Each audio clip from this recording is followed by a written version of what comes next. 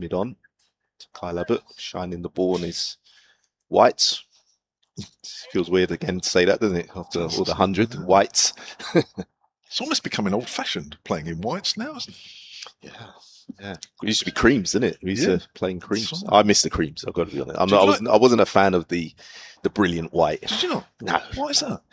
I like the cable knit jumpers and creams. Yeah, just felt right. As Baker in again to live, short of a length ball and live, rocking back onto the back foot, punching that one to backward point. And Ali Orr, the fielder. Nothing to do with washing the kit and trying to keep it white.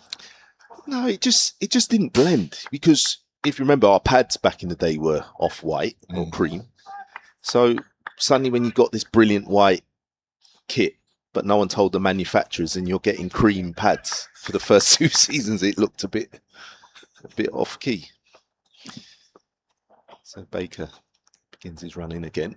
Hop skimper to jump, bounding in.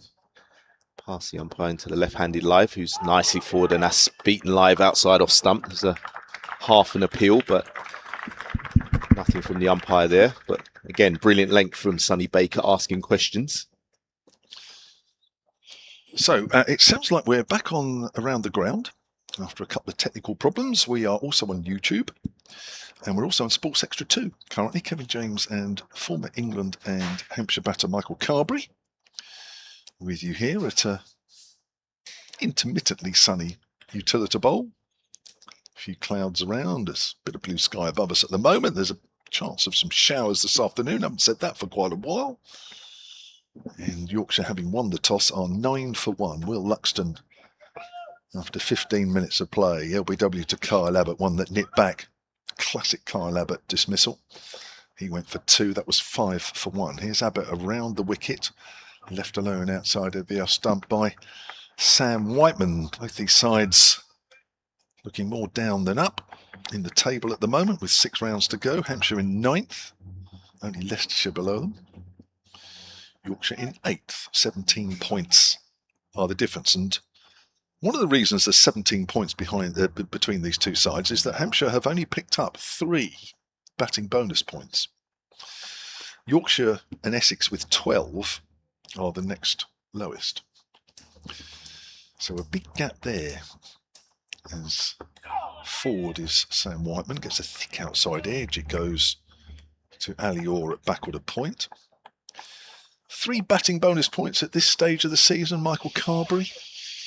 Yeah, it's been a struggle, hasn't it, all year really. Well, for the last, let's be honest, the last 2 seasons, I would say, for Hampshire in particular, you keep coming back to the same thing. It is very much a transitional period. You've lost the likes of James Vince, now Liam Dawson this season. You're going to miss a fair chunk of runs. That's for sure, as Abbott's around the wicket again, left alone outside off stump. Yeah, you're going to lose a fair bit of experience there as well. There's some young players coming through, and for one reason or another, they just haven't found a plan, a method in this format of the game. I think the transition from white ball hasn't quite happened for whatever reason. Players not being able to transition those skills into the red ball game. Abbott's in again. Whiteman's faced 7 balls, yet to get off the mark. And he's not getting off the mark there because he's edged it through to Ben Brown. 2nd wicket of the morning. 2nd wicket to Kyle Abbott.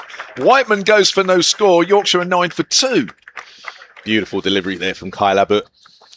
Just holding a line off stump. Sam Whiteman, a bit tentative, I would say. Didn't probably need to really play at that delivery.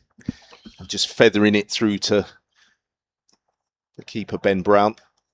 And you'd be pretty disappointed, I think, with that dismissal, Sam Whiteman. I think it's, early on, the number 3, probably don't want to be defending balls on 8th stump, especially to Kyle Abbott. Got to be patient.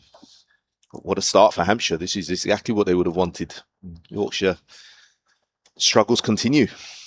We had this situation up at Headingley, and we've already discussed that a little earlier when Jonathan Doidge was on, but I do get the feeling, and listen, I don't think it's probably unique to Yorkshire, but it probably feels a little bit more of an issue because of what happened earlier in the season. But I think certainly with the left-handers, when Abbott's around the wicket angling the ball in, I think initially you're looking to play, aren't you, because of the angle. But because he pitches the ball and straightens it, I do feel that some of these Yorkshire batters just don't have an answer to, do I play it? Don't I play it? Yeah. Should I defend? Should I leave? And I think it's a real problem for them. Yeah, and I'll come back to a point I was making. I think a lot of young players now, when you watch them, I think it's a skill that's underrated, that isn't probably talked about anymore, about leaving the ball. I think because a lot of players now are coming from the white ball format, they all want to score quickly, they all want to feel bat on ball, whereas in this format, I think the first half an hour to an hour, you've got someone like Kyle Abbott, who is going to be a very, very patient fast bowler.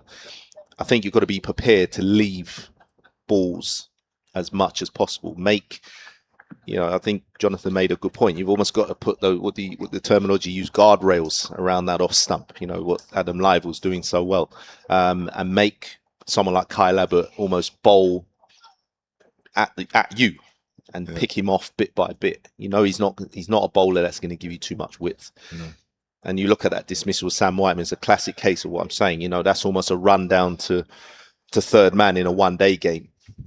Those skills are not really suitable for this format. I think you've got to play a lot more patience game early on. Play for your off stump. Learn to leave balls alone. Keep it really simple. Stick to 2 or 3 shots. Yeah. I think the more you watch that dismissal, and we've just seen it on the live picture feed, that actually he doesn't need to play it. I mean, Abbott's not bringing the ball back at you. Not really. I mean, he is looking to go, say, straighten the ball. Yeah. Of course, it will come back to the right-hander, and that's who the new batter is. That's James Wharton, who's left that ball alone outside off stump.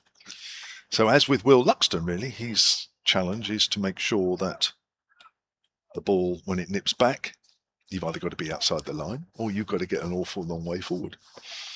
Absolutely. I think and also what it does, it quickens up Kyle Abbott.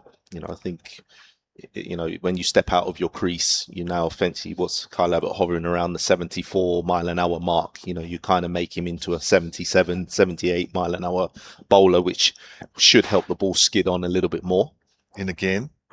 He's well down, he's well forward. I think this pad bat, but that doesn't look out, and that's the stride that we're talking about there. Another good over there from Kyle Abbott. It's his second wicket maiden of the morning.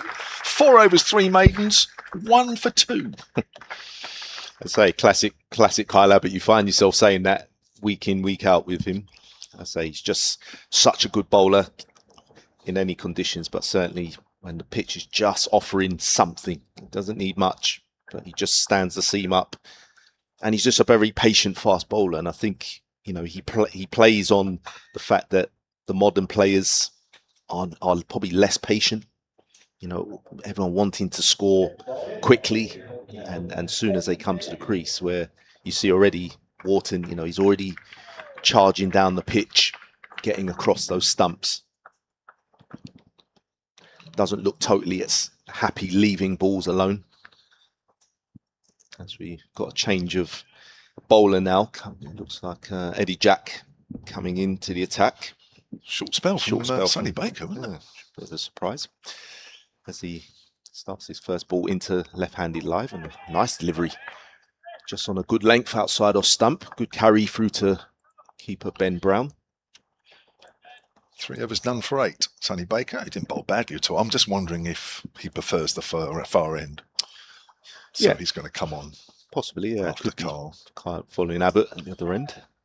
That's a nice start from Eddie Jack. I think that's what skipper Ben Brown would want from him. Keep the pressure on. Can they snare another wicket? It's an important one of Live. Jack comes in again to Live, who shuffles across, and again that one just slightly wider. Off stump. Adam Live, watchful as always. Old fox now. Old fox. Feels weird me saying that, having played years against Live. Very good player though. Very big admirer of his game, always have been. I think he was cut off too soon for England, in my opinion. Very, very good player, very organised player. But still doing it at the top level. Good to see. Was he 38 years old now? Youngster. Jack comes in again to Live shuffles across, and again, great leave outside the off stump. And that's, you know, the point I was making of, you know, the throwback era. I can call myself part of that now. You know, being watchful, leaving balls alone, forcing Eddie Jack to just come in that slot zone. It's all about patience this first hour here. If you can get through that, it's a lovely place to bat. I've enjoyed many years here. Jack begins his run. And again, nice balance run up into live, and that's an appeal, and that's given out. I thought initially it was pitching outside, but live just caught on the crease. One that just nipped back from Eddie Jack, and umpire had no hesitation giving that out, and that's an hour. Yorkshire really in trouble now at 9 for 3. Well, that's got to come back a little bit. I think it did straighten late, but we might need to see that from Eddie Jack's end rather than from behind the batter. You're not 100% sure, are you? My initial reaction, I thought that just pitch outside personally. I mean, let's say with it, not the benefit of having the right camera angle, but I did think initially, especially the way live is setting up a long way outside leg stump, I think for me that's not done enough personally, but doesn't matter now. The umpire's giving it out. Well, they're in trouble here, Yorkshire, aren't they? 9 for 2 now, 9 for 3. Luxton for 2, Whiteman for no score, Lythe for 7. The 3 batters out. And Matt Revis is the new man for the Tykes. Yeah, and I think the good sign from here from Hampshire bowlers start this morning is, for me, has been the 2 key things. Been the length they've bowled, very, very few balls short of a length. They've really used the new ball very, very well. They've been prepared to pitch the ball up and attack the outside edge, and obviously the knee roll and the line of which they bowled. You know, I can't remember too much apart from one boundary from live that's been hit square of the wicket. So good signs. Good signs. Yeah, it's been a good 35, 36 minutes or so for the home side. This is an important game for both these sides, as we mentioned. 9th against 8th. And going into these last 6 rounds of games in 6 weeks, you start these rounds well and get a win with your first game, and then, well, who knows what will happen after that. But I don't think you want to start with a defeat. No, definitely. So Eddie Jack just moving mid-wicket, slightly squarer. He's gone in, still got 3 slips in operation.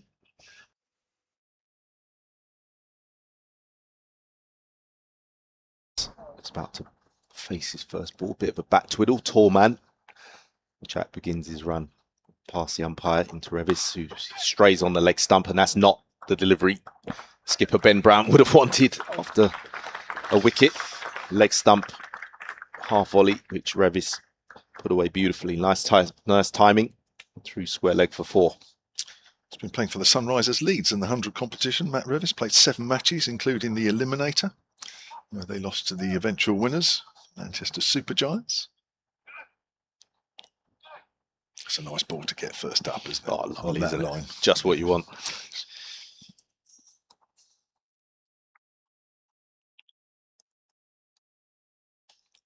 As Jack comes in again, and that one pushed down the leg side. It's a massive appeal, and that's gone for 4 as well. This is not a good start here from Eddie Jack. He's somehow lost his radar down the leg side, and it's been made to pay.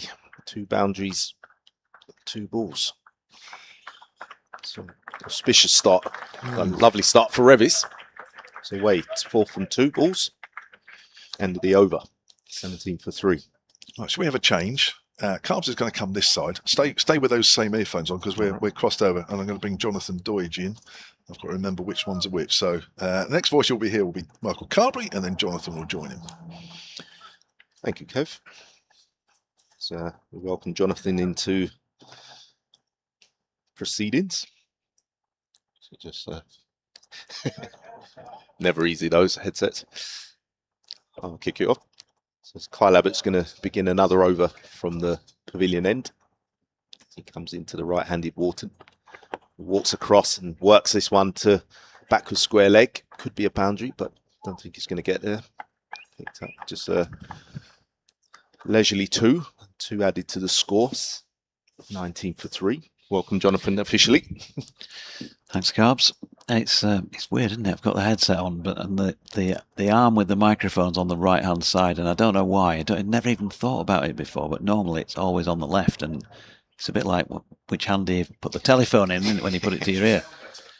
It's all right. Anything that makes me sound better. See, if I go stand at the other side of the ground, will that make me sound even better still? Thanks, Kev.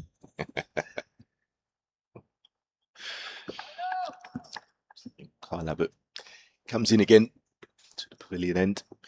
Keep Ben Brown up to the stumps now into Wharton. That's a big appeal. He's just left that one alone, Wharton.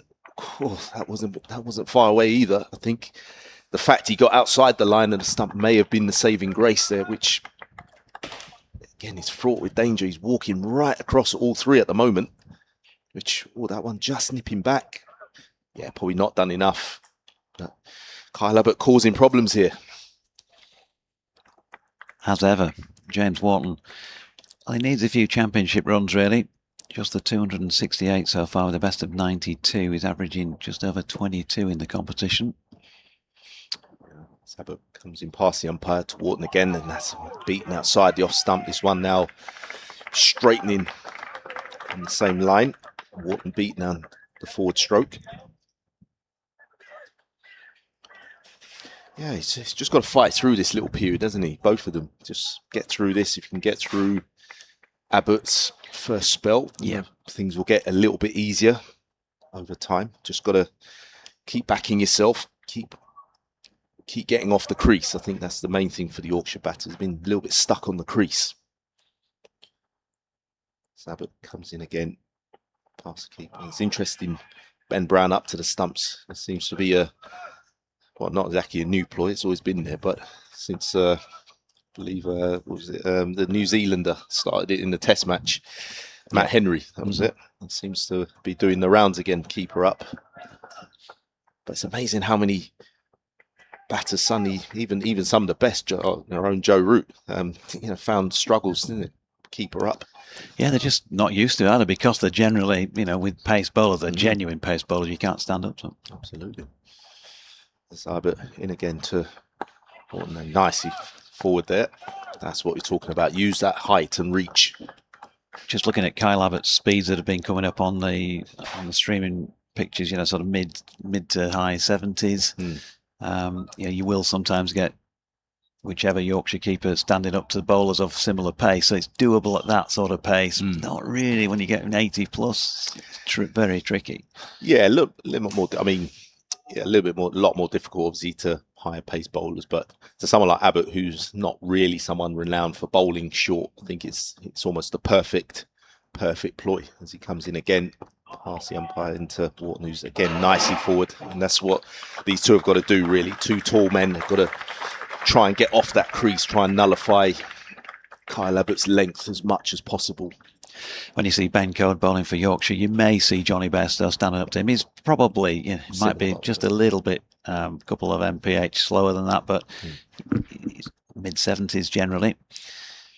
It's a common, common theme. I mean, going back yesterday, we were talking about earlier. Someone like Steve Patterson was again similar style bowler, where keeper would come up, be it Gerard Brophy, I think would have been back in those days. Would stand up, and Pato would try and hit you on the knee roll. Did quite well on that front, did Pato. Here's Eddie Jack bowling to James. Not to James Wharton, to Matthew Revis, who plays that into the leg side. There is no run. It feels like a while since we saw Matthew Revis, as Kev was just saying. Played quite a lot in the 100. He'd gone across to the Superchargers as they were last summer, and just spent a couple of weeks, 2 or 3 weeks, with them, and loved the experience. Don't think he got any cricket on the field out of it, but working with the people involved at the time. Here he is, waiting for this delivery. Oh, that's got to be a shout from Eddie Jack, although not quite as confident as appeal from the corners, one or two that we've seen already. Umpire Jack Chantry, I think it is at this end. I said slightly uncertainly, just checking. Yeah, just going down that. Jack Chantry and Russell Warren, the two umpires here. In fact, I think it could be Russ at this end, is it? You'll know more than me. Yeah, mince pies is not as good as they No, used to be, mate. yeah. Yeah, it looks like Russ at this end. As he's out of the ground, for example, whether the hover cover is as 20 yards beyond the boundary before you get to the seating area. Yeah, and it runs away so quickly here, square the wicket. So you know, just touch it past the infield. You don't often chase it here. I think Eddie Jack just guilty of just getting a little too straight here, I think, for me. I think he needs to just move his line 4 inches towards more off stump.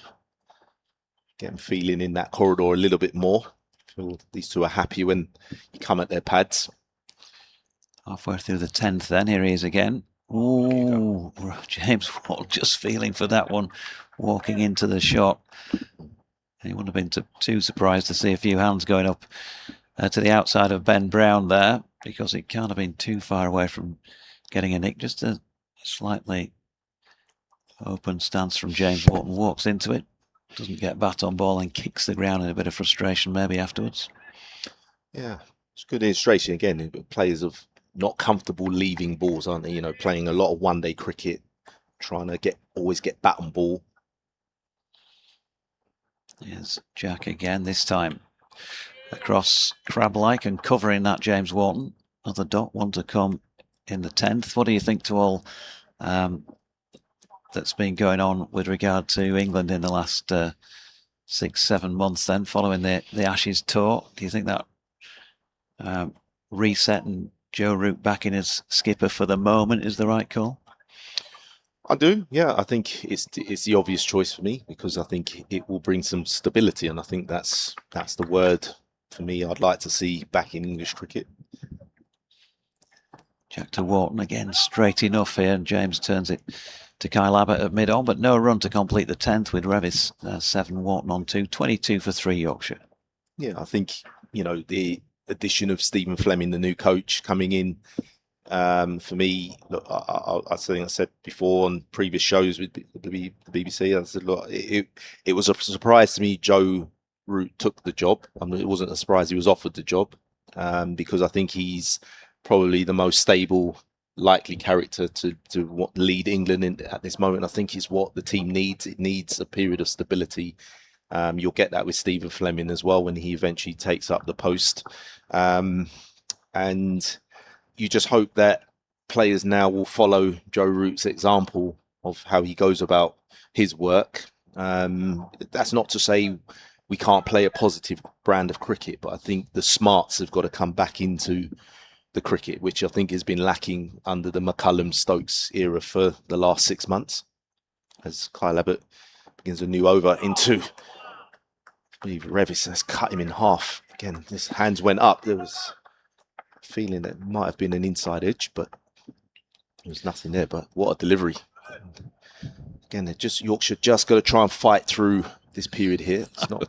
That was a beaut. It was. Yeah, I was listening to TMS driving down here yesterday, and there was that 2-hour break, and often, you know, as often happens, you get some really interesting chat, and Aggers was absolutely, you know, adamant that Bazball had been nonsensical, basically, and you cannot play like that in a sustained manner. Yeah, I tend to agree with Abbott. That was another one that was played away by Revis. Yeah, I'm sure I took my criticism for comments I've made. I said it was never a sustainable way of playing the game, and this was going back a year and a half ago when we lost the series in India. I believe out of nowhere, you know, a test match where we had no right to lose. We played all the cricket, and you don't often win in India, and we had a great opportunity and we threw it away. And I said, look, there has to be a reset, a mindset shift, you know, all for playing positive cricket, but not reckless cricket. As Abbott comes in again from the pavilion end into Revis, who's again nicely forward. You know, And I think same on the bowling front. It's not just the batters. I think the Ashes this season, this winter showed that it's not enough just to pick 90-mile-an-hour bowlers and ping it in halfway down. You've got to have a plan. You know, the Australians showed that with a so-called third string attack where they just attacked off stump at no great pace and were able to expose our batters. Abbott begins another delivery into Revis, who leaves that one outside off stump and just angling back into the right-hander. I mean, yeah, I was out for a couple of test matches. Another observation for me would be if you're going to take Shoaib Bashir to Adelaide, I'd never seen a boundary as long as I was sitting side on to the match, high up in the stand, and they are massively long boundaries, aren't they? If you're not going to bowl an off spinner on a ground like that, you're probably never going to bowl him. I mean, I think it's fair to say some of the selections were questionable. Abbott comes in again to Revis, again nicely forward. I mean, the Shoaib Bashir selection versus Will Jacks always intrigued me because Ben Stokes brought Bashir in, I believe, off of TikTok, which, you know, I mean, you went your own mind up there. But if you are going to play Shoaib Bashir not based on results but attributes, then for me, he should have played most of the test matches, certainly in that series, to build his experience, because he's not going to learn much sitting there mixing Powerade, in my opinion.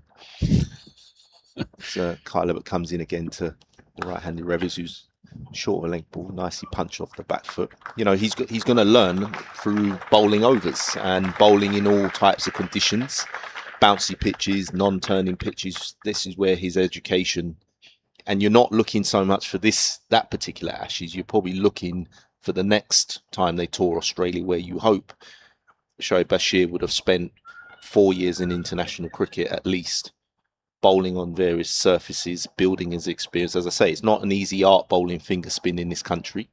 Finger spinners don't bowl on many, spin-friendly pitches. So it's important that if you are picking him not based on 50 championship wickets, then he's got to learn his trade in the first-class game, playing matches. So for me, leaving him out and playing Will Jacks made little sense to me. Here's head loose with his first. See how this one goes. Still a 3 slips, long leg and a ring field. And Kyle Abbott's been doing his stuff for Hampshire. If you're joining us more recently, the wickets of Will Luxton for 2, Sam Whiteman without scoring, as Eddie Jack, who took the wicket of Adam Lyth for 7, bowls to James Wharton, who turns that one wide of Abbott. Down to our right, 2 runs. He must be getting to the end of his spell. We're getting to the end of the first hour here, Michael. Kyle Abbott, that is. Yeah, you think maybe 1 or 2 more before Sonny Baker will probably come follow him from the pavilion end. So, again, it's been an impressive start by the Hampshire bowlers, really keeping the pressure on. Here comes Jack again, up there to drive, and just a push from James Wharton. They're going to take the quick single. Wouldn't want a silly run out at this stage, but it always felt like it was going to be comfortable enough. Matthew Revis getting in. Wharton on to 5. Revis on 7. I mentioned that James Wharton's card so far this season, 268 runs at 22.33 with 2 half-centuries. Prior to walking out there today, Matthew Revis, he's played in more matches, 8 of them. And 299 runs prior to today with just 1 half-century, 21.35 his average. So both players really who would love to rack up a big score here. It's an opportunity for them as Revis punches into the offside no run. Matthew Revis had a cracking end period, middle to end period last season. And he is a good player. In fact, they both are, no doubt about it. But as you well know, runs are the currency when you look at the card at the end of the season. Yeah, absolutely. And, you know, it's if you're young players, they're still figuring it out. You know, there's now more data on Revis. They know where he likes to score. People can set better plans as well. There's Jack again, just back of length, and Revis, tall Matthew Revis, and he was upright in playing that out into the offside. Yeah, is that more difficult these days? For all players, really, I guess. Also, as a batter, you've got more intelligence on what bowlers can offer.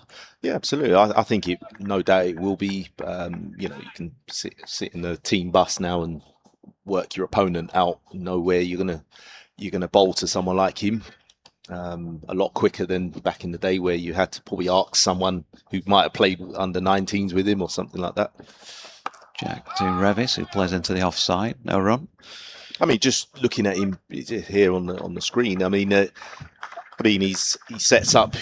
You know, it looks pretty conventional. I think one area, I think for both of him and Wharton, I think they've got to figure out over time is just that area around, you know, 4 inches around the off stump. I think, you know, again, it's an underrated skill, but a very important skill to have as a top 3, top 4 batter is the ability to leave the ball well. I think, you know, I think batters now have that inclination to always want to feel bat on ball. And I think in conditions, and when you're playing against certain bowlers like Kyler, but I think you have to give the first hour or so to those sort of bowlers and say, right, you know, this is your hour. Maybe at 4 o'clock, this is where I'm going to start to dominate. As talking to Kyle Abbott, he comes in past the umpire, and this one nips back. There's a half an appeal.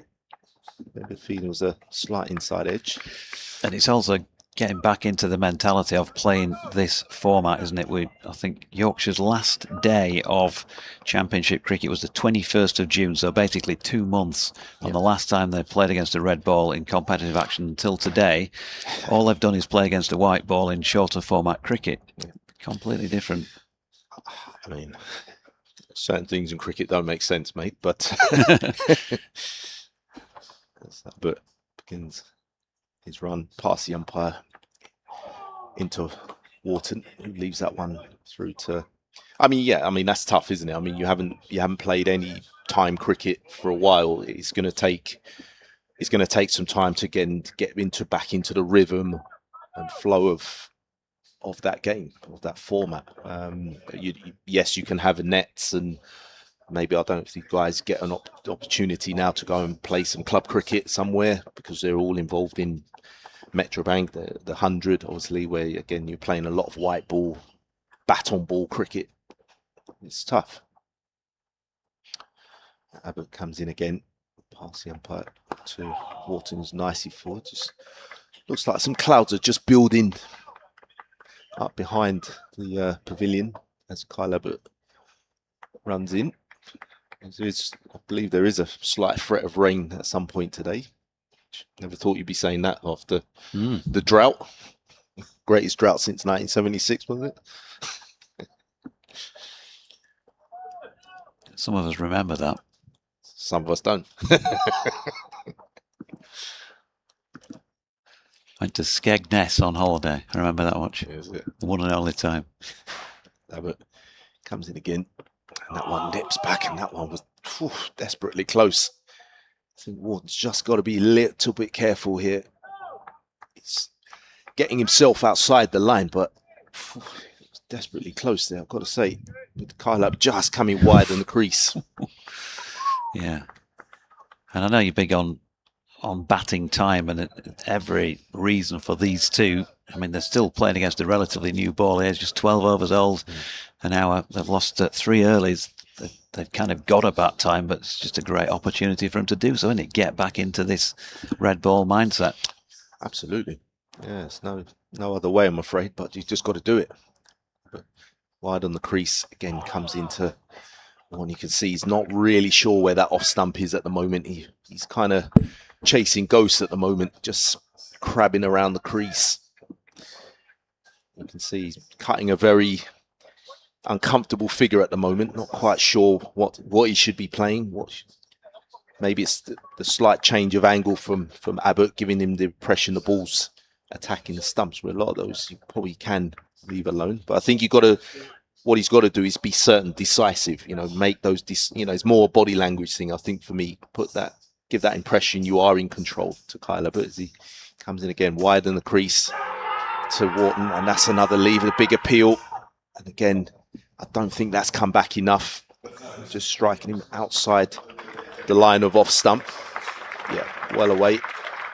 But another fine over from Kyler, but right on the money here. 7 overs, 5 maidens for 3 runs and 2 wickets. Unbelievable spell that. As I'm going to leave things to the legend. It is Kevin James.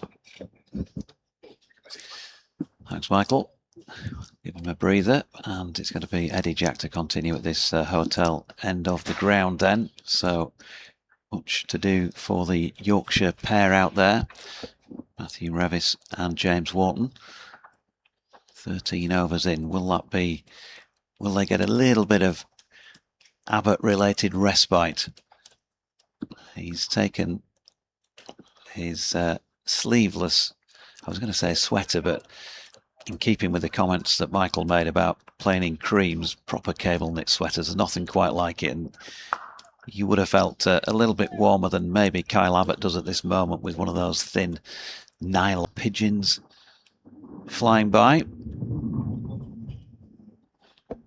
And here, once again, is Eddie Jack. And that one pinged away through extra cover. Lovely shot by Matthew Revis. The first one he's really had up there to drive. In fact, one of the very few deliveries bowled in this first 62 minutes of play that has been as such. Takes a Yorkshire batter into double figures for the first time in this match. He's on to 11. 29 for 3. That's a nice looking shot. That's a shot of the morning for me, that. There's not been too many played, if we're honest. I was going to say. There's not too many in the frame. No. Here's Jack again. Fairly breezy here. You can see his shirt ruffled in the wind, and it's not a great delivery. In fact, probably one of the worst of the match so far. Short and wide, and Matthew Revis is not going to miss out on that, having had few scoring opportunities. He's on to 15. 33 for 3 with that lovely crack just backward of point off the back foot. Yeah, if there's one slight small criticism of Eddie Jack, and listen, I say that, and he's only 20 years old, but he does still go for a few too many runs. And I think in this situation, going at 5 and over, it's not what Hampshire need. He's not going to get too many overs in this situation, going at that many. Here he is again. Revis giving him the full face of the blade this time and playing it to Abbott at mid-on. You can get in touch. BBC West Yorkshire Sport at gmail.com. Having said that, I better check if anybody has been. Well, we'd certainly got a few contacts telling us that they couldn't hear us for the first half hour or so. Yeah, I've tried.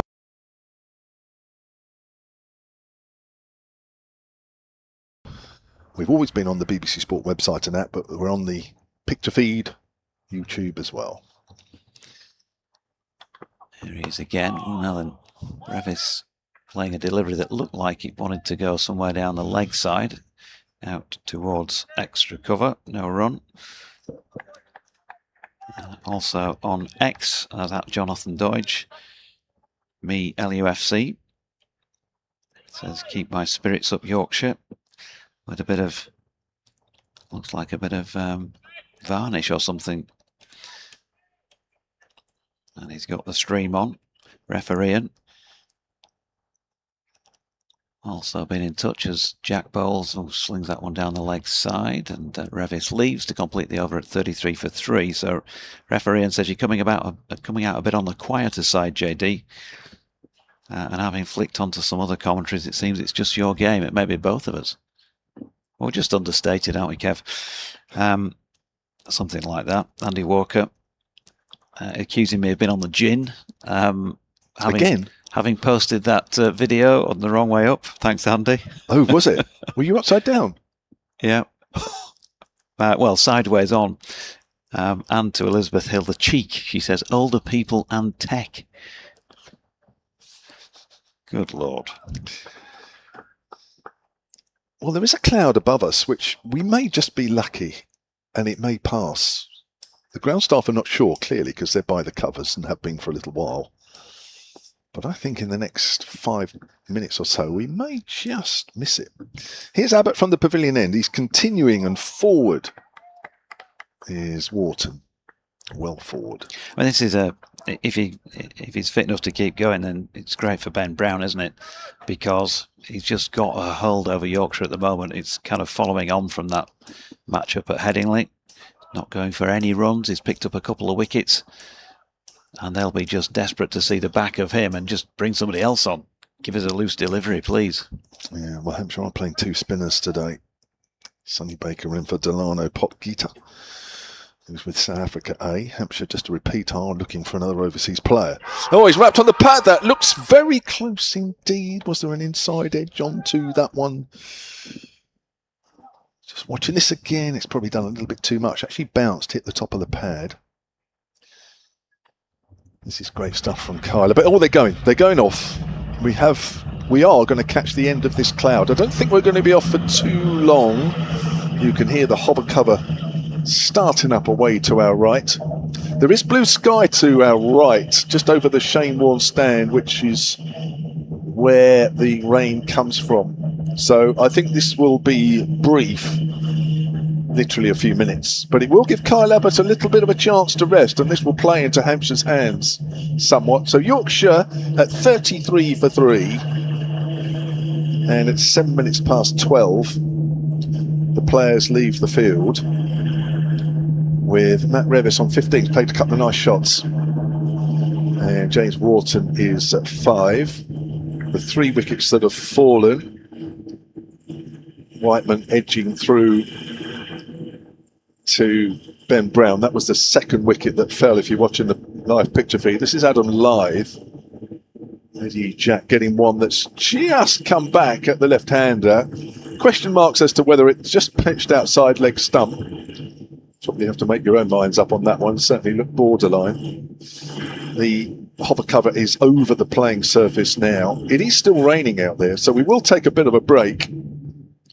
14.2 overs have been completed, and Abbott 7.2 overs, 5 maidens, 3 for 2. Or 2 for 3 it should be, really. Too expensive. Well, yes. I know, what's he going for? 0.4 and over, Kyle Abbott. So it is perfect from a captain's point of view. Just put him on. It's just a shame he can't bowl about 12 overs or 15 overs in a spell. But anyway, the players are off here. As I say, I don't think it's going to be too long. But while they're off the field, I think we'll take a quick break, and we'll join you again as soon as play restarts.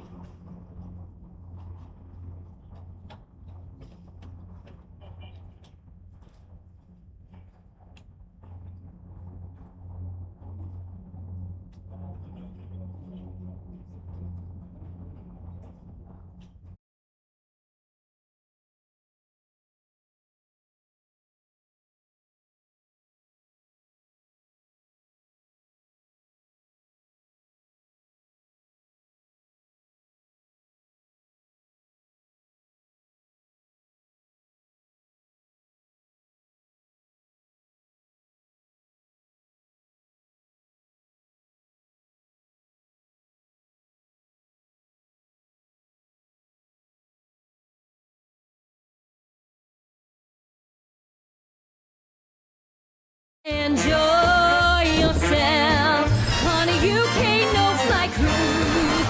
Enjoy yourself. There's amazing shows for you.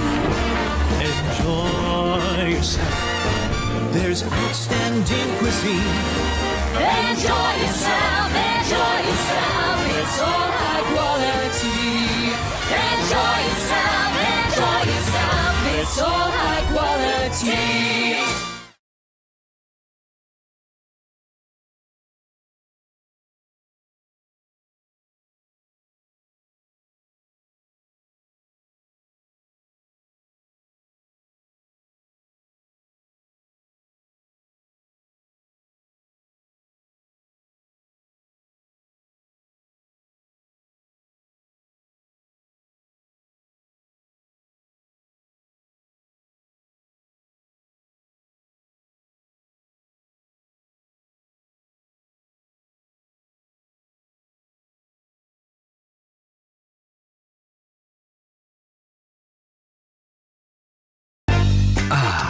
The Thatcher's family farm.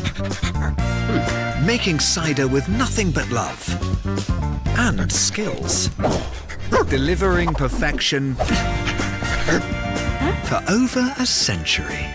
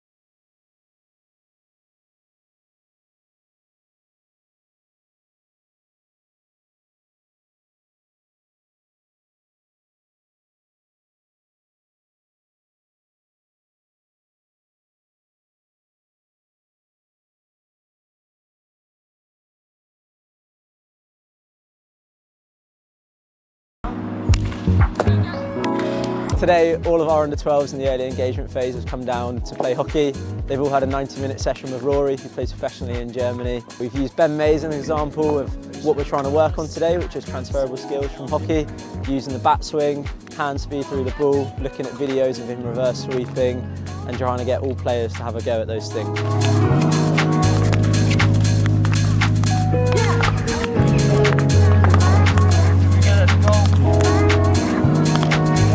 We've had 4 stations, lads have hit loads of balls, and hopefully from this we get some boys that can whack the ball, both cricket and hockey.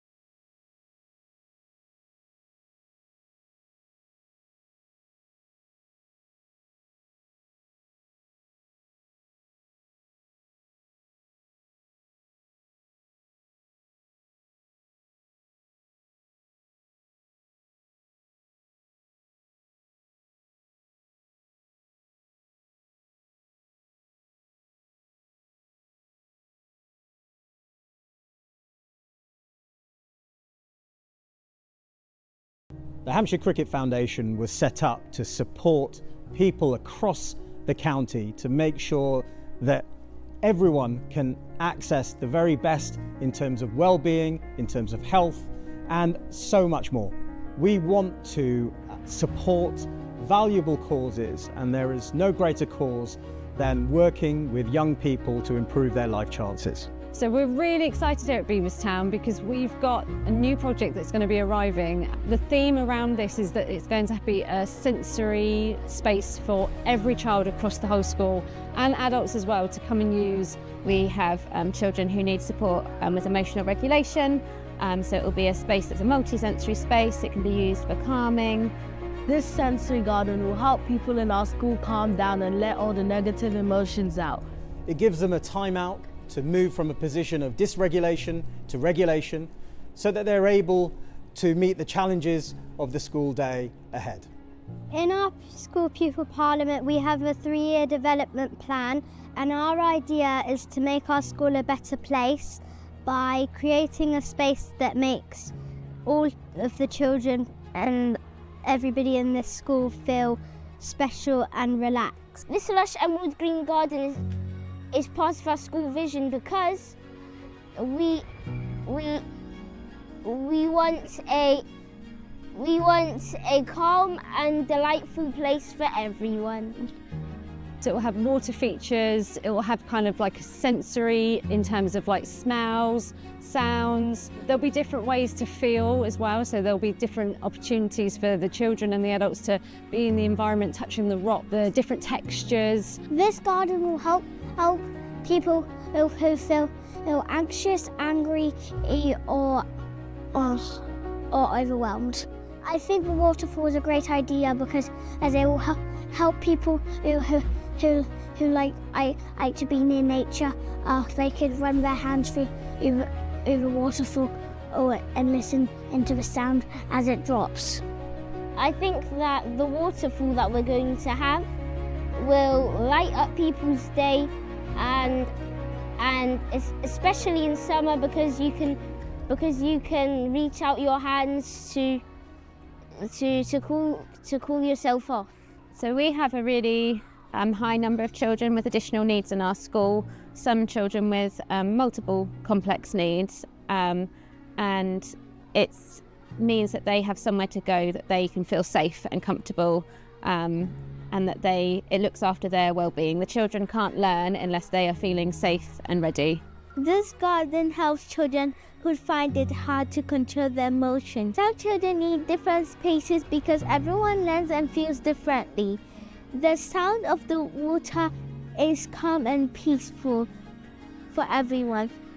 Essential for us as a school and also as part of our community that we have a space for the children and the adults who want to come and use it to regulate, to calm themselves, to help with their nervous system. For those times where we're all just feeling a little bit anxious, or maybe we're feeling nice and calm and we want to try and maintain that calmness. We really appreciate the support that we've had to be able to create this safe space. It'll be inviting for the children, and I think far more of our children will feel regulated ready to go back into class, and will have so many more of their needs met through this project. So we really appreciate it. Thank you.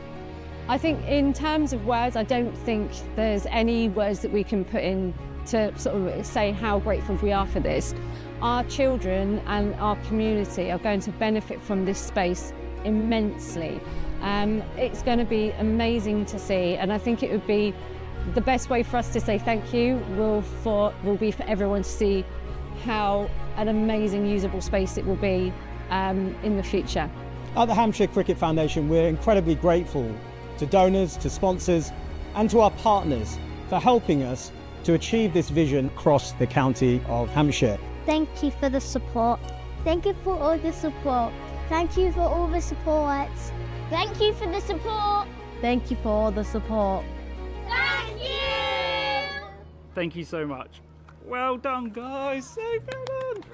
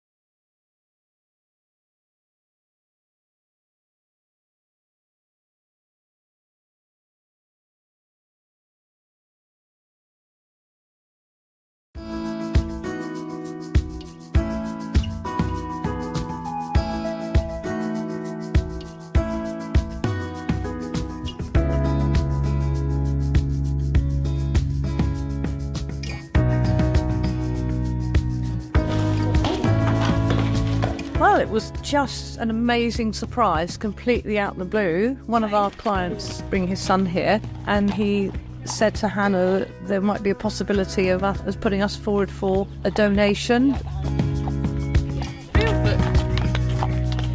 So for a long time we were looking for a big horse to enable our taller riders to be able to ride, and we were really lucky to be able to finally find Gloria. It was a rigorous exercise, but we finally found the right one.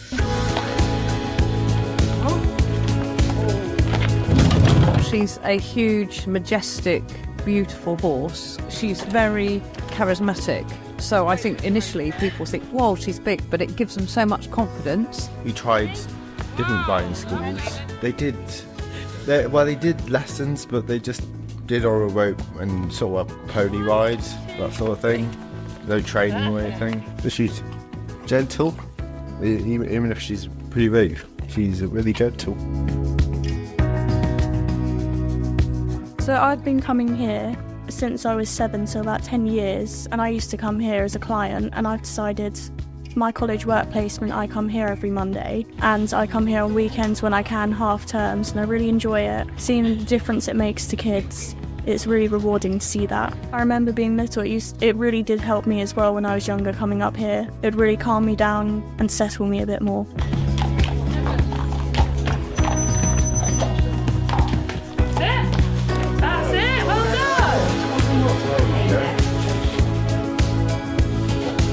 Gloria is a fantastic addition to our herd, and we wouldn't have been able to do it and source her without their support, so it's just a massive thank you. Thank you.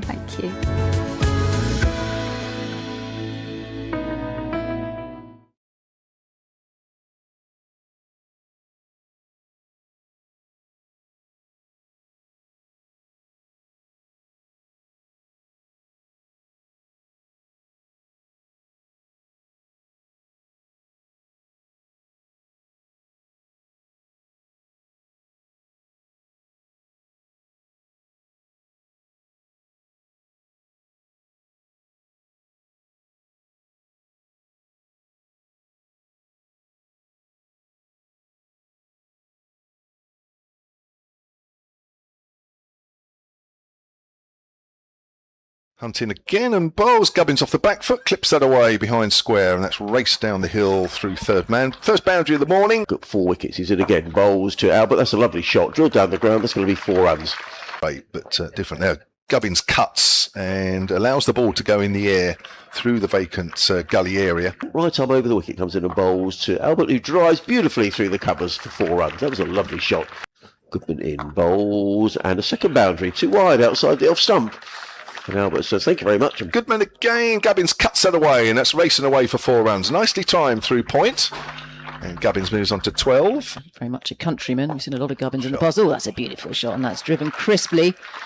It was over pitch by Hunt. Here is Hunt again. Bowls. Oh, it's slightly aerial, but it's finding that gap. He's finding that gap well, Gubbins. Same again. Also. Price bowls. Gubbins drives, and he's found the gap through the covers. Again, he's played. Running into bowls. And he's played on! There's Tony Albert. Well, it's been a good little spell, this, from Tom Price. Up the hill, in and bowls, and Gubbins.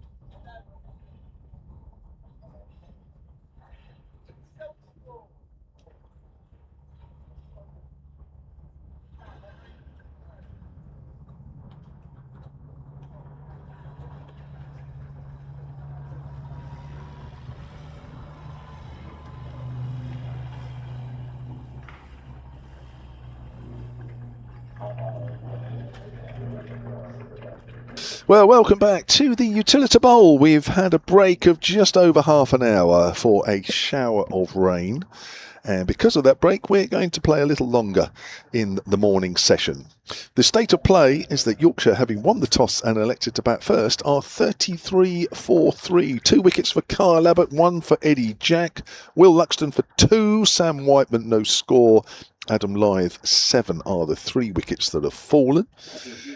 And Abbott, his usual miserly self, has to complete his 8th over. He has 2 for 3. Sonny Baker has bowled 3 overs, none for 8, and Eddie Jack 4 overs, 1 for 18. So the players are back out, led by the 2 umpires, Russell Warren and Jack Shantry. The sunshine is out, but it does look as though there's another shower of rain that may not be too far away. But we'll get some play anyway, and hopefully we go through to 1:20, which is the new lunchtime slot. I'm Kevin James. A little later you'll hear from BBC Radio Leeds' Jonathan Doidge, as you have done earlier this morning, but alongside me is former Hampshire in England batter Michael Carberry. And it's been a little difficult for the batters out there, Carbs, earlier. Yeah, it has. It's not done a hell of a lot, I think. Just very good lines and length and good patience from the Hampshire bowlers. I think they've plugged in very, very well, understand where to bowl, and the good thing is they've made these Yorkshire batters have to play that new ball. I think they've not really given them too many sighters, which I think is key when you're bowling with the new ball. It's going to be James Wharton to face as Abbott comes in, and he's forward. There's a short leg in now for Hampshire. That's Ali Orr that goes out on the leg side. We're in bright sunshine for the moment. That will change in the next 5 minutes or so, with the heavier clouds starting to appear over the Shane Warne stand, which is about 2 o'clock as we look from the hotel end. Just the 1 shower of rain so far. Probably 1 or 2 more coming in at various points this afternoon.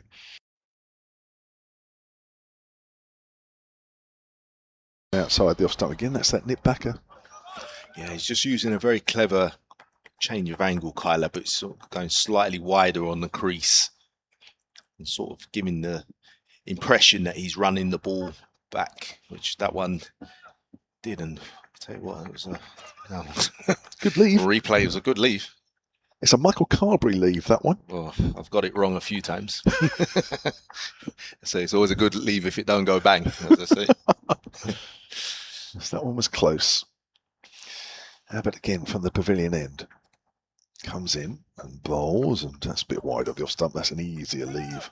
I must mention at this stage, because even though we've got a slightly later lunch than planned, that Hampshire are using this game as a celebration of the red ball game, and there are various things going on. And one of those today at lunchtime is the launch of John Winter's new book, My Favourite Game, and that's in the Hampshire suite of the Colin Ingleby Mackenzie stand. That's to the left of the pavilion as we look. That's at lunchtime as Abbott is in, and that's again wide of off stump. Uncharacteristic last couple of balls there from Kyle Abbott. 33 for 3, a maiden over from Abbott.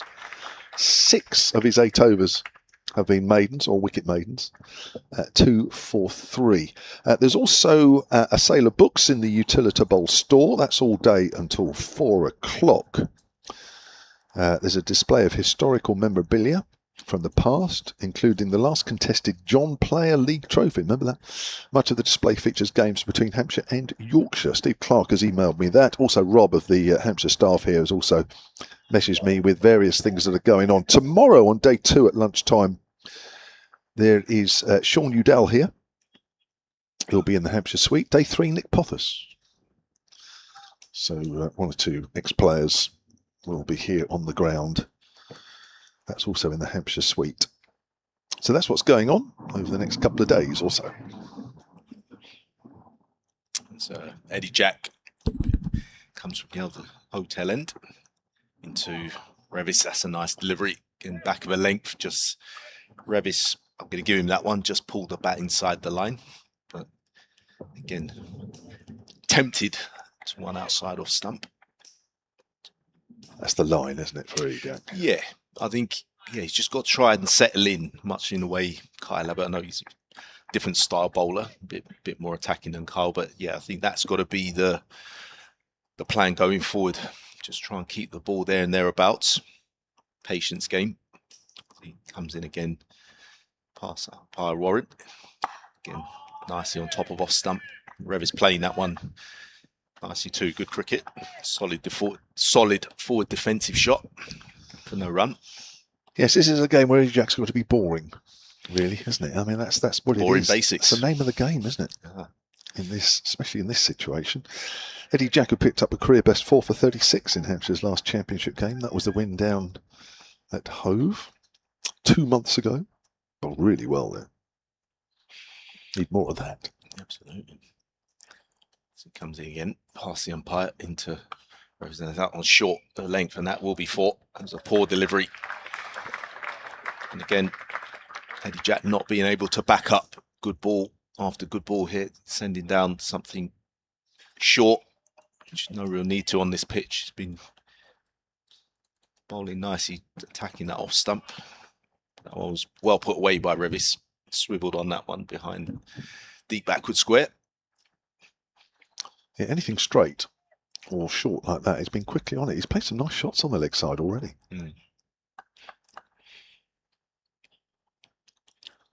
What will Jack reply be here? He comes in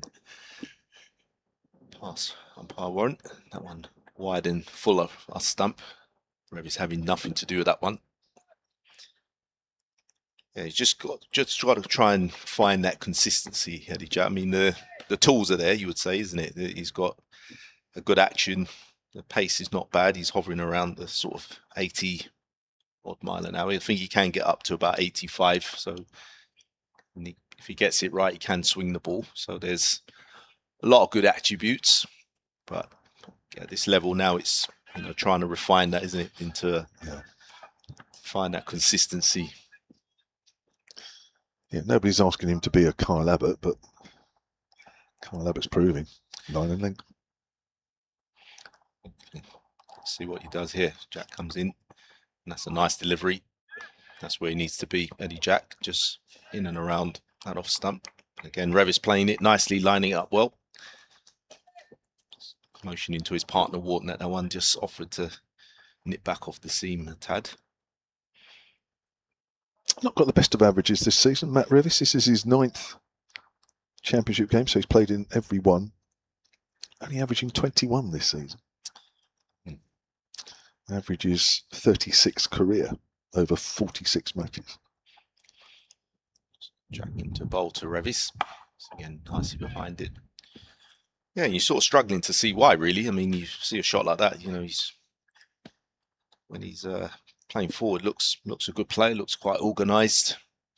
Again, sometimes it's the how to go about things. I think where maybe players feel a little bit confused, not really having the preparation time. I think is also a bit of a factor as well. To when you are off playing in various leagues and tournaments, do they have the preparation time necessary to get the mindset back into this format?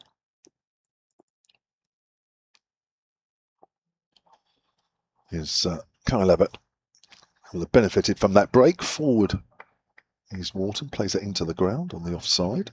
It's getting younger and younger, Kyle, every time I see him. I mean, how lucky have Hampshire been with him being fit the whole season? Yeah. Well, you shudder to think what the season would look like if he wasn't available this season. I think that, this season for me would already be a write-off. But keeps himself incredibly, to still be doing it at nearly 40. Testament to his fitness preparations. In again, runs towards us and bowls. Wharton is forward. That's come off the outside half of the bat as it goes to backward a point, fielded by Lehman. And having bumped into him briefly the other day, it was good to see him after a while. I mean, he's still got the passion. I think you've got to, especially as that as well as anybody, Kev. You got as a fast bowler, getting up every morning when your body's stiff and sore to get up and do it all over again every day. It's not easy. I agree. Yes, you've got to want to do it as much as anything, haven't you? And clearly, the way he runs it, he does, as he bowls again. Clearly gets a kick out of getting wickets as much as he's ever done. That's played out to backward a point, which is the main thing. Because, you know, what he's bowling now is a mindset of just being boring. And it's a word that we use a lot, but that's what it's about. You know,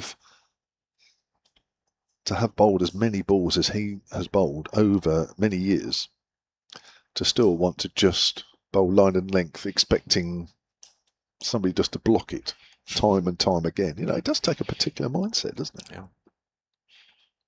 I guess he still gets a kick out of players blocking him. Here he is. Oh, he's wrapped on the pad. That was going slightly down the leg side. I feel with bowlers like Kyle, I'll throw James Anderson in that bracket as well. They're in an interesting phase of their careers where I think they now, like you say, they find complete enjoyment in how many balls we can't hit them as batters.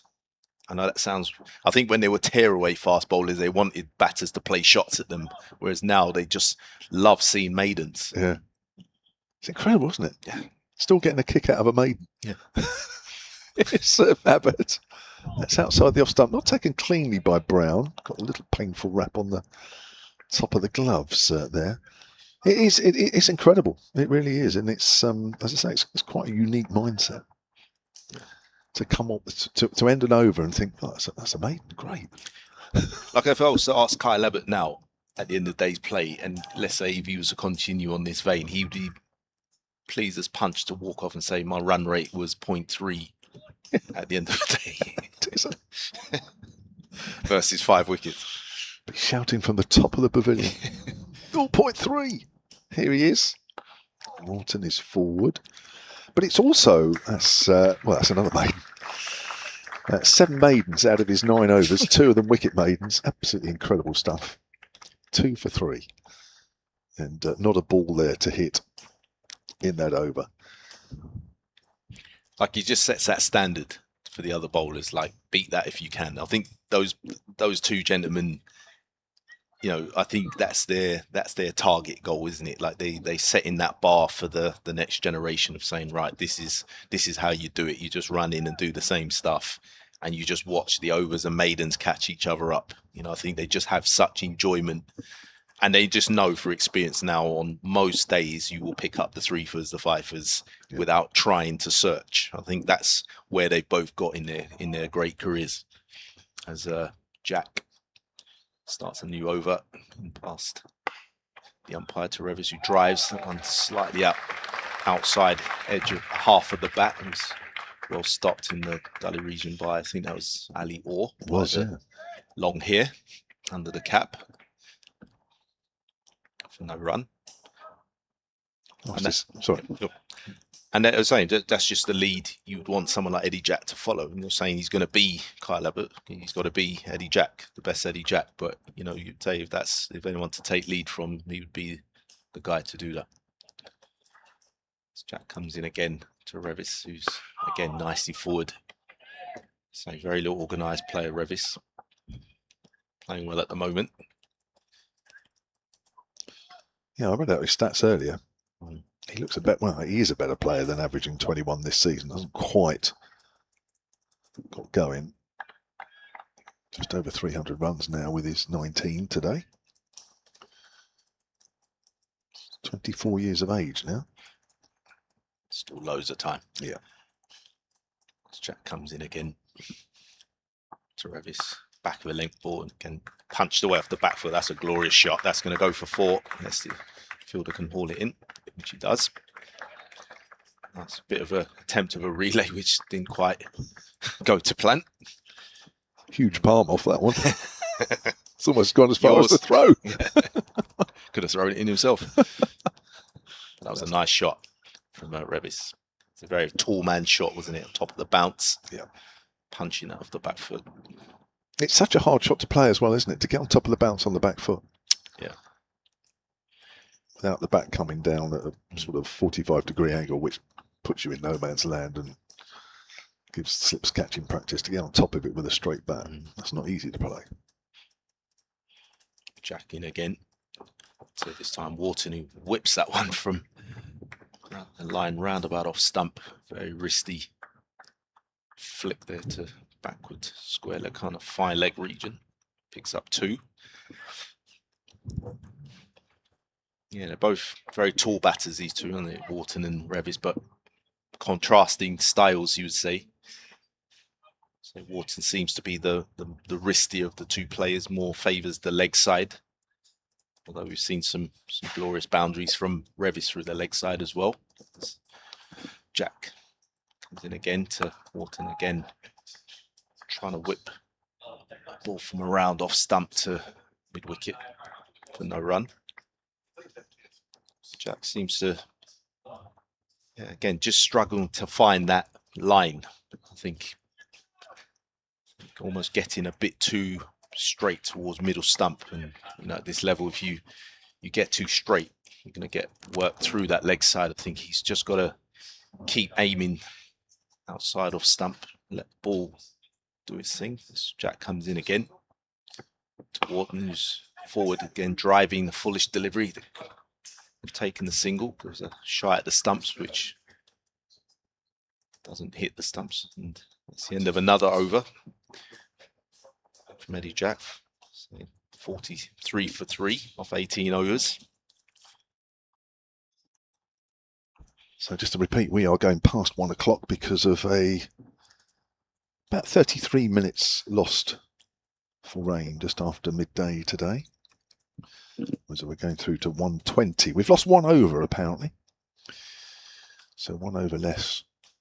But if these showers hang around a little bit, I'm not sure we're going to get all the overs in. But I think most of the forecast is for this afternoon. If we are to get any showers, I think by the evening session we should be clear of them.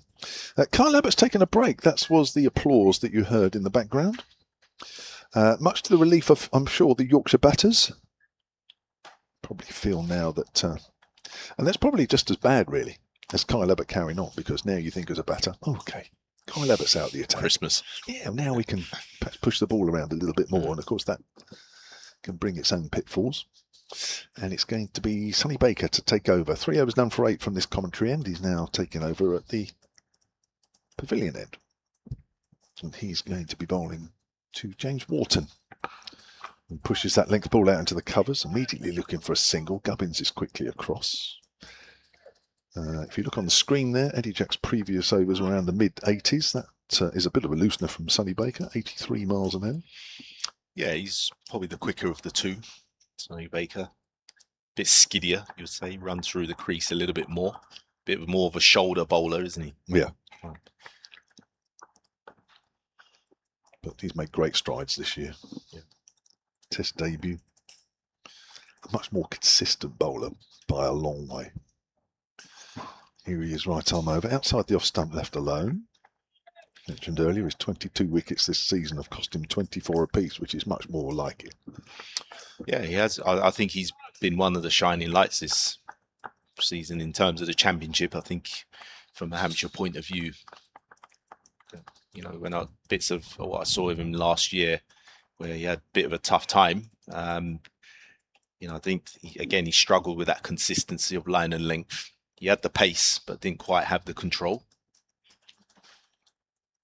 2 slips for him as he comes in again and bowls. That's a drive, but not timed at all there by Wharton. That's off the bottom of the bat as the ball makes its way up to Abbott at mid-off.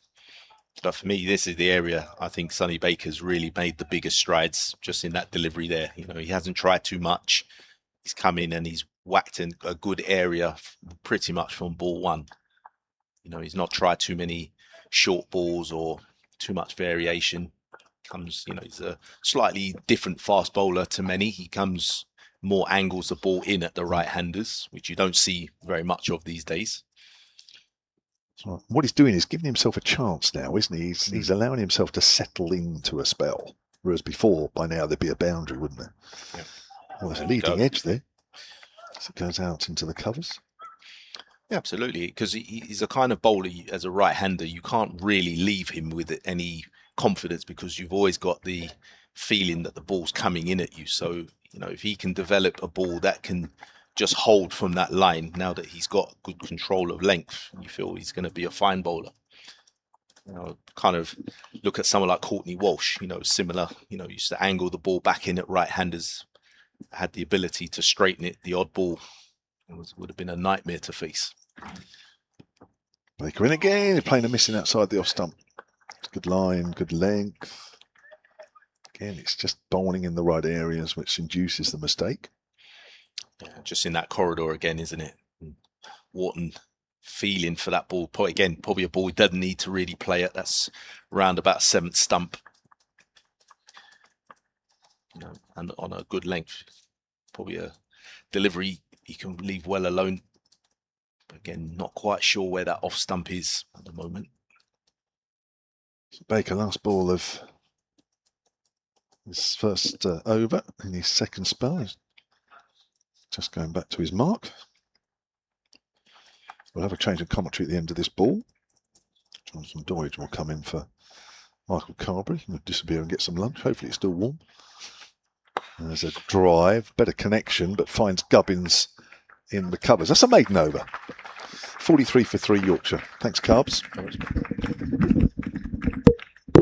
This is BBC Radio Solo the Yazoo, and don't go, it's just coming up to 1 o'clock, which is when we go back in the day, the rewind. Can you work out the years and the tunes? So, maiden over for Sonny Baker. From that year, that is on the way in just a few moments. News at 1. And Yorkshire are 43 for 3. Is this me? It's me. Apparently to sunny skies here in Southampton. Andrew Neil is going to have his first go from this hotel end of the ground.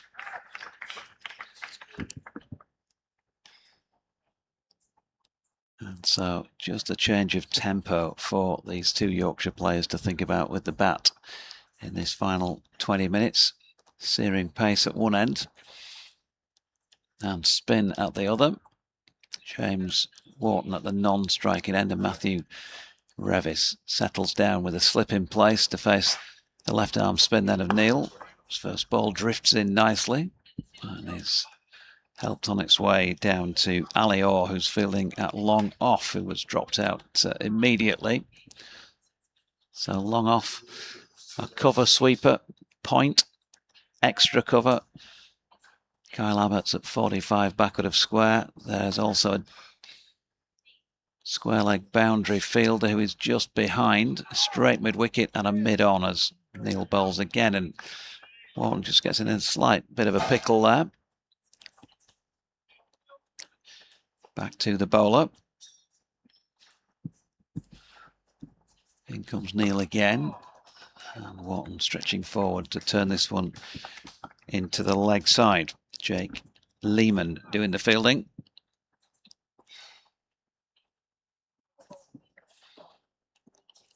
Back with Neil, who's getting through the over in good time here. It's full. Played back to the bowler. Floodlights still on. Bright enough as you can see if you're watching. If you can't, well, there is a bit of cloud around and some dark grey tinges to the base of it. Pretty much overhead at this moment in time as James Wharton drives back to Neil. 44 for 3. One to come in this 20th. James Wharton, well, he's seen plenty of it out there. Faced 45 deliveries for the 8 he's made.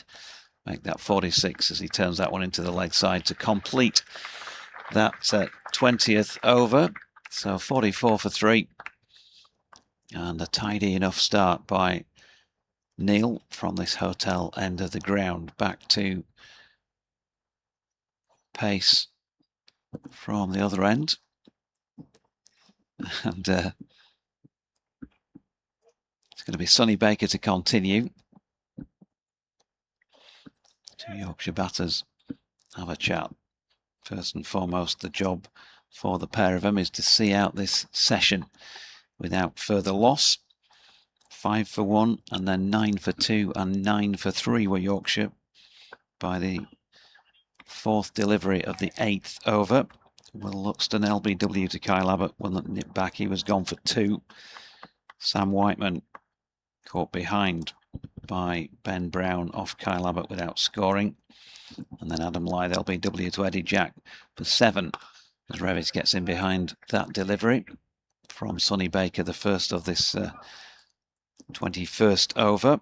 So ball beginning to age to some extent, but it certainly hasn't been knocked around, has it, in this first couple of hours of play or the play that's been possible in this first couple of hours of the match.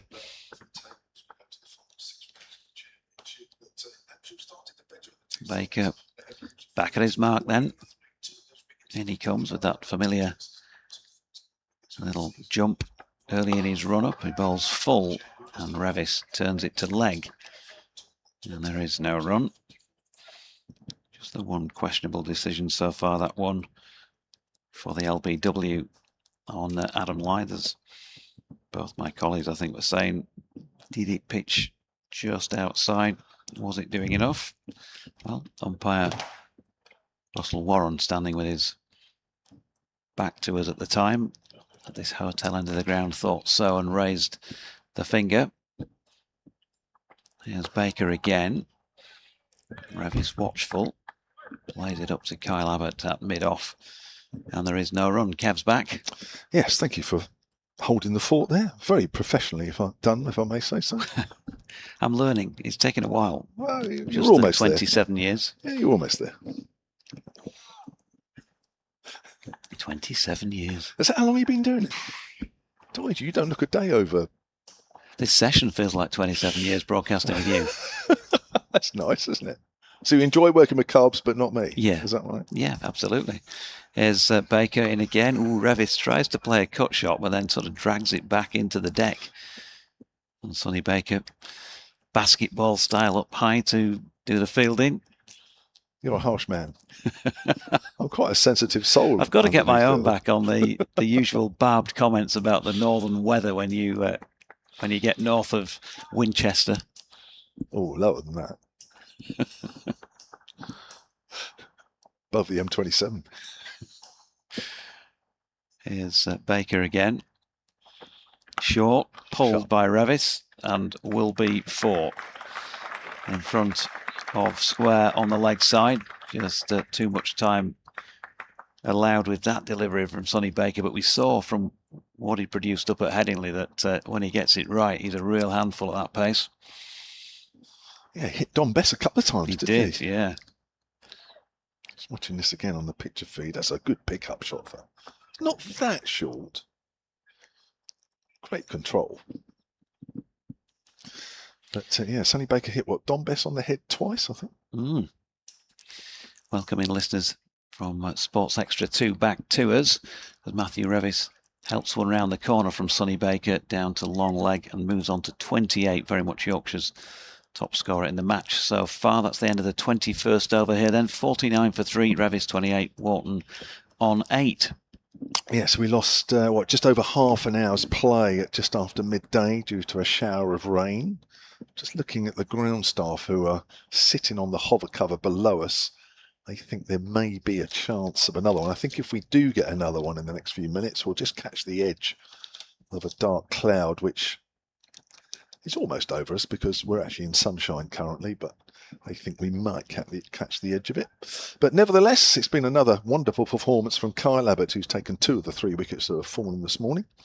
To take him to 41 wickets for the season, was already the Division 1's leading wicket taker. Andrew Neil with his left-arm spinners is on currently. As forward is Revis. He's playing nicely for his 28. He's played some crisp shots, mainly off his toes, early on in his innings. And he's looked fairly comfortable out there. There's been a little bit in the wicket this morning. He's forward again to a good length delivery. Revis in his innings has so far hit 5 boundaries out of his 28. So 20 of the 28 have come in 4s. Andrew Neil off the back foot this time, steers it up to deep mid-off. Ali Orr's down there. Single to the total. Yorkshire with a 50 up. And that's come in the 22nd over. Give me a woo. Woo. Anything else? Yeah, No, just settle for that for now. It's hard going initially. Drive slightly uppishly past a diving. Who's that there at extra cover? I think have we got a substitute fielder on, or is that? Might be a substitute fielder actually. No, they're slightly uppish. 51 for 3. It was 9 for 3 at one stage when Adam Lythe was LBW to Eddie Jack. Who's 44? Yeah. I'm just trying to think off the top of my head. Scott Curry, 44. Oh, Scott Curry, of course it is, yeah. The away commentator remind you. That's why you're here. But it's just one of those things that you get used to. You do. That something in the back of the mind said, I think Scott Curry's 44 when we come down here. Yeah, you're right, because of course he plays in the T20 for Hampshire, was playing in the 100.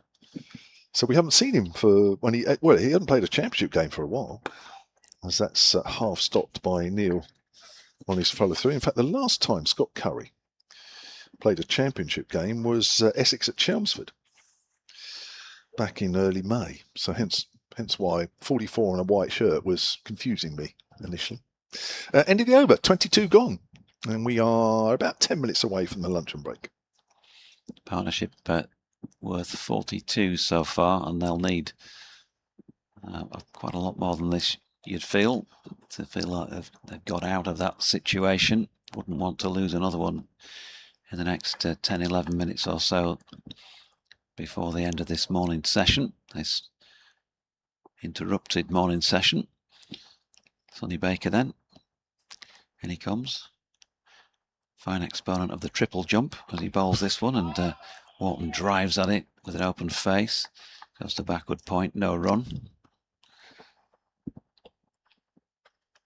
He could do that, couldn't he? I remember the first World Athletics Championships, 1983. Willie Banks, the famous American triple jumper, standing at the end of his run-up and getting the crowd behind him. It was the first time I can remember seeing that, clapping away, getting the crowd going. He was a real character, and Sonny Baker, he could do this at the end of his run, get the crowd going before he sets off with his little jump. Here he is, bowling one around about fourth stump, and James Wharton covering that and leaving. You don't remember that, Kev? You'd have been playing in those days, you see. I was, yeah. It was a school holidays for me. Sitting at home watching the World Athletics Championships on TV. Great days as well, those for athletics, weren't they? The Coes, the Ovets, the Steve Cram. I think Crammy won the 1500 metres from what I can remember. I used to love watching those three run. I would always watch a race when they were in it. Yeah, Daley Thompson winning the decathlon as ever. Here's Baker. And Wharton solidly behind that, playing out into the covers. Scott Curry fields, no run. So Willie Banks held the world record for 10 years with a leap of 17 metres 97, which is 58 feet 11 inches, set in June 1985. Yeah, he used to wear the Walkman. He'd be walking around with a Walkman on, you know, when they're trying to keep themselves calm and all of that. Yeah, I just remember it really clearly. He won a silver medal in those 1983 World Championships. Yeah. As Baker is in and bowling, and it's run down through third man by Wharton. He might get four here. He's been chased down, and I did mention earlier the outfield's a little on the slow side, and that is not going to help his cause in the boundary stakes, and they get three. Pulled in just before the rope. Yeah, I forget now who won the gold, but I seem to remember willing him on to win it, because I can't remember having much in the way of British interest. You're going to tell me we had a British gold medalist now. I don't think Jonathan Edwards was a thing at the time in terms of international triple jumping. I think that was later, wasn't it? Early 90s. Didn't jump on a Sunday, did he? No. He'd have been okay today, I think. Although the season lasts a while and the days do tend to merge into one as Baker's in and wide of off stump and Revis leaves. Who was the gold medalist? Oh, yeah. Hoffman of Poland. Yeah, Zadislav Hoffman, yeah. J. somebody from Nigeria was bronze. I'm not going to attempt that. Yeah, it was in the days of Mary Decker and Zola Budd and all of that, wasn't it, as well? Yeah. Run without shoes. And you remember it was on terrestrial television. Remember that, terrestrial TV? Where you could all actually get up on a morning and watch it. Grandstand, as Carp says in the background. Here's Baker, and that's punched into the offside by Revis, who's going to scurry through for a single to Kyle Abbott to complete that 23rd over of this Yorkshire first innings. Remember, they won the toss this morning. Johnny Bairstow decided he wanted to take first use of this interesting-looking pitch. And his team were quickly 9 for 3. First-class debutant for Yorkshire in this match. For those who've just joined us more recently, is Jaffa Chauhan. We're yet to see him put into practice his leg-spinning skills, but he may get a fair bit of opportunity over the next couple of days.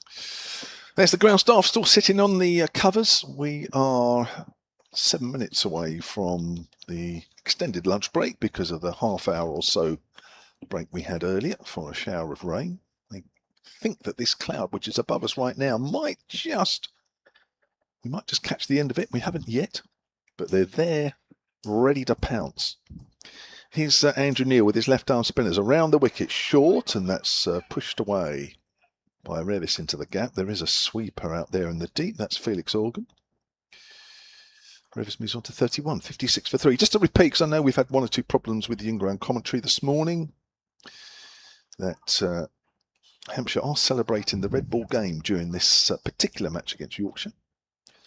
As Andrew Neil comes in again, it's on the line of middle and leg, and that's worked away by Wharton for a single. He moves on to 13, 57 for 3. And at lunchtime, as I say, not too far away, the launch of John Winter's new book, My Favourite Game, and that's in the Hampshire suite of the Colin Ingleby Mackenzie stand. Now, I think you actually had to register initially, but I'm thinking if you might go along, you might be okay. I think they were limiting it to 80 people. Oh, that might have turned, actually. Outside the off stump, it's quite sharply, I thought. Yeah, first bit of turn we've seen in this game. Andrew Neil's into his third over. But of course, pitches down here don't turn. Well, they don't turn a lot. No, and as I say, it will never get any worse, Doiju. That's the thing. I mean, I think that's probably what I should have said. That when you see it turn, another single on the leg side, that you think, oh yeah, by day 4 it will be doing all sorts. It doesn't tend to get a lot worse. Not normally, anyway. This is going to prove me wrong, isn't it? But then I guess a lot of these pitches that really are bereft of grass because of so much play. Who knows? But I don't think it will too much as Neil gets Wharton to push forward. We've definitely lost the sun for a while, but there is more blue sky. Not too far in the distance. Big stride in there from Wharton. Neil's completed 3 overs, none for 6. Martin Bloomfield's been in touch. That's BBC West Yorkshire Sport at gmail.com. He says, great to be back to normality, having had several weeks of crash and bang, not to mention wallop. And the weather god's currently smiling on things by the looks of it down here, as opposed to where he is up in thundery Retford. His garden being favourably attended to by the rain, presumably. And it goes on without wishing to state the obvious. The Tykes need to get something out of this match, or I fear we could be entering a relegation melee in a few weeks' time. Here's Sonny Baker bowling to Matthew Revis, who I think has probably got that on the thigh pad, the way the ball has slowed up. Yep, Jack Shantry confirming whatever it's hit, it's a leg by. Malcolm Palmer says, hi Doidgy, not a great start from our white ball oriented batters. Can we blame the programme stroke schedule, or should we have bowled on winning the toss? We certainly have a lot to do. Well, I think as I mentioned at the start, you kind of feel entering into Johnny Bairstow and the team's decision might have been that they didn't want to bat last on it, really, Malcolm, as Wharton turns that one to leg and there is no run. Although if what my colleague says is correct and things don't tend to deteriorate much over the course of a 4-day game here, then maybe that wouldn't have mattered too much. 50 partnership between these two as well. 59 for 3. Comeback. Wharton on 13. He's been patient, 55 deliveries. Just spending time in the middle, as Michael Cowbury was saying earlier on. Can't beat it as he pushes into the offside. If anything's going to give you the opportunity to get used to the conditions, how it's playing out there, the bowling, all of that. You can't do that in the dressing room, as they say. There's been no play in the test match either up at Headingley this morning. But yeah, I said to you, there was a bit of a deluge. The covers were on earlier. Typical northern weather. Well, thought I'd say it before you did. Ooh, now then, Sonny Baker has bowled a short delivery that James Wharton was in two minds about, and in the end it's hit him. He's got his back to us as I was watching that live, so I'm not entirely sure where it did hit him. Those of you watching the stream will have a better idea, and there's the replay if you are. Chest onto helmet, probably, yeah.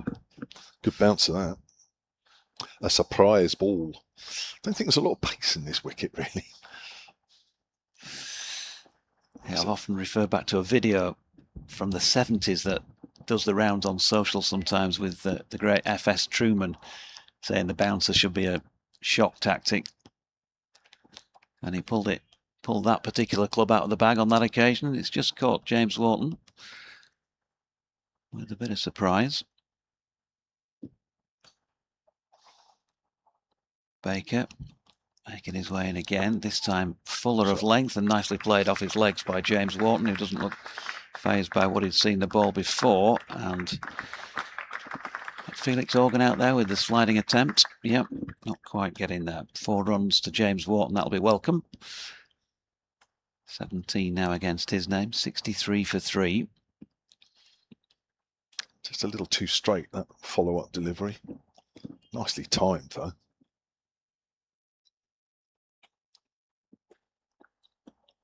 Two slips in place for Sonny Baker and a short leg under the helmet.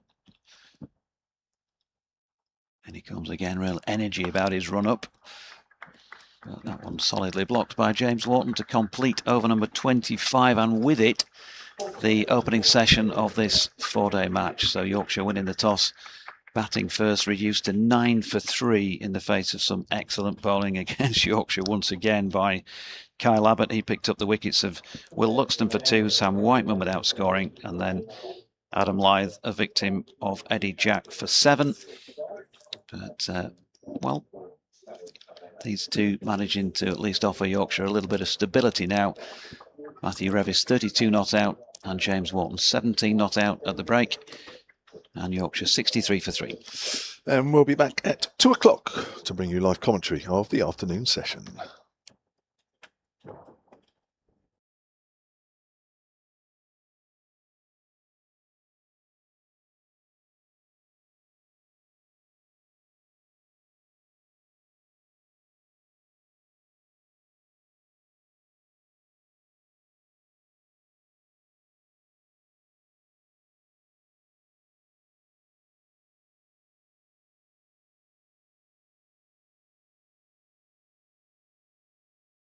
Enjoy yourself on a UK no-fly cruise. Enjoy yourself. There's amazing shows for you. Enjoy yourself. There's outstanding cuisine. Enjoy yourself. Enjoy yourself. It's all high quality. Enjoy yourself. Enjoy yourself. It's all high quality.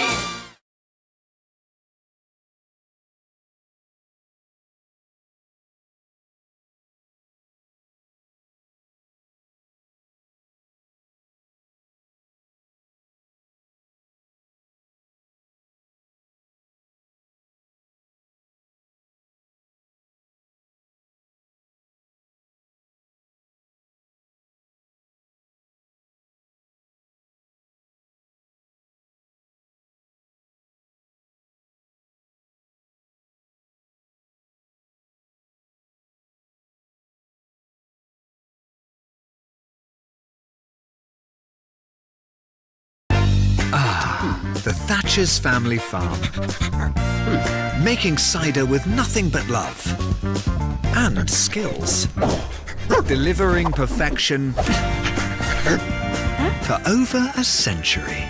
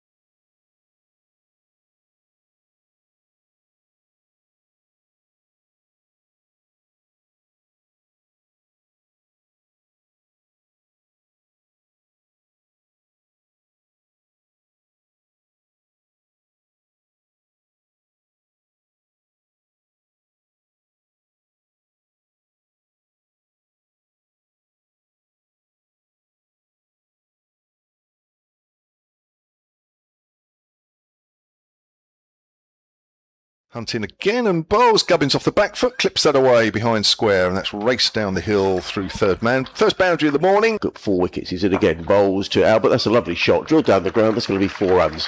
Right, but different now. Gubbins cuts and allows the ball to go in the air through the vacant gully area. Right arm over the wicket comes in and bowls to Albert, who drives beautifully through the covers for 4 runs. That was a lovely shot. Goodman in bowls, and a second boundary, 2 wide outside the off stump. And Albert says, thank you very much. Goodman again. Gubbins cuts that away, and that's racing away for 4 runs. Nicely timed through point. And Gubbins moves on to 12. Very much a countryman. We've seen a lot of Gubbins in the past. Oh, that's a beautiful shot, and that's driven crisply. It was over pitch by Hunt. Here is Hunt again. Bowls. Oh, it's slightly aerial, but it's finding that gap. He's finding that gap well, Gubbins. Same again. Also. Price bowls. Gubbins drives, and he's found the gap through the covers. Again, he's played. Running into bowls. And he's played on! As Tony Albert. Well, it's been a good little spell, this, from Tom Price. Up the hill, in and bowls, and Gubbins with a flick of the wrist plays that beautifully away through square leg for 4 runs. That was a classy shot by Nick Gubbins. Messy, really. Haynes in, bowled him! Picks up another wicket. There's Tom Haynes, and he's picked up the wicket of his old teammate Ali Orr. Well, I was delighted to go, as in comes Tom Haynes, and clipped away down to fine leg by Nick Gubbins. As Haynes is in around the wicket, bowls, and struck on the pad. He's given out! And Sussington got the breakthrough before lunch, and Jake Lehman is not happy at all as he makes his way off. Gubbins pushes forward off an inside half of the bat, and there's his half century as that goes out on the leg side. Well played, Nick Gubbins. He's worked hard. Swooping in comes the Indian overseas player. That's flicked away. We'll go for 4. That's hit finely. His fine leg is pretty wide. As he continues around the wicket, that should go for 4, just straying down the leg side, and has helped on its way. Storming in, winner cut. That's pitched up and has been driven crisply, as straight as you like, in the V. Wickets from 3 matches. Here's Price. That's gone straight up in the air. Could be caught behind. Gubbins has got his hand on his head. Oh, and Simpson somehow has taken that. That's gone miles in the air. Gubbins was looking to flick that away on the leg side. Bowls, and Brown is LBW. Was he bowled? Oh, bowled. The off stump is knocked back. Pushing forward there, Brown. Carson in bowls. Oh, and he's caught at slip. The wicket goes down, and Potterton's gone, and that's a good catch by Tom Haynes at first slip. In and bowled, reverse swept by Organ, who's going to pick up a boundary. Nice shot. Oh, it's in the air. It's tantalisingly close to Gully, who dives to his left, but it has raced along the floor down towards the boundary. Oh, it's flicked off the toes. It will be 4. Bowls, and that's cut away straight to Gully. And that is the end of Felix Organ. That's short, and that's cut away by Andrew Neil. Nice shot to get off the mark. Confident shot off the back foot, clipped away through point. And Coles just creeps in and bowls. Oh, it's gone aerial, it's in the air, it's safe, and it's going to be 4 runs. Bowling to Prest. Prest cuts that away nicely. Nobody down at third man. And that will run down the hill for 4 runs. Prest moves on to 47. Comes in and bowls, and that's uppercut over Gully. And that will bounce away for 4 just to the right of us. It was short. In he comes and bowls. It's quicker again. Oh, he's bowled in with the quicker ball. Wow, look at that. Great variations. And bowls, but drive pleasantly through mid-off. That should run up the hill for 4. And that's a really good shot. Coles again, bowls and swept by Neil. He's going to pick up a boundary here, you know. That's a good shot. That beats the man running around at deep backwards square leg. Good cut in. It's a leading edge. Caught Gully. Good. What's a catch there? Jack Carson diving to his right. It was a bit loopy. Carson is in again, bowls. And Jack heaves that one onto the leg. So is he going to get caught or is it going for 6? He's gone for 6. Carson is in and bowls. And Jack's had it again. Now, I'm not sure that this has gone as far. Coles is underneath it and safely takes the catch. As in comes Abbott bowls and Hughes drives down the ground. They're the first runs from Daniel Hughes. Nicely played. Drills the ball down the ground. He's been a good nick, Daniel Hughes. Abbott bowls to Hughes square. He's going to get 4 runs, but I'm not entirely sure how. He was completely squared up, Daniel Hughes. Comes in, right arm over and bowls, and that's slashed away by Haynes behind square on the offside. Not sure that was quite where he was aiming. Bowls and Hughes drives. Now this time he has beaten the fielder extra cover. That's a good shot by Daniel Hughes. He took half a step down the wicket. Jack again, bowls, and it's smashed away through the covers. That's a beautiful shot on the up. A little bit of width again here from Eddie Jack, but Haynes has absolutely cracked that away. Openly open, that's for sure. It's worked away. It's a good stop at mid-wicket, or is it? No, it's not. It's going for 4. That's a nicely timed shot off his hip. As in comes Abbott bowls, and Tom Haynes works this one away through the slip cord, and it's run away for 4 runs. Is in again. Bowls to Hughes, who's trapped in front. Yeah, he is trapped in front. I don't think there was too much doubt about that. And Daniel Hughes has gone.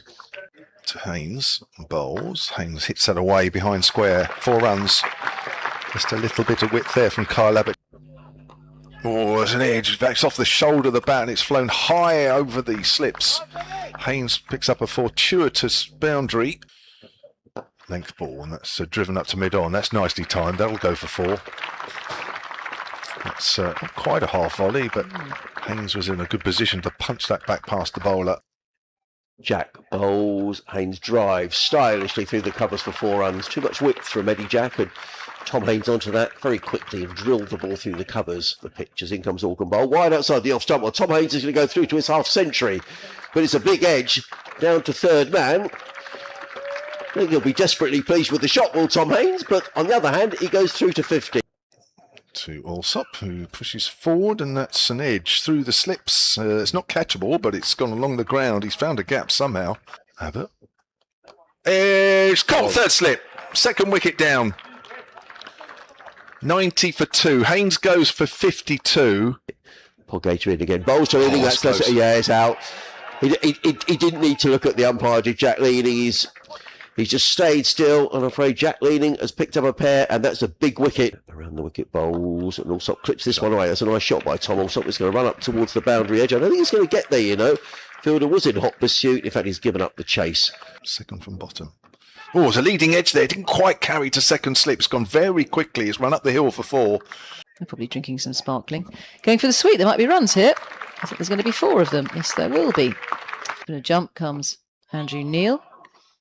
And just about keeps that out. Goes onto the back foot this time, Coles. And it will be stumps. Abbott down the hill to Coles. Again, he's sort of walking into the shot. Flicks that away. That'll be 4 runs. Nicely timed. Here's the lights if you're watching the picture feed. He's playing a missing. No, he's not. He's got an edge through to Ben Brown. First wicket of the morning. Allsop pushing forward. Comes Gator and bowls, and Price drives. That's the best shot of the morning. That's a nice shot. Slightly over pitch from Bowling to Tom Price. Price off the back foot, clips that nicely through the covers. He's found the gap, racing towards the pavilion. It's a fairly short boundary away to our left. Look at me. How good are we? Edge, third slip, caught. Driving there, Simpson. Carson, just the 2 slips, he's in and bowls. And Carson cuts his way through the covers for 4 runs. Well, that's a good shot by Jack Carson. Jack in the bowls, and Carson's going to get 4 more. Well, that's a rather fortunate boundary for Jack Carson. He's edged that. Had there been a... Here's Abbott. He's bowled him. Well, it was just as well he did have another over. Whatever the discussions were, it's worked. And Carson goes 4 for 31 this morning of Sussex. Goodman drive back past Kyle Abbott. That's a lovely shot. Probably the second best shot of the morning. There haven't been too many of them. Goodman hits it in the air. Caught at backward a point. And that is Felix Organ. Can he get some runs as Jack is in bowls to Hunt, who digs that out. He's giving out LBW. Sean Hunt picks up a second baller. Jack in bowls. And Jade Evanukat is going to get caught. He's going to get caught in the covers by Ali or Nick Gubbins. So Jadev goes second ball. Price in again. Bowls. A little shorter this time. Albert cracks that away. Lovely shot. Gubbins is caught behind, is he? Yes, he is. Gubbins goes. And a Nudcat gets the breakthrough for Sussex. Of that season was Durham. He's edged through to second slip. Second wicket has fallen. And it's Tom Price. Nudcat bowls. There's a push drive through mid-off, actually. Good shot there from Alior. I mean, you have to be prepared to be driven at times. 3 slips go down. He's in and bowls. And Lehman is bowled. Price picks up his second wicket of the innings. We're back on the BBC Sport website and that's good news. Edge first slip, another wicket down. And that's Tom Prest. Here comes a Nudcat around the wicket bowls. Brown is caught and then dropped and then caught again. And Ben Brown, on his return to home, has bagged a pair. I've never seen him bowl.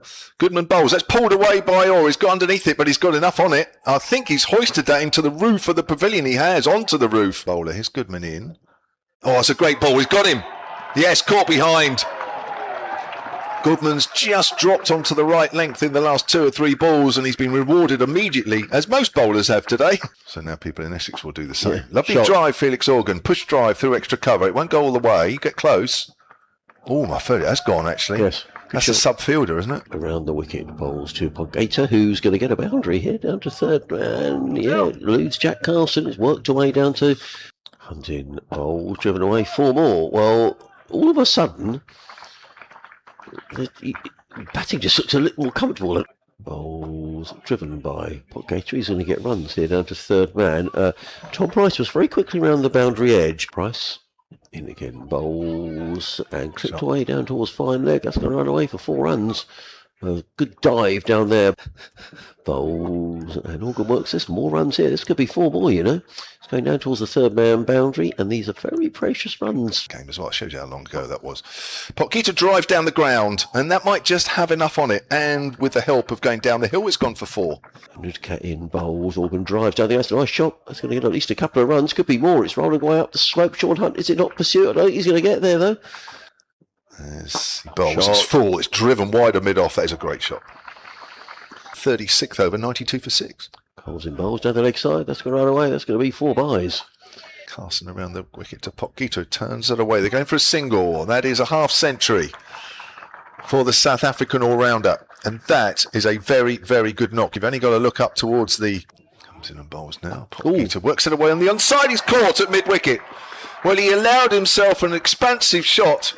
It was in the air, low, but it carried to short mid-wicket, and Podgator goes. Nudcat in again, bowls, Neil drives, oh, he's going to get 4 runs. It's just eluded Jack Leaning, who's fielding at second slip, would have been a great. Big gap on the offside, actually.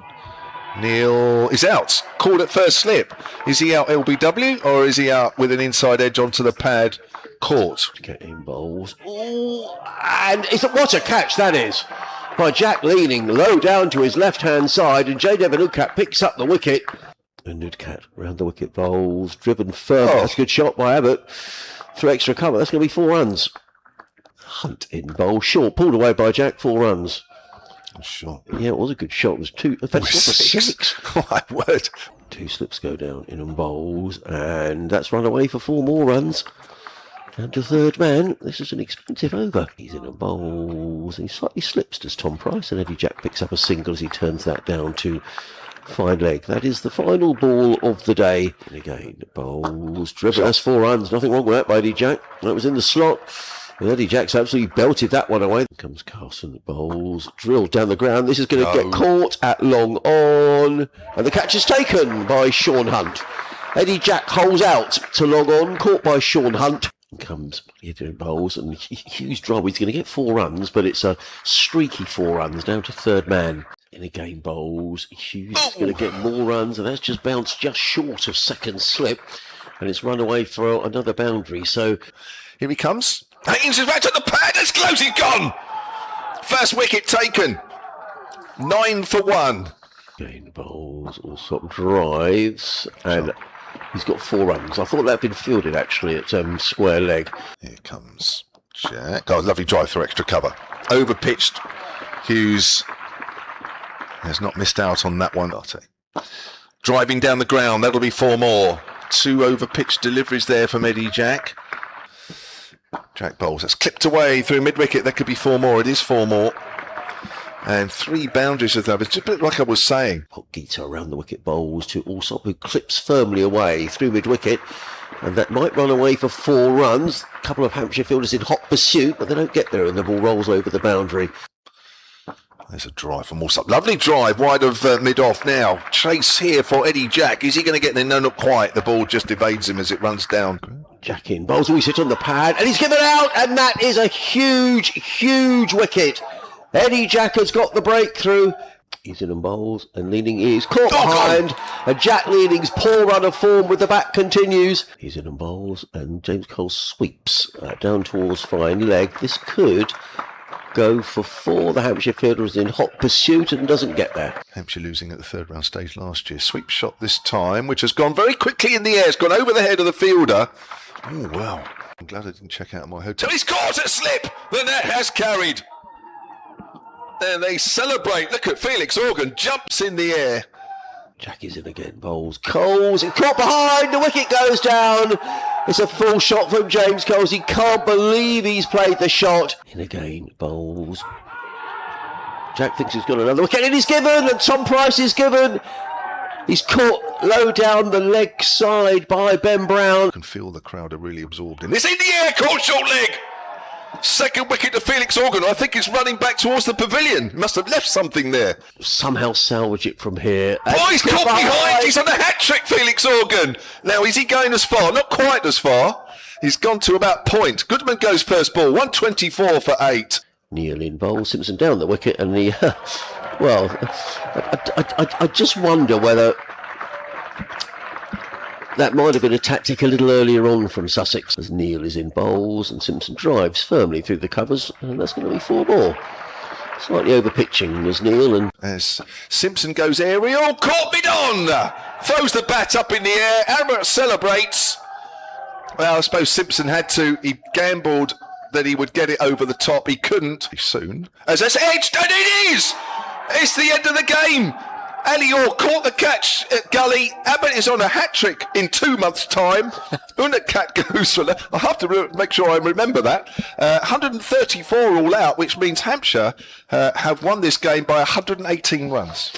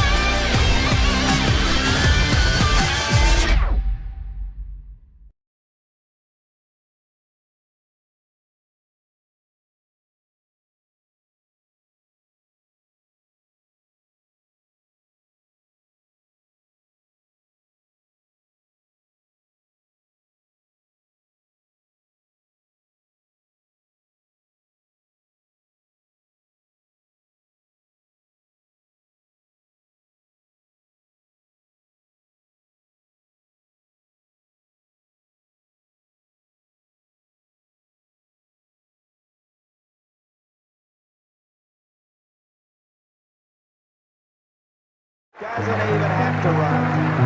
He's been waiting for the square cut. He plays it beautifully. Nice personal milestone for Robin Smith. He's in a memorable game, Hampshire have taken this game with 153 batting first. Right away, Peterson's gone. Shane Warne once again been quite brilliant. Changed the game. Yes, it does. There it is. That means that Hampshire are the winners of the Friends Provident Trophy 2000. Hampshire Royals have done it. The Southern Vipers have won the inaugural Kia Super League. 100 from Wiley Rousseau, a moment to remember. Finner, an innings of real quality for Hampshire. Get themselves over the line emphatically to defeat the reigning champions, Hampshire. That is what you've got! Rothesay Yorkshire through past the Bennett Gleeson. Hampshire Oh my word! It's the biggest of the lot.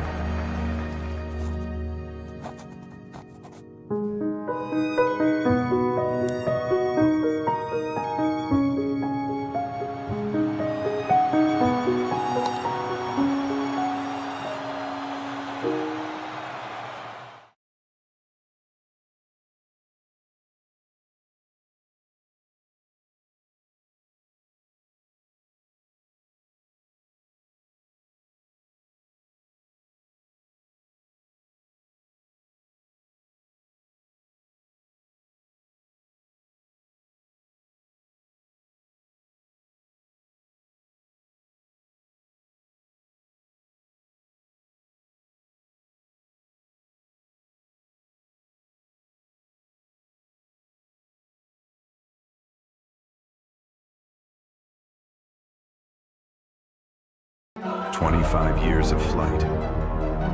The Hawks are back. Come fly with us."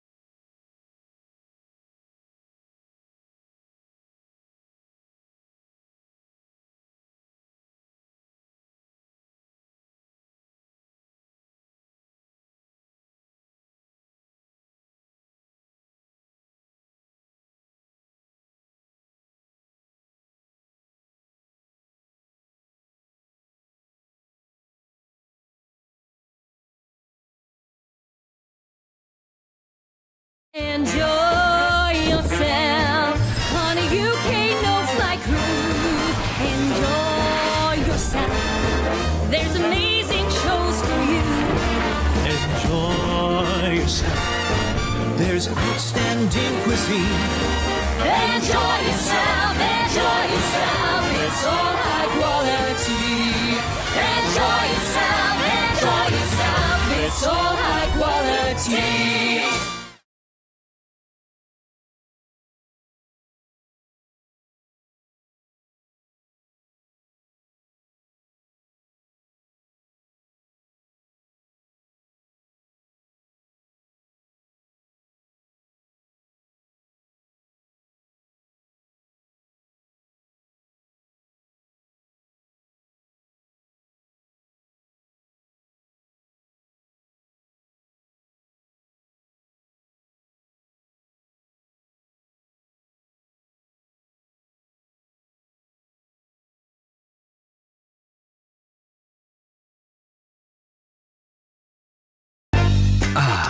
The Thatcher's Family Farm. Making cider with nothing but love and skills. Delivering perfection for over a century.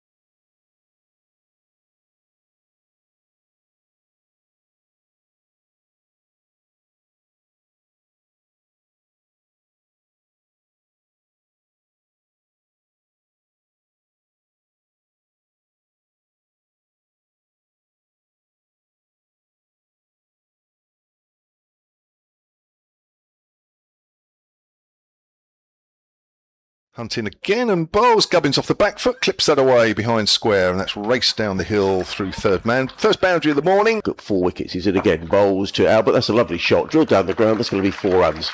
Right, but different now. Gubbins cuts and allows the ball to go in the air through the vacant gully area. Right arm over the wicket comes in and bowls to Albert, who drives beautifully through the covers for 4 runs. That was a lovely shot. Goodman in bowls and a second boundary, 2 wide outside the off stump.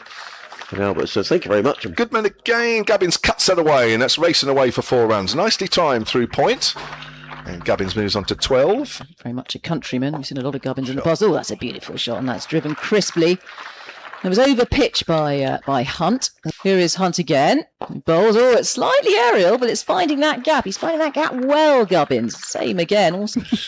Price bowls. Gubbins drives, and he's found the gap through the covers.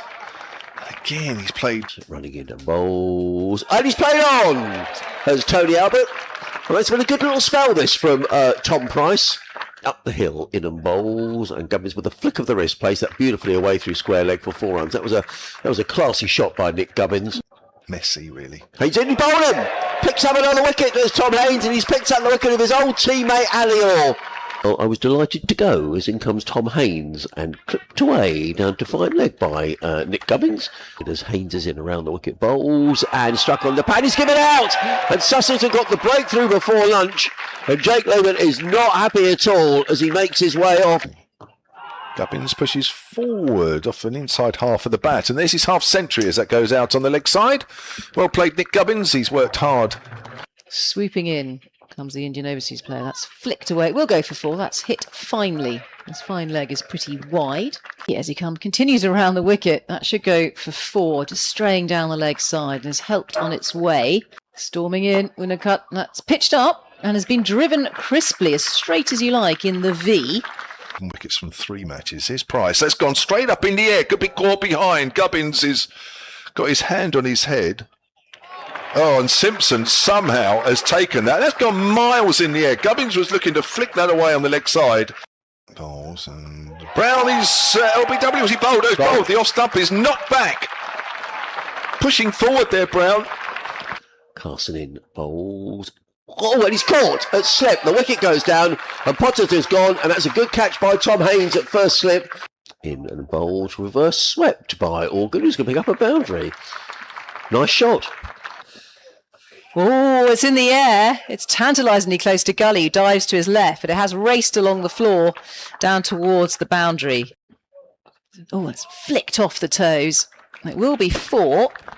Bowls, and that's cut away straight to Gully. And that is the end of Felix Organ. That's short, and that's cut away by Andrew Neil. Nice shot to get off the mark. Confident shot off the back foot, clipped away through point. And Coles just creeps in and bowls. Oh, it's gone aerial, it's in the air, it's safe, and it's going to be 4 runs. Bowling to Prest. Prest cuts that away nicely. Nobody down at third man.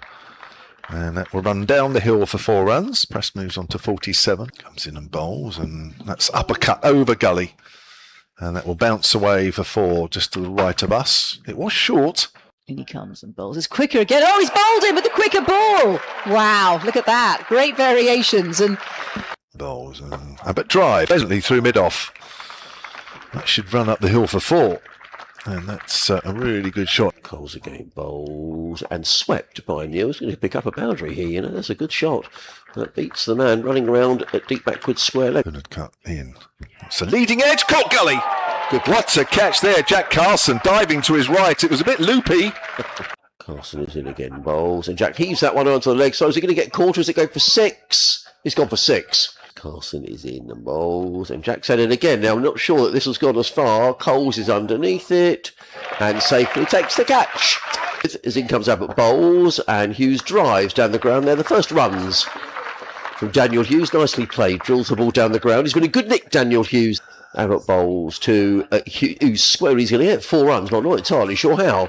He was completely squared up, Daniel Hughes. Comes in, right arm over and bowls, and that's slashed away by Haynes behind square on the offside. Not sure that was quite where he was aiming. Bowls, and Hughes drives. Now this time he has beaten the fielder extra cover. That's a good shot by Daniel Hughes. He took half a step down the wicket. Jack again, bowls, and it's smashed away through the covers. That's a beautiful shot on the up. A little bit of width again here from Eddie Jack, but Haynes has absolutely cracked that away. Openly open, that's for sure. It's worked away. It's a good stop at mid-wicket, or is it? No, it's not. It's going for 4. That's a nicely timed shot off his hip. As in comes Abbott bowls, and Tom Haynes works this one away through the slip cord, and it's run away for 4 runs. Is in again, bowls to Hughes, who's trapped in front. Yeah, he is trapped in front. I don't think there was too much doubt about that. And Daniel Hughes has gone. To Haynes, bowls. Haynes hits that away behind square. 4 runs. Just a little bit of width there from Kyle Abbott. Oh, there's an edge. That's off the shoulder of the bat, and it's flown high over the slips. Haynes picks up a fortuitous boundary. Length ball, and that's driven up to mid-on. That's nicely timed. That'll go for 4. That's not quite a half volley, but Haynes was in a good position to punch that back past the bowler. Jack bowls, Haynes drives stylishly through the covers for 4 runs. Too much width from Eddie Jack, and Tom Haynes onto that very quickly and drilled the ball through the covers. The pitches, in comes Organ Bowl, wide outside the off stump. Well, Tom Haynes is going to go through to his half century, but it's a big edge down to third man. I think he'll be desperately pleased with the shot, will Tom Haynes, but on the other hand, he goes through to 50. To Allsop, who pushes forward, and that's an edge through the slips. It's not catchable, but it's gone along the ground. He's found a gap somehow. Abbott. It's caught, third slip. Second wicket down. 90 for 2. Haynes goes for 52. Polgater in again. Bowls to Leading. That's close. Yeah, it's out. He didn't need to look at the umpire, did Jack Leading? He's just stayed still. I'm afraid Jack Leading has picked up a pair, and that's a big wicket. Around the wicket bowls, and Allsop clips this one away. That's a nice shot by Tom Allsop. It's going to run up towards the boundary edge. I don't think he's going to get there, you know. Fielder was in hot pursuit. In fact, he's given up the chase. Second from bottom. Oh, there's a leading edge there. Didn't quite carry to second slip. It's gone very quickly. It's run up the hill for 4. They're probably drinking some sparkling. Going for the sweep. There might be runs here. I think there's going to be 4 of them. Yes, there will be. Bit of jump comes Andrew Neil. And just about keeps that out. Goes onto the back foot this time, Coles. And it will be stumps. Abbott down the hill to Coles. Again, he's sort of walking into the shot. Flicks that away. That'll be 4 runs. Nicely timed. Here's the lights if you're watching the picture feed. He's playing a missing. No, he's not. He's got an edge through to Ben Brown. First wicket of the morning. Allsop pushing forward. Comes Polgater and bowls, and Price drives. That's the best shot of the morning. That's a nice shot. Slightly over pitch from... Bowling to Tom Price. Price off the back foot. Clips that nicely through the covers. He's found the gap. Racing towards the pavilion. It's a fairly short boundary away to our left. Look at me. How good are we? Edge! Third slip! Caught! Driving there, Simpson. Carson, just the 2 slips, he's in and bowls. And Carson cuts this away through the covers for 4 runs. Well, that's a good shot by Jack Carson. Jack in the bowls. And Carson's going to get 4 more. Well, that's a rather fortunate boundary for Jack Carson. He's edged that. Had there been a... Here's Abbott. He's bowled him. Well, it was just as well he did have another over. Wherever the discussions were, it's worked. And Carson goes 4 for 31 this morning of Sussex. Goodman drive back past Kyle Abbott. That's a lovely shot. Probably the second best shot of the morning. There haven't been too many of them. Goodman hits it in the air. Caught at backward a point. And that is Felix Organ. Can he get some runs as Jack is in bowls to Hunt, who digs that out. He's given out LBW. Sean Hunt picks up a second baller. Jack in bowls. And Jade Evanuka is going to get caught. He's going to get caught in the covers by Ali or Nick Gubbins. So Jadev goes second ball. Price in again. Bowls. A little shorter this time. Albert cracks that away. Lovely shot. Gubbins is caught behind, is he? Yes, he is. Gubbins goes. And a Nudcat gets the breakthrough for Sussex.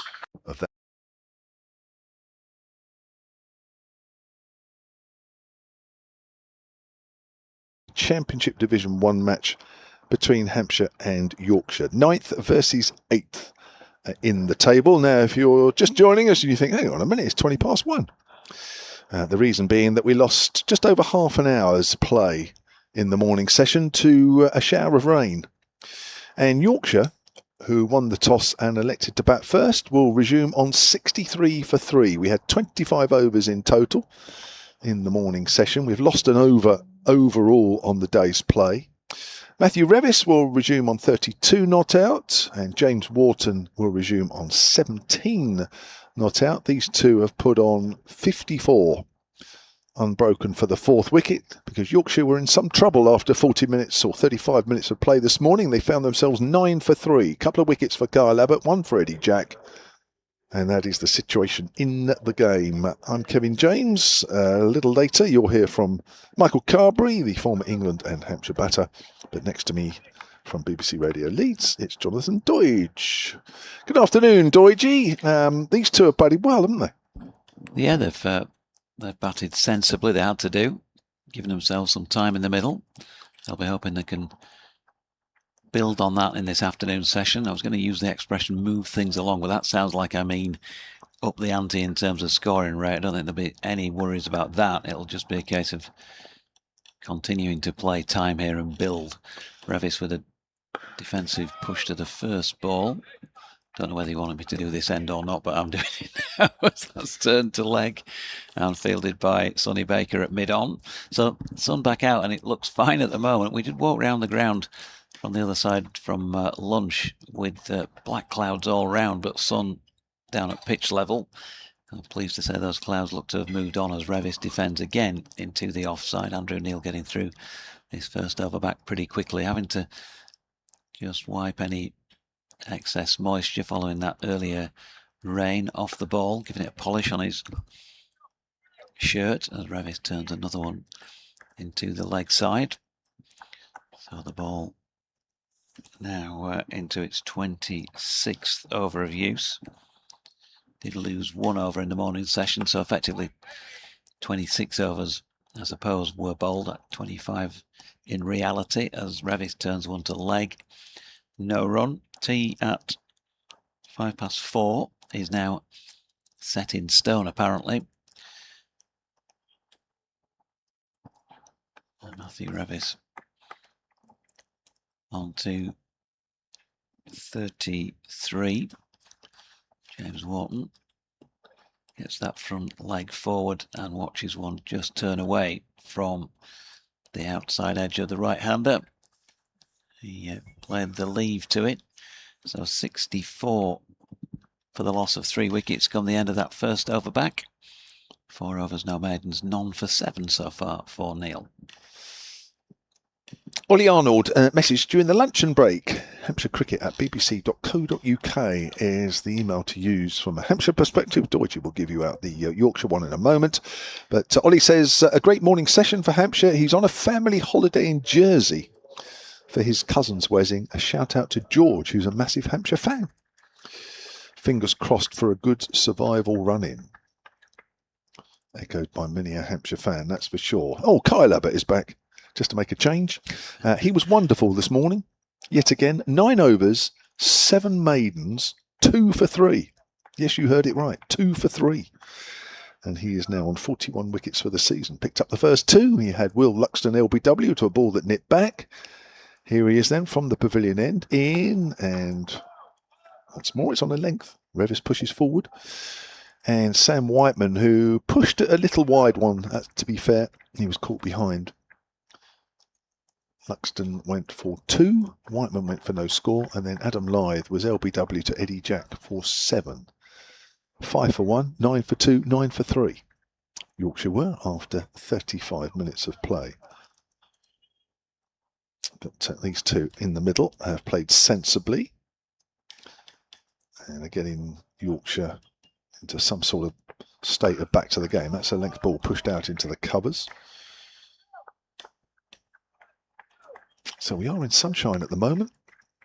There was no play earlier in the test match. I just wonder if that's changed. Just having a look. No, it's still match start delayed on day 2 with England 112 for 2. Nice to see Mohamed Abbas back in the Pakistan side. He has been for a little while. Picked up Duckett, LBW, yesterday. Firm favourite, Mo Abbas down here. Or was. As Abbott comes in, he's got 2 slips. Bowls and... Oh, he's caught in the creases, LBW. And Abbott strikes again. Revis goes for 33. And Abbott is never very far away from a wicket. Here we go, watching the replay. It's nipped back. Oh my word, that has nipped back. That's bounced and pitched in the perfect position. I don't think there's a lot Revis could have done. Just looking at it again, it's nipped back sharply, hasn't it? Hits him in front of maybe middle and off slightly. And it was good enough for umpire Jack Chantry. So after all that work in the morning, Matthew Revis hasn't seen much of the afternoon. 64 for 4, halfway through the 27th. That's the third LBW of the 4 wickets that have been taken. And Revis played some nice shots during that innings of 33. And a partnership of 55 has been broken. And if you ever need a wicket, just turn to Kyle Abbott. Here we go, just watching that again. Oh yes, that has nipped back. That's difficult to play that. You're never quite sure. Is it going on with the line? Is it pitching and nipping back? And the line is just perfect. And that's what's making it so tough for the batters. You don't want to be pushing out at the widest delivery. But equally so, you don't want to be leaving a ball that nips back. Very, very difficult. Johnny Bairstow is in at 6. Now, we all were looking forward to seeing a bit of Johnny Bairstow during the T20. But he didn't last too long. And here he is coming to the crease. A real big name in the Yorkshire side. Yep, seemed pretty chipper when I had to chat with him at breakfast this morning. Was grilling me about my opinions on York races. I was grilling him about his opinions on the pitch here. We're about to find out what the reality of him on this pitch is. If you remember, he played a bizarre shot here. I think it was in the first innings of that match between the sides last year when he tried to ramp one and was caught down at third man, which at that point in time was probably not what the doctor was ordering. But, well, we know what sort of a player he is. We've been there and seen it, and he's done it all before. 100 test matches to his name. And his team really need him to come up with something here at 64 for 4 with Kyle Abbott. Well, just being Kyle Abbott. 3 for 3 off 9.3. Ridiculous, isn't it? I say ridiculous.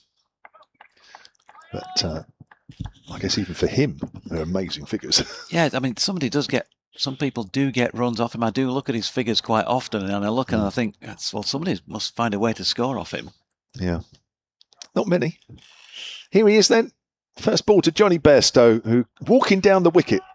And he pushes that out into the covers. Now, we have seen players do that to Abbott as a means of taking the LBW out of the equation. It is a slowish wicket, so even if Abbott does decide to bowl it short, you would think Johnny Bairstow should have that covered.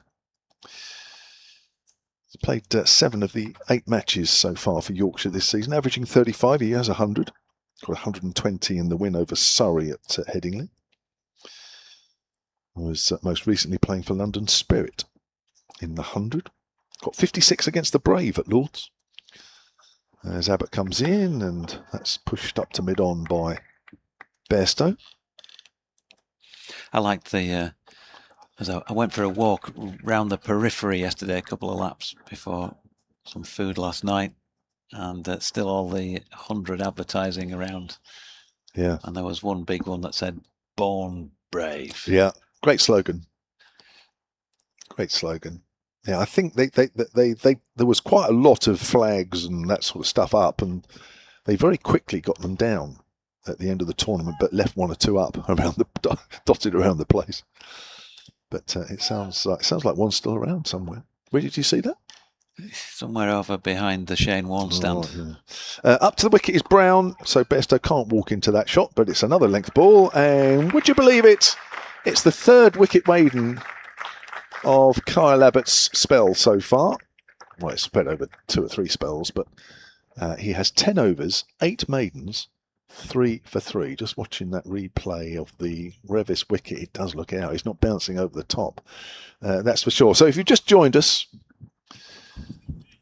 we started the afternoon session at 2 o'clock after a break for a shower of rain, and we may not be too far away from another shower of rain actually looking at it, although the ground staff aren't by the hover cover, so we might be okay.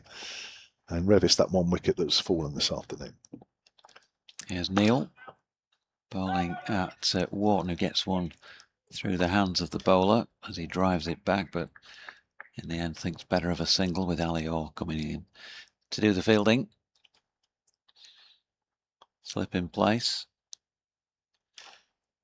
as Neil is wideish on the crease and angling that one in to James Wharton, making him play. Defends, so there's a point. Squarish cover, sweeper, extra cover. In fact, there are 2 men in on an uppish drive in the offside, plus a mid-off, mid-on, mid-wicket and long leg on the sweep, but no sweeps to that delivery, which was fired in fairly quickly and drilled at the wider of those 2 men on the catch. It's sort of short extra cover. Ooh, now then James Wharton goes back and potentially invites a bit of danger, but he did, to his credit, keep his eyes on the ball, played it very late. I think that was maybe exaggerating what potentially might happen as Neil bowls again. This time flicked off the legs by Wharton, who may well get 2 here. Is it Kyle Abbott, I'm saying, coming round to field? No, it's not. Eddie Jack. Eddie Jack. Apologies, Eddie and Kyle. They got back for 2 anyway. And here's Neil again. Oh, well, just catching it towards the inside of the bat. Tidy enough over. And at the end of it, James Wharton has 19 to his name. 66 for 4 after 28. So Hampshire have a bonus point to their name already. When they picked up the 3rd wicket, that was before lunch. They have 4 now. They started 17 points behind Yorkshire in the table. So Hampshire's 2nd from bottom, level on points with Leicester at the start of these round of matches. So they've now gained 1 on Yorkshire, who were 3rd from bottom. But a lot for Hampshire to do, and a bit for Yorkshire to do, of course, to try and pull away from the relegation zone. Quite a bit for Nottinghamshire to do as well, Kev. 48 for 5 at the Oval. Wow. Whoa. Here's Abbott with Brown standing up, bowls to Bairstow. Bairstow drives on the up, goes out to Gubbins. 48 for 5. Defending champions, currently top of the table, have just a 5-point lead over Somerset and Warwickshire. It is all very tight. As Anthony McGrath, the Yorkshire's head coach, said that a couple of, 5 wins out of 6 and they could win the win the title, which he's not wrong. But of course, they've got to get pull away from the relegation or near the relegation zone first. But that's how tight the table is. Here's Abbott, bowls, Bairstow pushes forward. He's off the mark, out square on the offside. Gubbins comes across. Bairstow, 36 years of age now. Averages 42 in his career, 35 this season, as I mentioned earlier. A steady player, to say the least. Yeah. Steady. Yeah, it was a few of the lads were downstairs in the restaurant last night and he interrupted his tea to have a selfie with a young man who went across and asked him. Nice. Abbott bowls. Oh, and is he caught behind? There's a big shout, mainly from Brown, joined in by Abbott. Not out, says the umpire. Maybe the bat hitting the pad there from Wharton. Just watching the replay again. We're on the live picture feed. Yeah, I think, well. Speaking of Ben Brown, I've had a message in from Richard Brown, father of Ben. Not that Ben, but that Ben. Ben Brown, the Yorkshire S&C. Oh, right. So we have 2 Ben Browns. He says, wonder if you could get the 2 Ben Browns for an interview. The height difference will be hilarious. Yeah, Ben, the Yorkshire Ben, is particularly tall. Abbott's in again. He's playing and missing again outside the off stump. Here's Wharton. So there's tall Ben and short Ben. Yeah. Okay. But as there's only one Ben playing. One playing and one off somewhere at the side in a support role. Yeah, but it would be silly to say short Ben. Because if there was 2 out there right now in the field, you'd say short. It's gone to short Ben, or it's gone to tall Ben. But as the other one's not actually involved in the game, we don't really need to mention that, do we? But just park it. Sorry, Richard. That's left alone rather wisely at the end of that over. Just the 1 run off it. 1 run off Ibat's over. 67-4. Take him off, Kyle Abbott. He's expensive. Well, he's still walking back to his mark here. Oh, it's not the end of the over. No, still 1 more.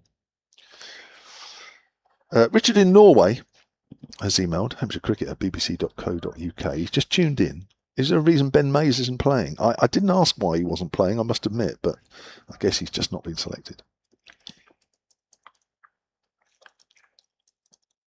Didn't play in the last game, so the only change was Baker in for Potgieter. Abbott Sin, this time he does get a bat on it, plays it late, plays it into the ground, fielded at backward a point by Elior, end of the over. 67-4 are Yorkshire, having won the toss and elected to bat first. And with much to do, although, as we know, this thing is written somewhere in cricket's constitution that we don't really know how things are going out there until dang, dang, dang, both sides have batted. Correct. But it's tough enough. 67 for the loss of 4 wickets. Johnny Bairstow, well, we know he just does not like to be dominated by any bowler, whoever they may be. We'll see how long he has a look at things here before maybe he tries to take it into his own hands to change things. Andrew Neil is a bowler that I'll wager he's not faced much, if at all, before, but he's in now and bowling at him, and that's pushed into the offside by Johnny, who's going to rotate the strike straight away at the start of the over with a single. Kyle Abbott fielding at point there.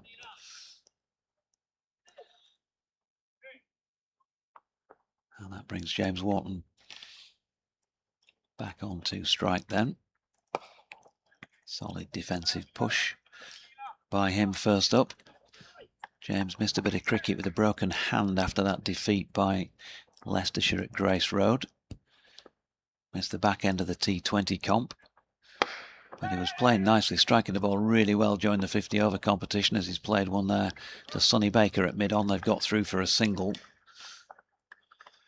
Yeah, he averaged over 50, didn't he? The 50 over. Yeah, I think his thing this year has been going on when he's got a start. And you could tell there was one particular match at Scarborough when he got out for 75 and he looked more, disappointed than anything, because I think he'd not gone all the way, but there's no doubt he's been timing the ball really well as Johnny Bairstow plays a reverse sweep. There you go. First club out of the bag to deep backward point, and they've got another single.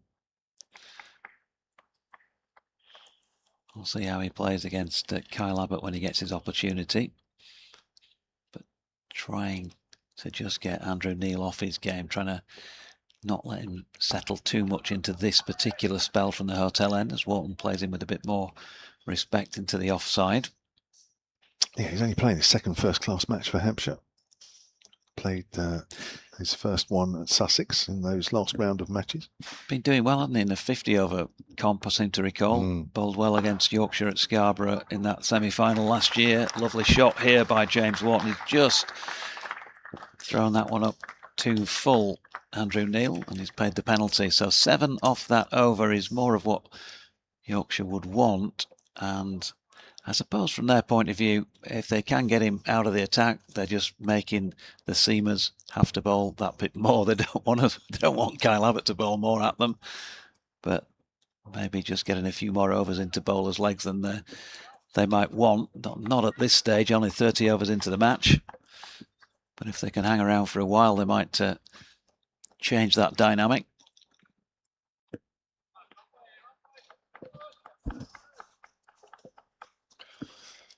So Kyle Abbott to continue from the pavilion end. There is a big black cloud over the top of us at the moment, but the ground staff obviously think that that cloud is going to miss us because there is nobody hanging around the hover cover. Michael Carberry is back alongside us as Abbott comes in. Ben Brown again standing up. Bairstow pushes forward. He wants a single, but it's gone straight to Alior at backward a point. Welcome back. Thank you, mate. Did you see the wicket? Yeah, had a little brief look. I think the grass is almost a little bit of an optic illusion. To be honest, very dry, as you'd imagine. It's been a very dry summer. And not a lot of pace in the pitch, as you would expect. And it will get slower. With a view to get slower, I'm afraid. Yes. There is blue sky behind that black cloud, so that's good news. Just make sure that black cloud misses us as Bairstow plays and misses outside the off stump. Even the great Johnny Bairstow plays and misses at Kyle Abbott. Yeah, he does. I think this is a good ploy to someone like Johnny Bairstow. Kyle Abbott sort of keep her up and sort of angling the ball in. Johnny he's a bit vulnerable to the ball nipping back, gets bowled a lot through the gate. So I think this is a good ploy towards someone like him. Keeping that line tight to a stump. You don't want to give him width. Definitely not. No. I think the last London Spirit game I watched, which was on TV, he got bowled with one nip back. Yeah. But he hit one in the stands just before that. Bairstow's trying to turn that away on the leg side and has to quickly turn around to make sure the ball doesn't roll back onto the stumps. He's looking, isn't he, just to inject some momentum. Here's the delivery again, and that could have gone anywhere, couldn't it? Yeah, well, I think he's probably thinking, as Johnny tends to do, he's going to fight fire with fire. He's not going to hang about, try and see if he can upset Abbott by moving around the crease that time, jumping over to the offside, looking for maybe a pick-up on the leg side with no one back on the fence. Here comes Abbott again. Bowls and Bonnie Stowe's taken the hand off the bat, and it's a loose shot out on the offside. It bobbles away harmlessly in the end. He'll pick up two. Slip there from Alior in the outfield. Just outside of the square, there is a quite a damp patch there, and I think he's found that. Yeah, that was unconventional. Yeah, I've seen Johnny do this quite a few times in the past, and this is where he can be a very dangerous customer, where he just throws the shackles off and he decides, right, I'm going to try and hit you off your lengths. We know he's a fantastic ball striker, and it can upset a lot of good bowlers. I've seen that in the past as well. Yeah. Something to work hard for those 5 though. They're off 11 balls. Here's his 12 as he drives up to mid-on, not completely timed. But you can see every ball he's thinking of something, Johnny Bairstow. Doesn't want to wait around for that nip backer. Very true. Yeah. I mean, you say, the art of cricket, you play to your strengths, isn't it? I mean, Johnny's best strengths, you would say, is when he is being aggressive, he's being positive, but he still looks to play good cricket shots. Yeah. The ground staff are now making their way around to the covers. They probably think that cloud, which is right over above us, is going to dump some water, and indeed it is, as the players make their way off. And the ground staff are now sprinting. Well, I think that's a sprint over to the covers. They're just maybe being caught out there by a minute or two, but they'll have that cover on in no time at all and whisk it over. Here it goes. It makes a big noise. Does that cover? And again, a bit like in the morning session, I don't think we're going to have rain for too long, although in the end, we lost just over 30 minutes, which I think is a little bit more than I thought we might have lost. But I think this is going to be very similar. It's taken a little while for this cloud to go over, but it is very much just over the ground. So we're a little bit unlucky, because to the left towards Portsmouth there's blue sky, to the right towards the New Forest there's blue sky, but over above us, it is a different picture. So, with Yorkshire on 76 for 4, I think we're going to take another quick break. That was a long session for you there, Carbs. Yeah, burnt out, mate. So while Carbs has a lie down, we'll take a quick break and we'll be back with you as soon as there's some more play.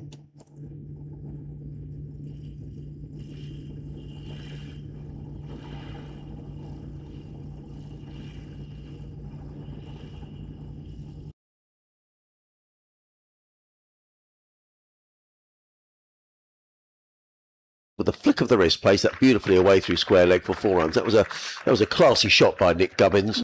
Messy, really. Haynes in bowling, picks up another wicket. There's Tom Haynes, and he's picked up the wicket of his old teammate Ali Orr. Well, I was delighted to go, as in comes Tom Haynes, and clipped away down to fine leg by Nick Gubbins. As Haynes is in around the wicket, bowls and struck on the pad. He's given out, and Sussington got the breakthrough before lunch. And Jake Lehman is not happy at all as he makes his way off. Gubbins pushes forward off an inside half of the bat, and there's his half century as that goes out on the leg side. Well played, Nick Gubbins. He's worked hard.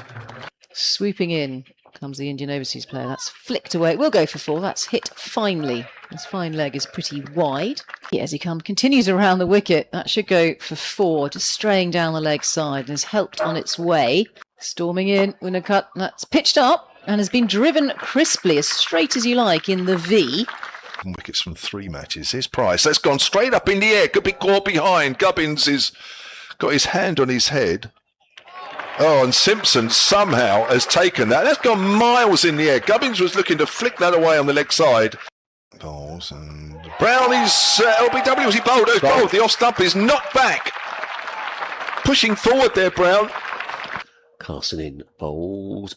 Oh, and he's caught at slip. The wicket goes down, and Potter's gone, and that's a good catch by Tom Haynes at first slip. In and bowled, reverse swept by Organ, who's going to pick up a boundary. Nice shot. Oh, it's in the air. It's tantalisingly close to Gully, who dives to his left, but it has raced along the floor down towards the boundary. Oh, it's flicked off the toes. It will be 4. Bowls, and that's cut away straight to Gully. And that is the end of Felix Organ. That's short, and that's cut away by Andrew Neil. Nice shot to get off the mark. Confident shot off the back foot, clipped away through point. And Coles just creeps in and bowls. Oh, he's gone aerial, it's in the air, it is safe, and it's going to be 4 runs.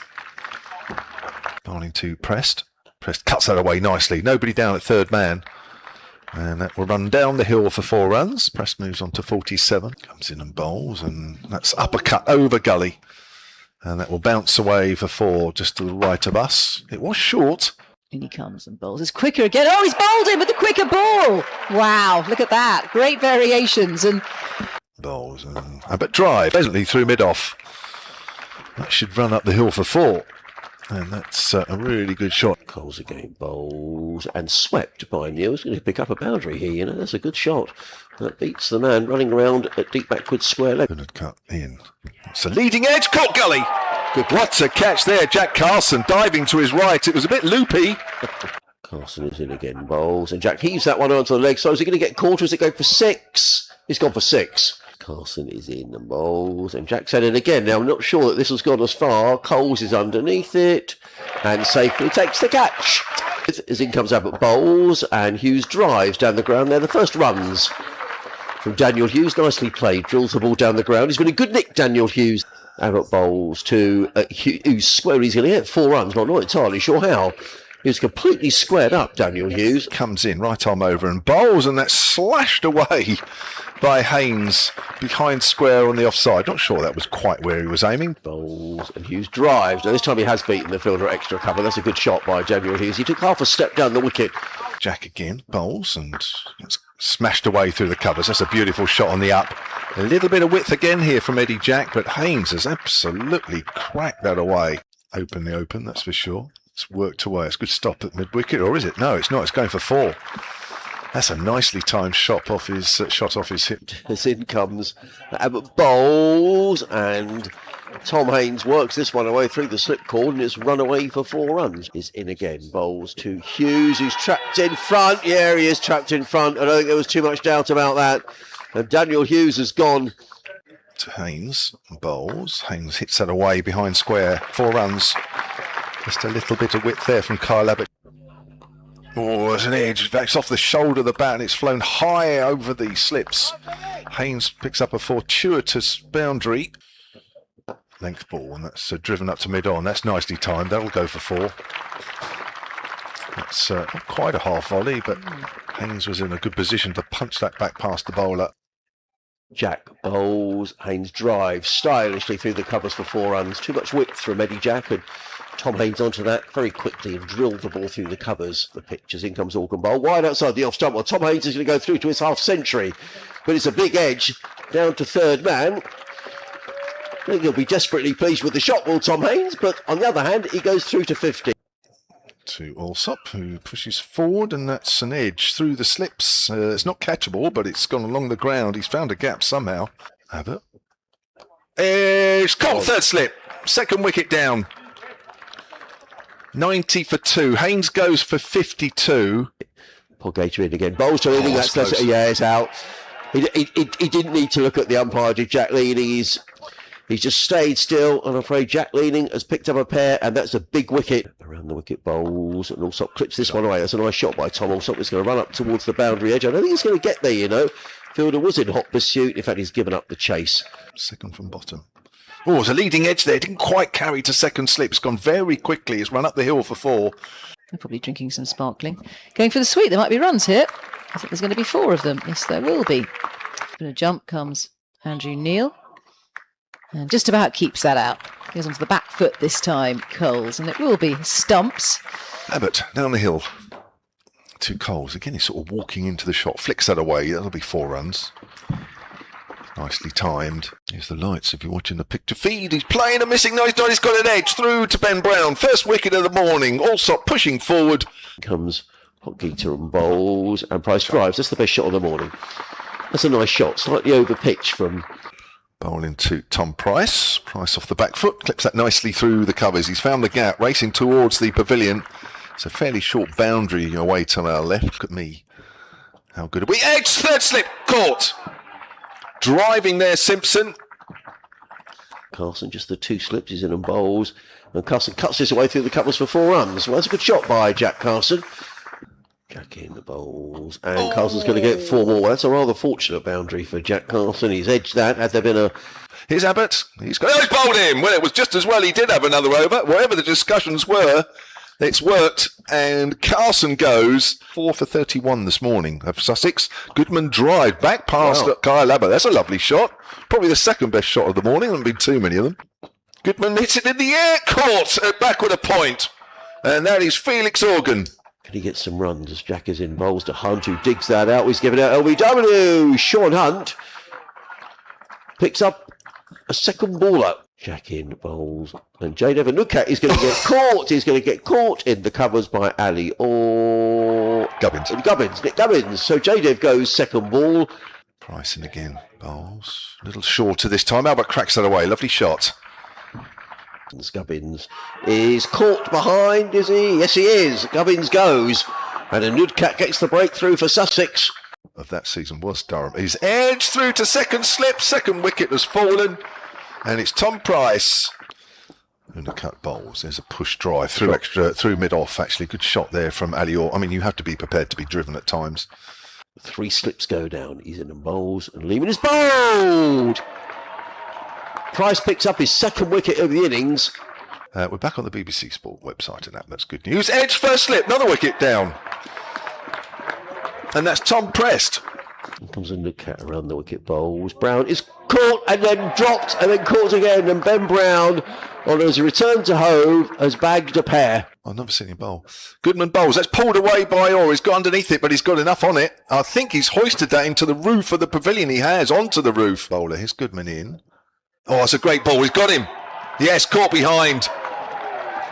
Goodman's just dropped onto the right length in the last 2 or 3 balls, and he's been rewarded immediately, as most bowlers have today. So now people in Essex will do the same. Yeah, lovely drive, Felix Organ. Push drive through extra cover. It won't go all the way. Get close.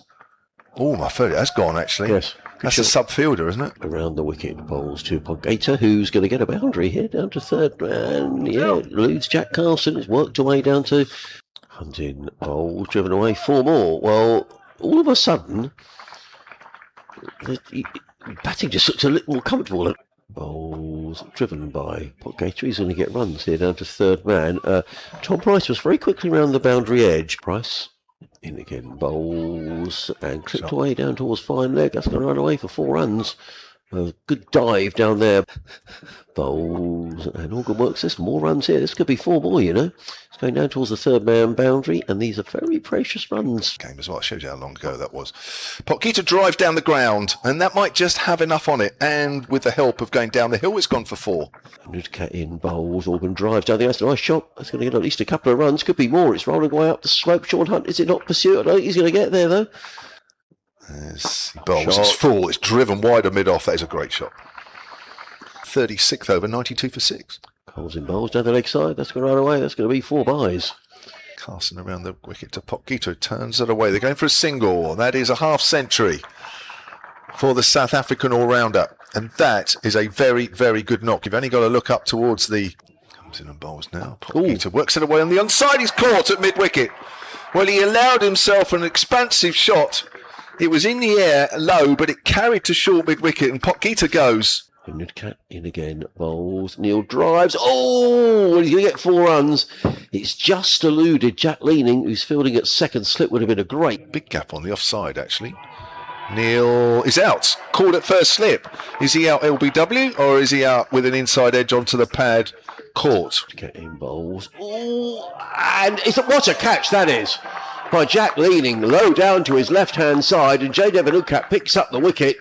And Nudcat round the wicket, bowls, driven firm. That's a good shot by Abbott.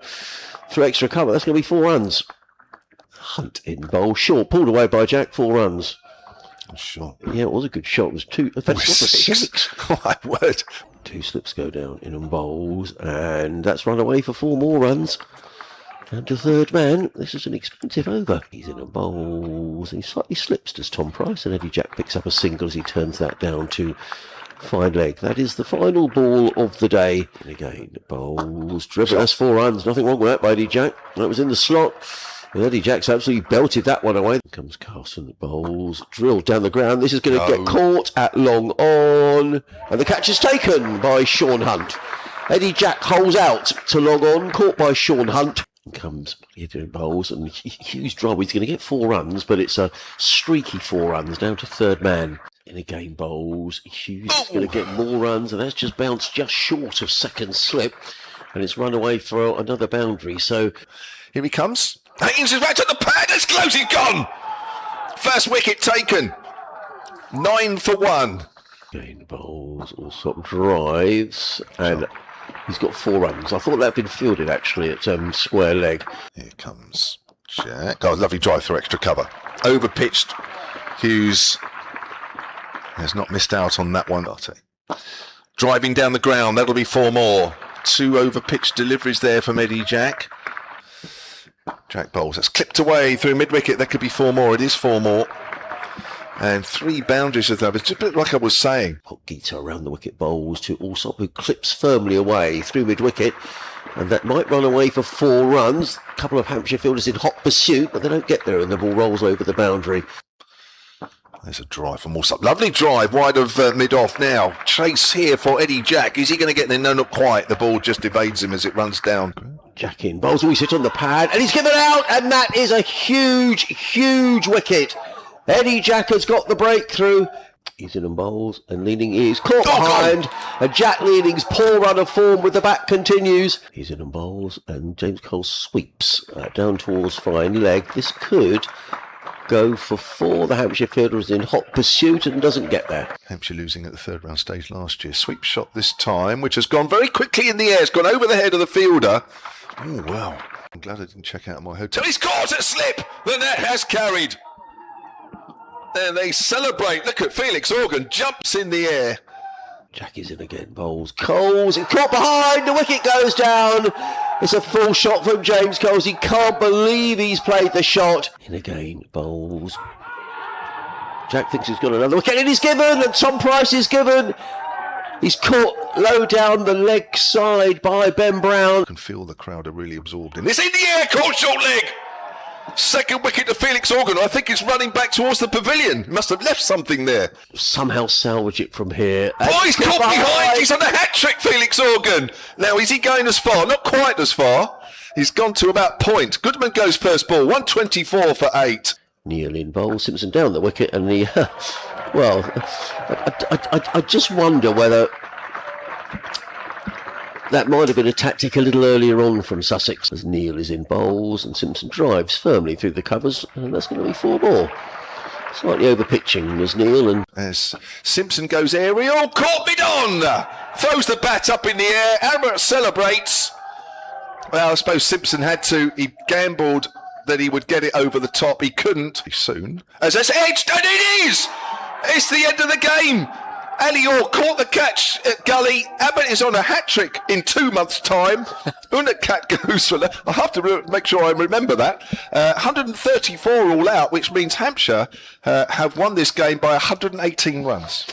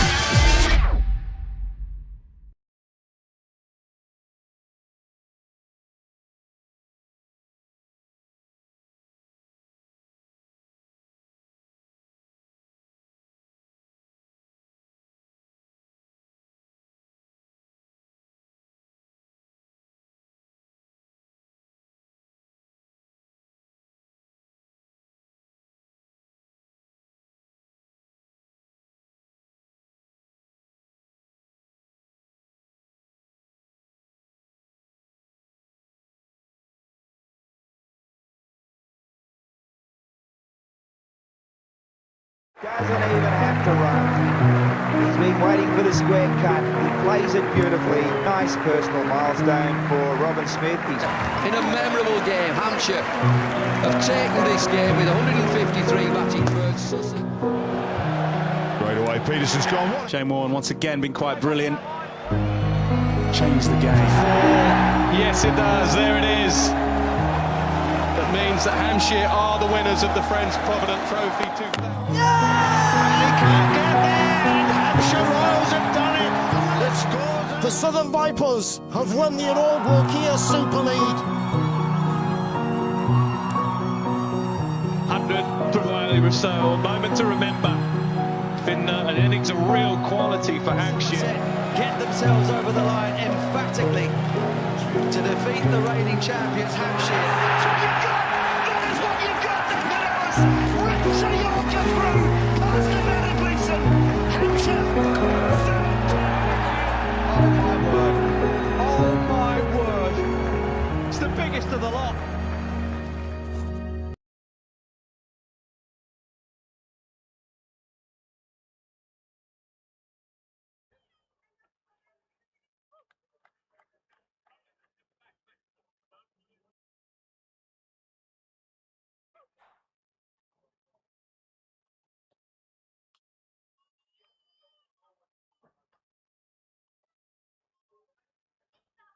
Welcome back then from the Utilita Bowl, where play about to resume officially at 2:45. 1 ball to come in this 32nd over, I should say. 76 for 4 Yorkshire. Kyle Abbott to continue. Michael Carberry and myself, Jonathan Dodge, with you for this first little spell. JMO, I think he's probably gone for a lie down when you get to his age. You need to take a bit of time out between sessions. Johnny Bairstow not out on 5 and James Wharton not out on 24. We've lost 6 overs during that rain break, plus the 1 over from the earlier rain break, so 7 overs lost in the day. Tea will still be taken at 4:05. Good to see the sun shining again. Plenty of work for this Yorkshire pair to do, and we were just saying, or rather you were just saying previously, you two, Johnny Bairstow not wanting to be kept under wraps, trying to take it back to the opposition, which sometimes works, sometimes doesn't. Yeah, I definitely would expect Johnny Bairstow to take the positive approach as Kyle Abbott finishes the end of his 12th over, and that's a big appeal. That one's nipped back and he's gone. First ball after the break. He traps Johnny Bairstow in front of all 3. That one nipping back from Kyle Abbott for his 4th wicket. Yeah, no doubts about that one. Stone dead. Right and bang in front of all 3. What a start for Hampshire. 76 for 5. Yorkshire. Yeah, Kyle Abbott, just the 4 for 6 at this moment in time.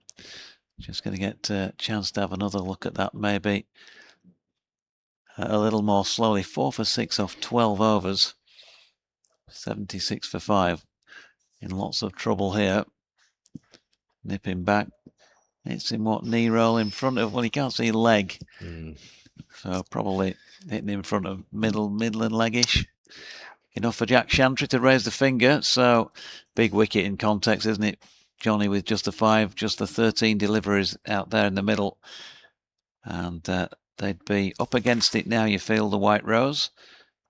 And George Hill, by the looks of things, at the top of the stairs and waiting for his introduction into the contest, in which he's going to have to bat particularly well along with James Wharton here, a player he knows well. They've combined well on a number of occasions in the past, but absolutely deep in it here with just the 31 overs gone and loads to do.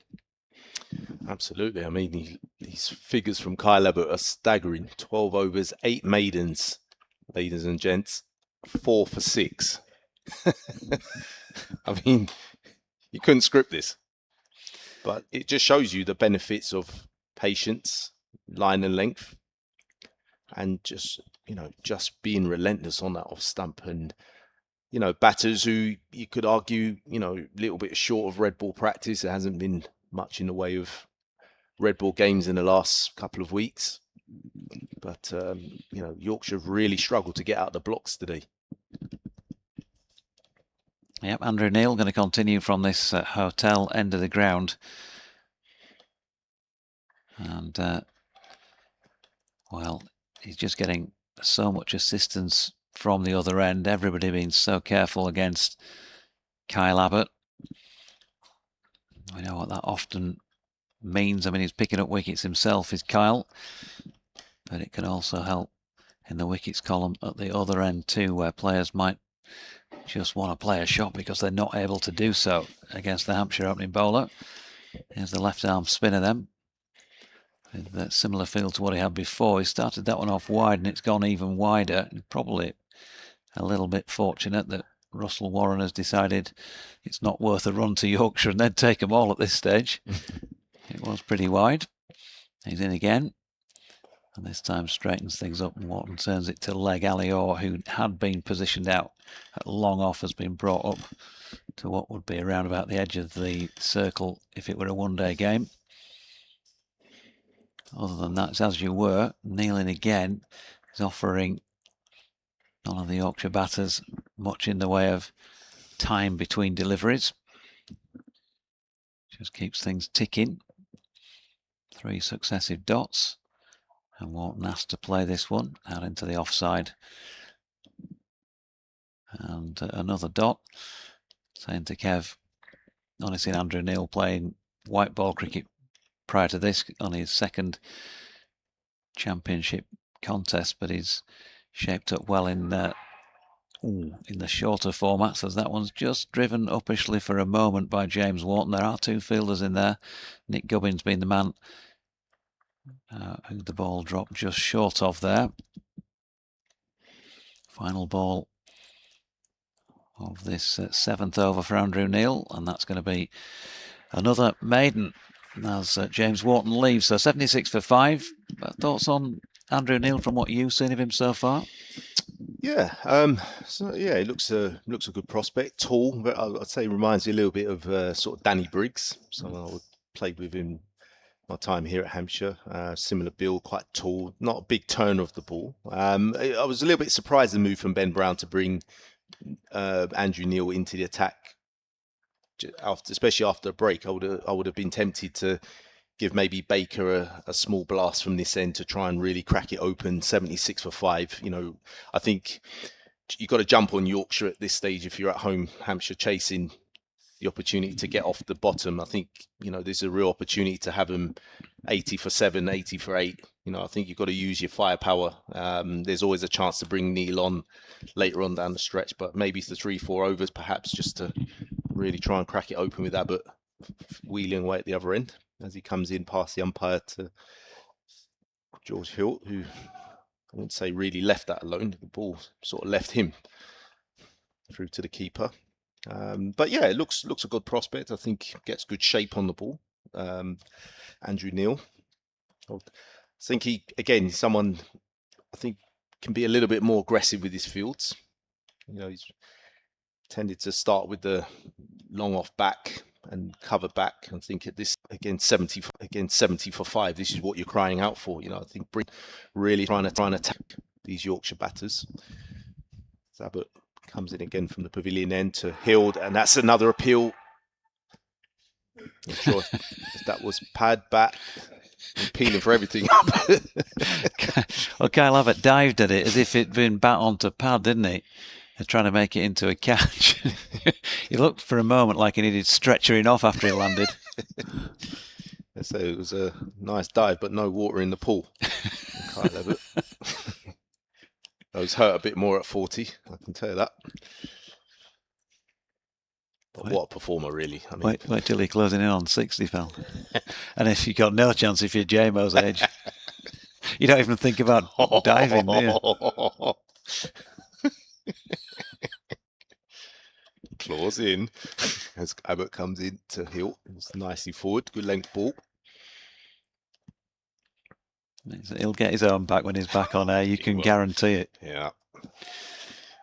Competitive commentary. Yeah, the battle lines have been drawn now.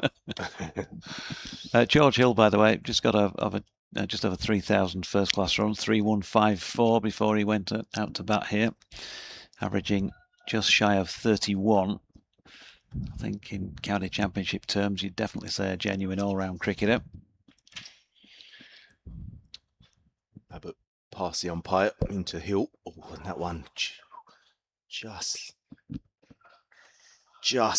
tight leave, good leave in the end.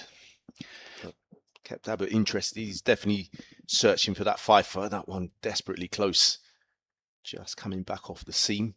And again, he's tended to adopt that approach, hasn't he, Kyle Abbott, coming wide on the crease. And I think it's kind of caused some indecision for some of the Yorkshire batters. Yeah, he's just, he's got all the tricks in the bag, hasn't he? Mm. And the main, it's all right having that, but it's knowing when to pull them out as well at the right time. And here he comes for his 5th delivery, and George Hill nicely into position there. It's just Abbott bowling to 3 slips, no gully, as you'd expect. Not the quickest bowler anymore, Kyle Abbott. So probably on this slower pitch doesn't feel the ball will kind of carry to gullies. Got more of a kind of backward point, which Ali Orr, I believe, is in that position. So just a very, very patient fast bowler. Want to cap this off with a dot ball, no doubt, as he comes in past the umpire into Hill, who shuffles across his crease and plays that one up the ground. And that's another maiden over to Kyle Abbott. It's becoming beyond ridiculous, these figures. 13 overs now, 9 maidens. Yes, I said that right, ladies and gentlemen. 9 maidens, 4 wickets for 6 runs. Which brings me back to my campaign that I've been banging on about forever. That's, I think, each team should be able to substitute out an opposing player who they don't want to see on the field anymore. So Yorkshire will be straight away calling Kyle Abbott to be replaced by somebody here. Get him off, thanks. We've seen enough. In 10 years, it's been lovely. It's been pretty, but hooked. Yeah. Now they've got to try and find a way, and at the moment, unable to do so. Andrew Neil back on at this hotel end of the ground. James Wharton on strike. He's on 24. Here comes Neil then with floodlights still on, as well as a bit of sunshine at the same time. James Wharton defends. I'm just looking at the speeds of Andrew Neil operating at the moment, hovering around the 50-mile-an-hour mark. Yeah, as Wharton turns one into the leg side. I'm just wondering, you know, the challenge for him on this slow pitch is trying to find that right pace, isn't it? There he is again. Ooh, now then, James Wharton has a bit of a yahoo at that one and misses out. He thinks he thought he could see a shot down the ground. Yeah, clever, nice piece of bowling as well. Something for James to think about as he falls over this one. He's gone. Bowled him. Well, was that due to the ball before as much as the ball that's actually got him after what happened? Either way, Yorkshire in deep, deep trouble now at 76 for 6. Just looking at this again, he's just drawn him forward. He's overbalanced, hasn't he? Yeah, this thing just, again, bottom hand, just not playing to trying to turn a ball to the leg side. You know, it had no right to do that. I mean, you've got to be playing that. I'm afraid you've got to be playing that with the spin. But again, you know, you've got to be questioning the technique there of Wharton. You know, trying to whip a ball from off stump to a left arm spin is probably not the prescribed technique, but he's gone. But it was a lovely piece of bowling, just again threw the ball up. I'd say just getting a little bit of drift, and I think that was the thing that maybe enticed Wharton to think that was coming in with the arm, and it just sort of pitched and hit off stump. It was a great piece of bowling. And he's kind of, I mean, you were talking earlier about offering the full face to the blade. He's just closing off. He's just trying to get a bit of flick on it, and it's just bitten and turned. Not a lot. Yeah, it's that drift, isn't it? It's a little bit of drift. Off stump gone. James Wharton gone, and Yorkshire now with not only 76 for 6 against their names on the board, but with 2 batters without a run between them, because Don Bess is working his way down the steps to enter the fray. Yeah, he's got a bit of work to do here, Don Bess. And well, I'll tell you what, one thing he will be doing is he would have eyed up that delivery from Andrew Neil. I saw that and be very interested seeing that ball turn, knowing that his turn will come at some stage, could be today. But very fine piece of left arm orthodox bowling. Yeah, lots to like. Definitely some good attributes.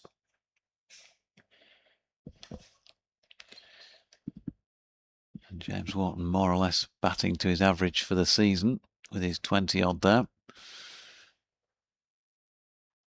Be a lot of disappointment for him, I'm sure.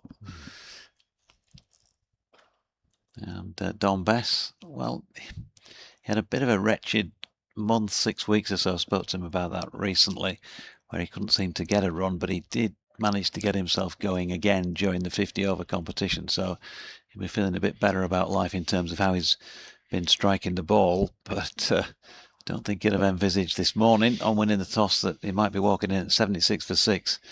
With not even half the day's overs gone. But here he is, and it's going to be Andrew Neil to bowl to him with his tail up following that wicket, but Bess is straight off the mark with a ball that he got wide of off stump. Able to cut that out to Felix Organ, sweeping on the offside boundary. Oh, that was a lovely freebie. It was, wasn't it? Yeah, I mean, on a day like this, you dream about getting that ball first. Same ball. Got to bowl the same ball there, definitely. Here he is again, ball into Hill, who's inside that one and watching it go by. So, end of a wicket taking over for Andrew Neil. He's in on the act. 1 for 16 for him. 1 for 17, my apologies, from 8 overs, one of which has been a maiden. And it's back with the man himself, Kyle Abbott, 13 overs, 9 maidens, 4 for 6. It's been a while since I've seen figures like this in a 4-day game, I'll be honest. Agreed. There's not too many bowlers you look up at the board and they're going for 0.5 and over or 13 overs. I mean, that's just crazy. And he's got his foot on the throat here, Kev, and he just does not look like he's going to offer any respite. He'll be hoping that more players play shots like James Wharton to Andrew Neil. That was such a bad shot, I have to say. And if James Wharton hears that, hopefully he agrees. You cannot turn the face of the bat on the leg side to balls like that. Anyway, 77 for 6, Kyle Abbott from the pavilion end with the keeper standing up. Bowls and Best turns that away on the leg side. And there is no run. If it hadn't been for those 2 rain breaks, I think we might already be into the second innings of this game. We had one of about 33 minutes this morning and one of 22 minutes this afternoon. So almost an hour's play, which at this rate probably equates to about 4 wickets. Maybe 5 or 6 if Hampshire get in. But of course Hampshire have yet to bat. It doesn't look the easiest of wickets, if I'm really honest. As Abbott comes in and bowls, and that's a thick outside edge. Great diving stop by Lehman at second slip. One-handed stop, diving full length.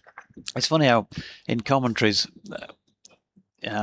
we sort of say that, don't we? It gets to 6 down and everyone's excited about the bowling, and then suddenly it becomes apparent that the other team's got a bat, and then it doesn't look the best of decks or whatever. Well, I think it's slow out there. It's obviously doing a little bit.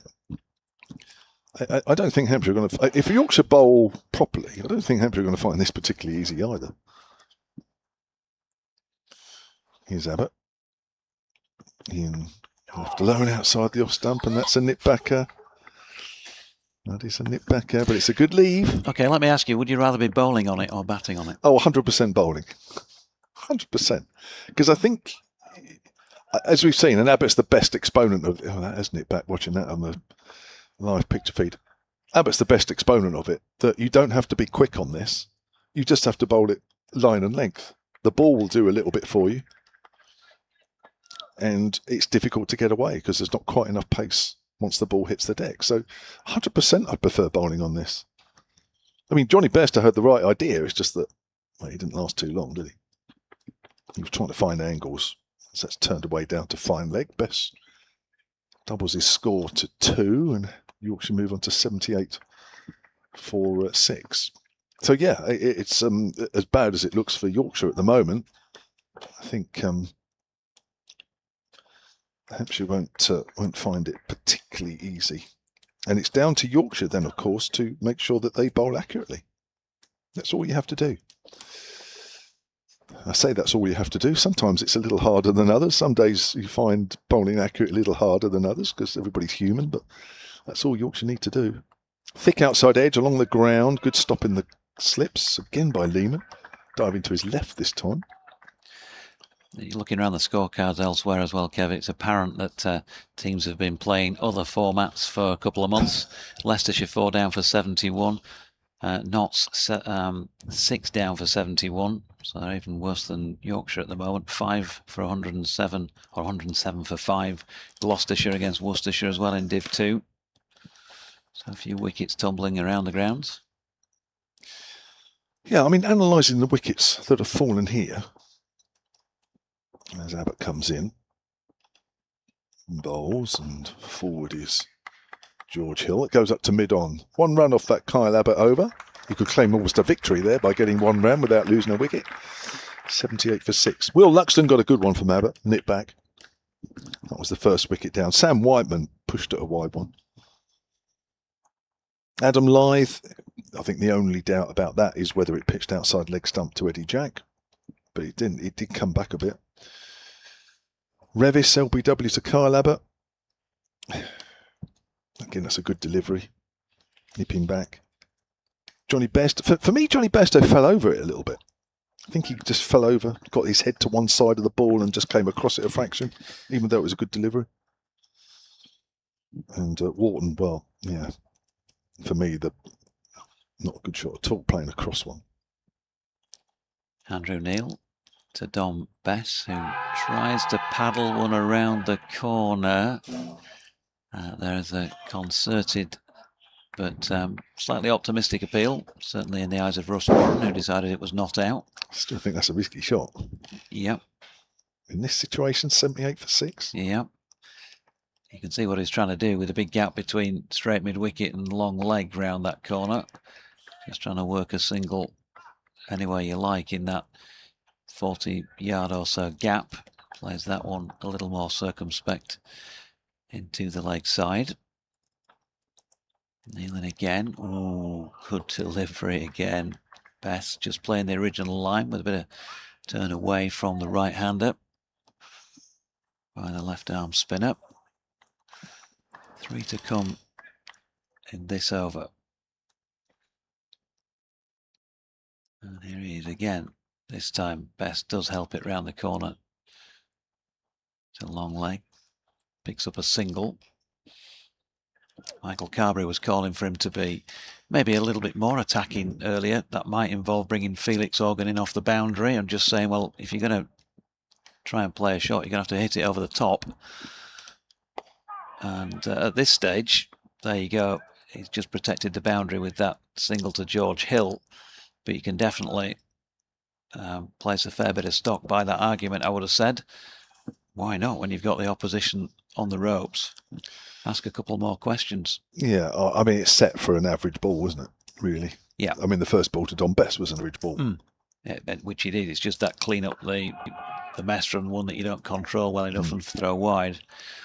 But otherwise, he's been pretty well on it, and bit of a respectful defensive push off the final ball there. So 80 for 6 now. Speeds of the ball there around about 50 to just shy of 54 consistently through that over. 80 for 6. Paul Williams, who's out in Portugal, has emailed hampshirecricket@bbc.co.uk. He's getting excited about the Portuguese national side because they've just won their 4th qualifying match in their group in the ICC World Cup, in their qualifying group, and will play in the final. They're moving up the rankings quickly, says Paul. They are captained by Moses Henriques, the Australian. I think was born in Portugal, or he's got a Portuguese parent. There was an article about that, actually, about a week or 2 ago. But in starting a new over and almost played on by George Hill. And Craig Kachopa plays in that side, who played a bit at Sussex in the distant past. Still a long way to go, says Paul, but they're improving every game. They're sort of trying to do in Italy, aren't they? Portugal. Try to find anybody that has some sort of connection with Portugal.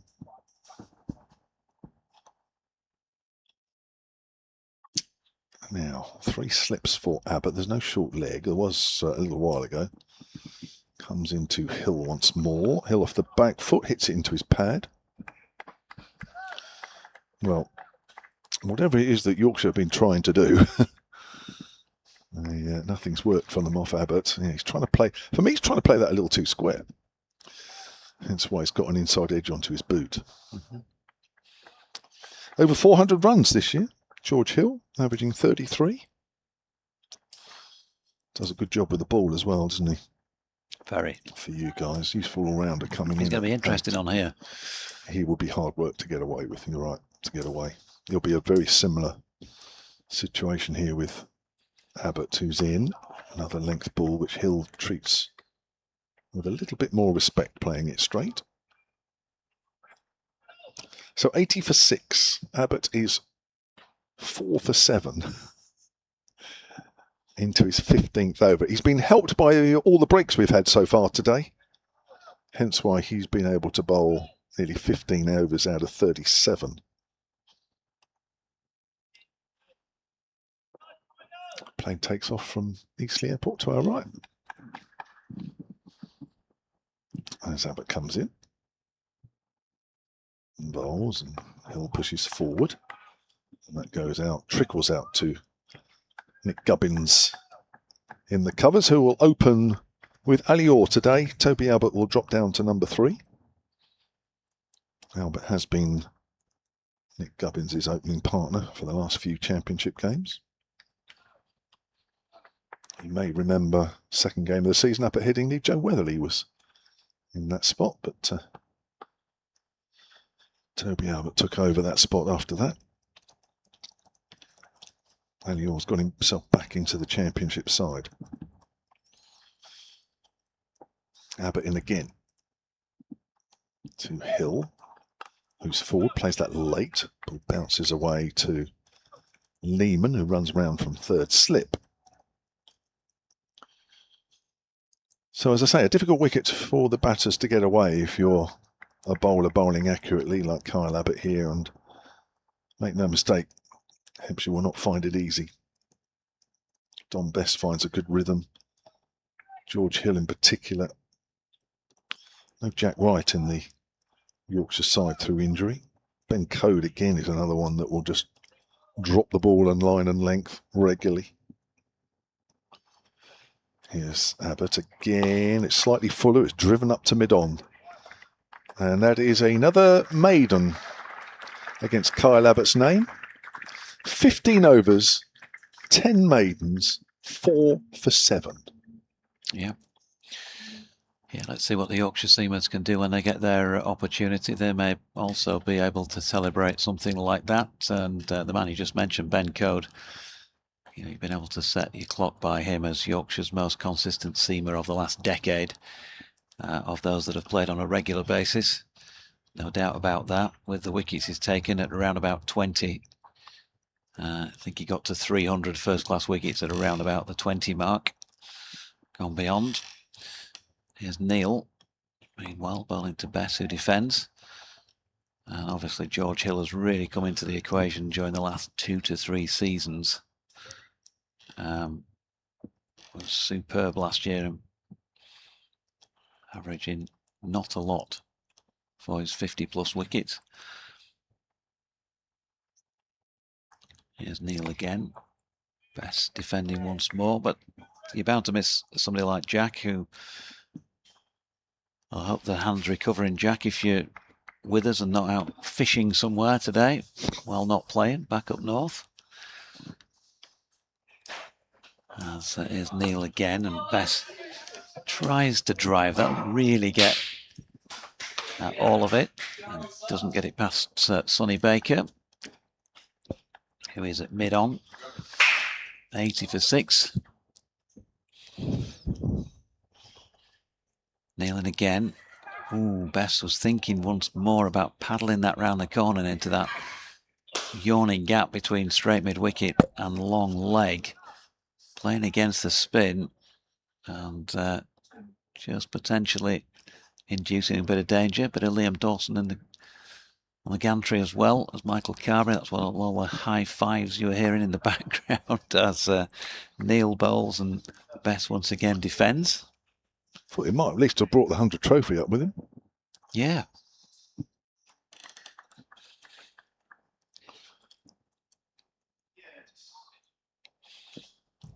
Final ball of this 38th over of the match. And Bess again playing square on the leg side to a delivery that is theoretically at least turning away from him. He's got away with it. Maiden for Neil once again.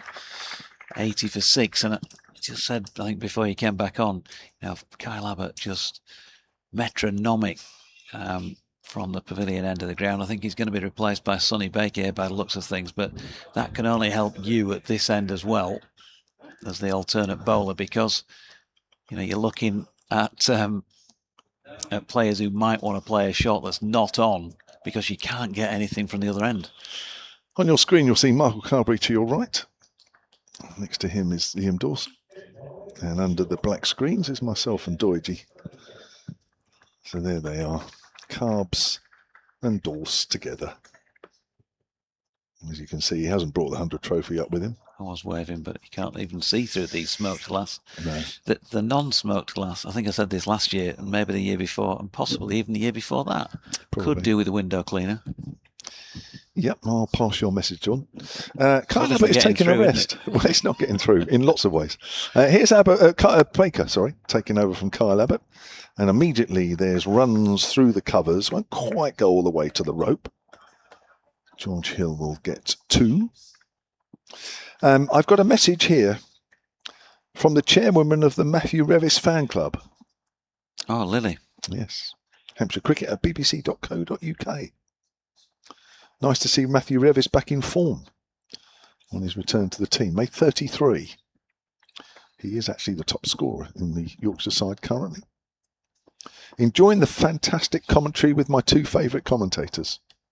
There you go, Doige. There's Baker bowls on a length. And Hill pushes it up to mid-on.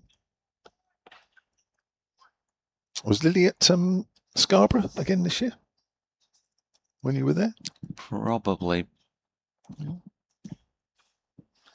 Nobody on the P-Zone Park end of the ground other than a maximum of 15 of us in either the press box or the... Oh, was that the stand, isn't it?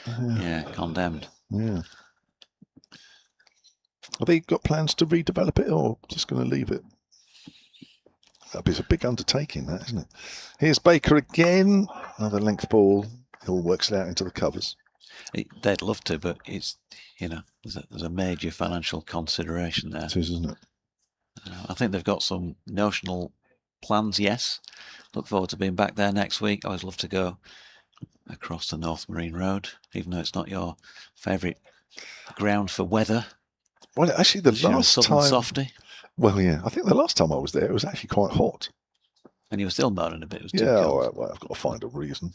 It isn't. I think the last time I was up there, my family came up, or part of my family came up. Actually, had a lovely time. Playing and missing outside the off stump. Good line, good length from Sonny Baker.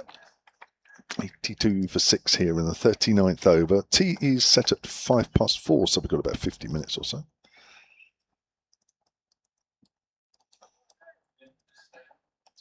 Yeah, it was beautiful up there. That was a couple of years ago, 50 over game, wasn't it? Yep. And of course, the teams played each other at Scarborough in the first of this year's Metrobank Cup matches, but as we weren't covering those on local radio, you weren't there. I wasn't, but it looked hot. Short ball. I think only about the second short ball we've seen today, and both bowled by Sonny Baker. Were all safely negotiated by George Hill, who just swayed inside the line. Yes, it looked, the outfield looked very parched. The ball seemed to be making its way rapidly over the outfield, as it does when these outfields get almost like concrete. Good time to be batting when you get outfields like that. Baker runs towards us. Length ball to Hill, who's forward. That's the end of the over. 2 runs off that Sonny Baker over. He's bowled 8 overs, none for 23. As well as Kyle Abbott today. Andrew Neil's picked up 1. That was the last one. James Wharton and Eddie Jack picked 1 before lunch. That was Adam Lythe. Yes, Hampshire very firmly on top and really trying to ram home that advantage and get Yorkshire out for a very low score. Ideally, from this point, 82 for 6, they'll be hoping to make it less than 3 figures and really make it into the ascendancy. But these two can both bat if they give themselves long enough out there to do so. As Neil's in and bowling to best, there's an appeal and almost a celebration from Andrew Neil, who was wheeling away to his left. Those who can see that again. George Hill, Don Best playing inside the line. It did turn away from his outside edge, but looked like the right call from Russ Warren. Good delivery, that. Here's Neil again. That one turned to leg by Bess. He'd been looking for that shot, but in more of a paddle fashion in the previous couple of overs. This time it was a little fuller and he was just able to nudge it that way. Picked up 1. He's on to 4. Did a good job captaining the side in Johnny Bairstow's absence during the Metrobank One Day Cup once again. Interesting and lengthy chat with him a couple of weeks ago about all that. And the experience, even though they got nearly as far as last year, sounded like it was preferable to him. Now then, has driven this one back to Andrew Neil on the full. Yes, he has, George Hill. And he's on his way, reluctantly so. He can't believe it, I don't think. But he's pushed too firmly at that one. Back to the bowler. There was a celebration from the field. I think George Hill was just waiting for Russ Warren to give him the nod that he definitely caught it on the full. And Yorkshire are really in the mire at 83 for 7. It looked like it come out of his hands, and he got it at the second attempt. If you watch this from behind the batter, bowls, it's driven back to him, he's got it, and then it comes out the hand. Ah, well done, well spotted. Couldn't see that originally, but that was what George Hill was waiting for, and he's had to go for 3. 83 for 7. When I was suggesting that they can both play if they give themselves enough time out there, unfortunately he hasn't. That was just his 23rd delivery. And this is looking increasingly like being a pretty short exercise in 4-day cricket. 83 for 7. Well, I think it's quite obvious that driving the ball is pretty difficult here. The ball's just holding up a bit in the turf, so it's got to be an out-and-out half volley. If you're pushing at the ball, that isn't quite a half volley. As good a catch as it was. But that's indicative of a slow pitch. Just watching this again, he's driving, he scooped it up as he falls over. It just comes out of his hands and he manages to hold on to it as it comes out, as he rolls over. That's a really good caught and bowled. Now, Andrew Neil is playing just his second game. His first game at Sussex, he didn't actually pick up any wickets. So in picking up James Wharton was his first-class wicket for Hampshire, and now he has 2 for in picking up George Hill as well. And as difficult as this pitch is to bat, I'm not sure it's an 83 for 7 pitch, but nevertheless, we are where we are. And I think 1 or 2 of the batters will just, they're just a bit impatient. And I'm afraid this is probably indicative of, yes, playing some white ball cricket over the last 2 months, but also I think just generally. Stephen Clark has emailed hampshirecricket@bbc.co.uk. It says, it was great to see Liam at lunchtime for the launch of John Winter's book, My Favourite Game. Yes, he was over there. He's over here now. Ben Code is out there in the middle, right-handed, of course, and just drops that into the offside first up. I think it's looking more or less certain the way things are that Yorkshire are going to be bowling for the first time before this day is out, because we're still not quite at the 40 over mark. Another appeal here as Ben Brown whipped off the bails. We are a long way up here, aren't we? To pick out the minutiae down there in real time is not the easiest. What it's doing, though, is it's turning off the straight here, which it doesn't always do. 83 for 7. And Code goes back foot and plays out into the offside to complete that over by Andrew Neil, which cost him 1 run, but brought him a wicket, as Kev said, a second first-class wicket for Andrew Neil. 83 for 7 after 40 overs. Sonny Baker is going to continue at the pavilion end. Stephen goes on to right. He's getting a round of applause there, Andrew Neil, from the crowd just to our left. Both Liam and John were joined by Kevin Emery, former Hampshire bowler, and Joe Weatherly gave us a fascinating brief insight, even if it did eventually turn into a celebration of Liam's contribution to Hampshire since he was 12 years old, a very much deserved tribute to a great player. He's just left the room. He's enjoyed a great conversation with Carbs. As that's edged all through the keeper and first slip. I don't think it carried. It went very, very quickly off the edge of Don Bess. But it's 4 runs to the Yorkshire total. Oh, yeah, bounced well before. Welcome back, Carbs. Thank you, Kev. Nice to be back. Having chewing the fat with my old teammate Liam Dawson. Looks in good form. And that didn't bounce very much, got to say, from Sonny Baker, which is a bit of a concern. Day 1. Again, it's showing just how slow this pitch is, isn't it? Yeah, very, very, very dry pitch, as you'd imagine. And you don't, as I'm saying the last over, as Baker's in, short ball, pulled away, but not convincingly. I think it's come off the glove of Don Bess. Remember, Baker did hit Don Bess a couple of times up at Headingley, once full on the helmet. I think another one a glancing blow, if I remember rightly. He's tried it to him again. I'm not surprised. I forget where I was with it. Yeah, the ball turning off the straight. You don't often see that here. You'll see it turn out of the rough, but off the straight, it's fairly rare here. Yeah, absolutely. I think he's just found the right pace. Andrew Neil I was just talking to Dorsa about that. You know, he's very Danny Briggs-like in terms of his stature, but he gets a bit more over the top, bit more loop than sort of Briggsy did, who tended to slide the ball more into the pads. And again, they're getting that drift as well. I think that's what's sort of confusing the Yorkshire batters. And like you say, it's very rare from here that it turns from straight. 88 for 7 as Baker's in again, and Ben Code just took a little piece to the leg side there, that one.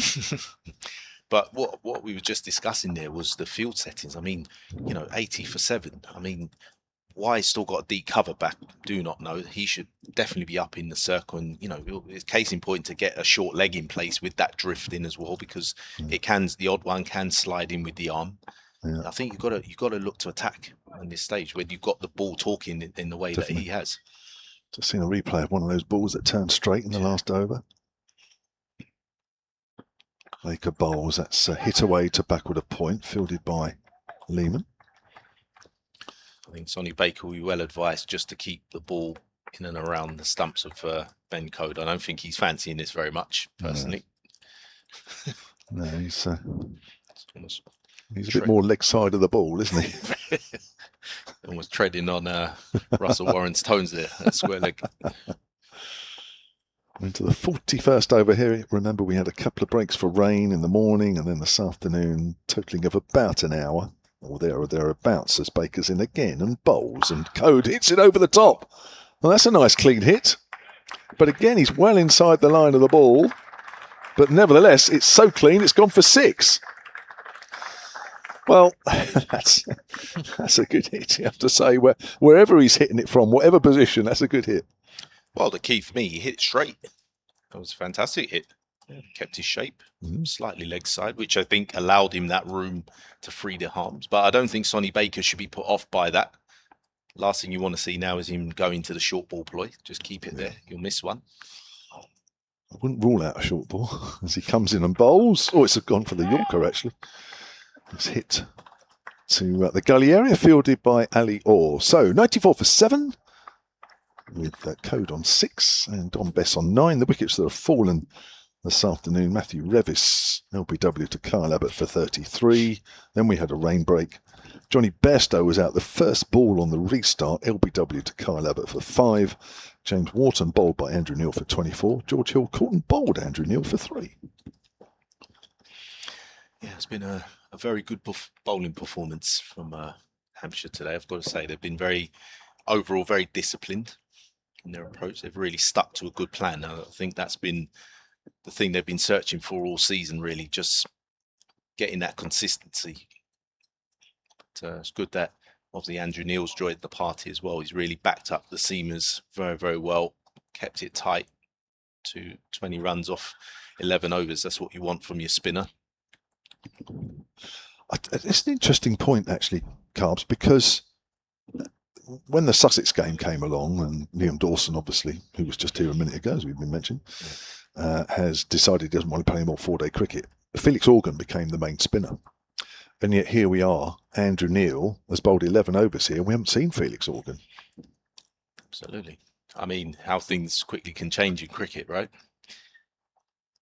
But, I mean, look, no disrespect to Felix Organ. Look, I think he did good on him for stepping up to do the job. But, I think this young man has shown that he just drops one short of a length. I think he is a better spinner. I mean, you have to call it what it is. He's a better quality spinner than Felix. I think Felix Organ is almost a luxury player to have. Someone who can offer, spin the other way. So Neil drifts another one into middle stump, played on the offside by Best. But I think if in a good side, if Felix Organ is your main spin, I think you've got problems. I think that's the area I think Hampshire have really got to try and replace now that Liam Dawson has decided to step away from 4-day cricket. And I think they've possibly found someone, and he's got the attributes of height. I think that's if you're going to produce wicket, if Summers are going to stay like this for the next couple of years, I think Andrew Neil play a pivotal role. So drifts one in again. I still think you got to get cover up here, JMO. I think he's completely redundant out here. Should be redundant. It should be redundant, yeah. With getting that much drift, for me, I want to see a short leg in there and deep point up in the ring on the catch. Ball drifts in again from Neil. That one didn't turn. Best playing that with a straight bat up to the bowler. Yeah, I think he's just got to, again, maybe senior players, someone's got to get into Neil here. Again, nice delivery on off stump. That closes out another over. Very bold, Andrew Neil. Yeah, I think someone from the senior player group has got to, speak to Andrew Neil and just sort of say to him, look, mate, 94 for 7.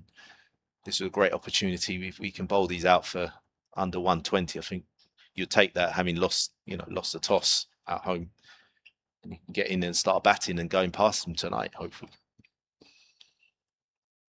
So we've just passed 3:30 here at a sunny Utilita Bowl. Predominantly blue sky above us. Can't see any rain shower clouds at the moment. Nothing that's going to threaten us for a while, which is good news. Just those 2 interruptions so far today, which has cost us 6 overs in total off the day's allocation. Here's Sonny Baker again from the pavilion end. He's bowling to Ben Code. Ben Code hits through the line, doesn't time it, fielded by Gubbins in the covers. Again, he's staying well inside the line, Code. I think we can tell the way he's going to be playing here, and it may be effective. Yeah, absolutely. And again, it's just, a worrying sign for me was, that was a fairly decent length ball at nearly 88 mile an hour, and it didn't bounce at all. Really died, hit the toe of the bat from Ben Code. I think just patience here from Sonny Baker. Don't go searching. Comes in again. He's in his 10th over here as Code again stays inside the line, hits it out to Gubbins once more. Baker looking for his first wicket here. He's gone for 34 so far. They are playing in the Test match finally at Headingley. 141 for 2 England, resuming overnight on 112 for 2. So they haven't been playing too much. So they are behind Pakistan by just 30 on the first innings. Baker has 2 slips in the gully as he's into Code once more, and Code gets a full delivery. His front foot is way outside the leg stump as he's having a flail at that one. A long way away from that one. I think it was a good effort from Baker actually to fire in the Yorker to Ben Code if he's going to back away, keep the stumps in play. I think the danger is for fast bowlers when they see batters in the lower, there's no more bowlers union anymore, is there? So they get a little bit carried away. Remember, the stumps don't move. You shouldn't do. Here's Baker again, bowls. Code hits that length ball into the ground. Good stop from Ali Orr there, went quite quickly to him. Gully. It's and talking about the Yorker from Sonny Baker, it's something that we've got quite used to seeing him do now, and it's something he's perfected really well. Yes, he likes the short ball, and we see him certainly last season bowl lots of those, but I think what he has shown this year is that the Yorker is a pretty potent weapon for him. So you will see him bowl that when the occasion warrants. And I think you're right in this situation, definitely with Code staying inside the line. Sort of a full ball off stump is about right, isn't it? Yeah. In again, bowls. Code hits that to mid-off, almost. Did that almost carry? I lost the fly to that. That's great bit of fielding. By Eddie Jack. Diving forward. Yeah, I think with Sonny Baker, again, he's unusual for this modern generation where bowlers look to go away from the bat. He's primarily in at the right-handed batter. So his line has got to be just starting outside off stump, trying to dart it back onto that off stump. But if you can get the length right, I think that's the key, isn't it? Getting the length right on the underneath the bat. And again, length ball. Coe's going to take a quick single to wide mid-off. That's a good run. He'll keep a strike at the end of that over. Baker's completed 10 overs, none for 35. Yorkshire 95 for 7. Remember, tea is fixed at 4:05 this afternoon.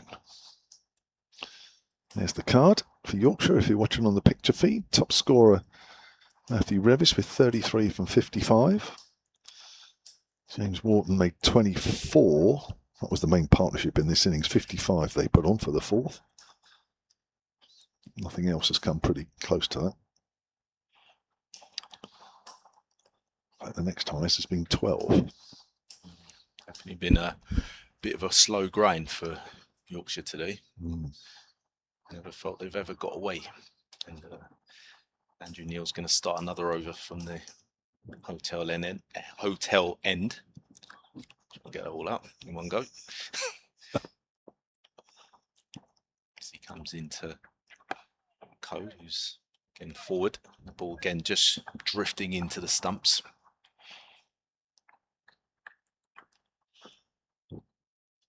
Just feel Cody's going to do something violent here. So Neil comes in again. Ball short of a length. Not quite timing that one off the back foot. He thinks he got away with one there. I think Hampshire feel he's going to do something because Sonny Baker's quite deep, isn't he, at mid-on? He'll win again, flies this one up. So played away to mid-wicket. Yeah, I think you've got to throw him a bit of a carrot, Hampshire. I think you can't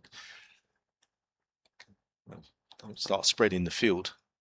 Don't give easy runs at this level. Neil comes in again, nicely flighted ball, and again just that drift. You know, you could see Code was shaping to the leg side, wasn't he? He was just thinking about that, turning it to leg, and thought better of it. I like what Neil was cooking here. It's a good line, isn't it? Again to Code. For me, that's never be a one there.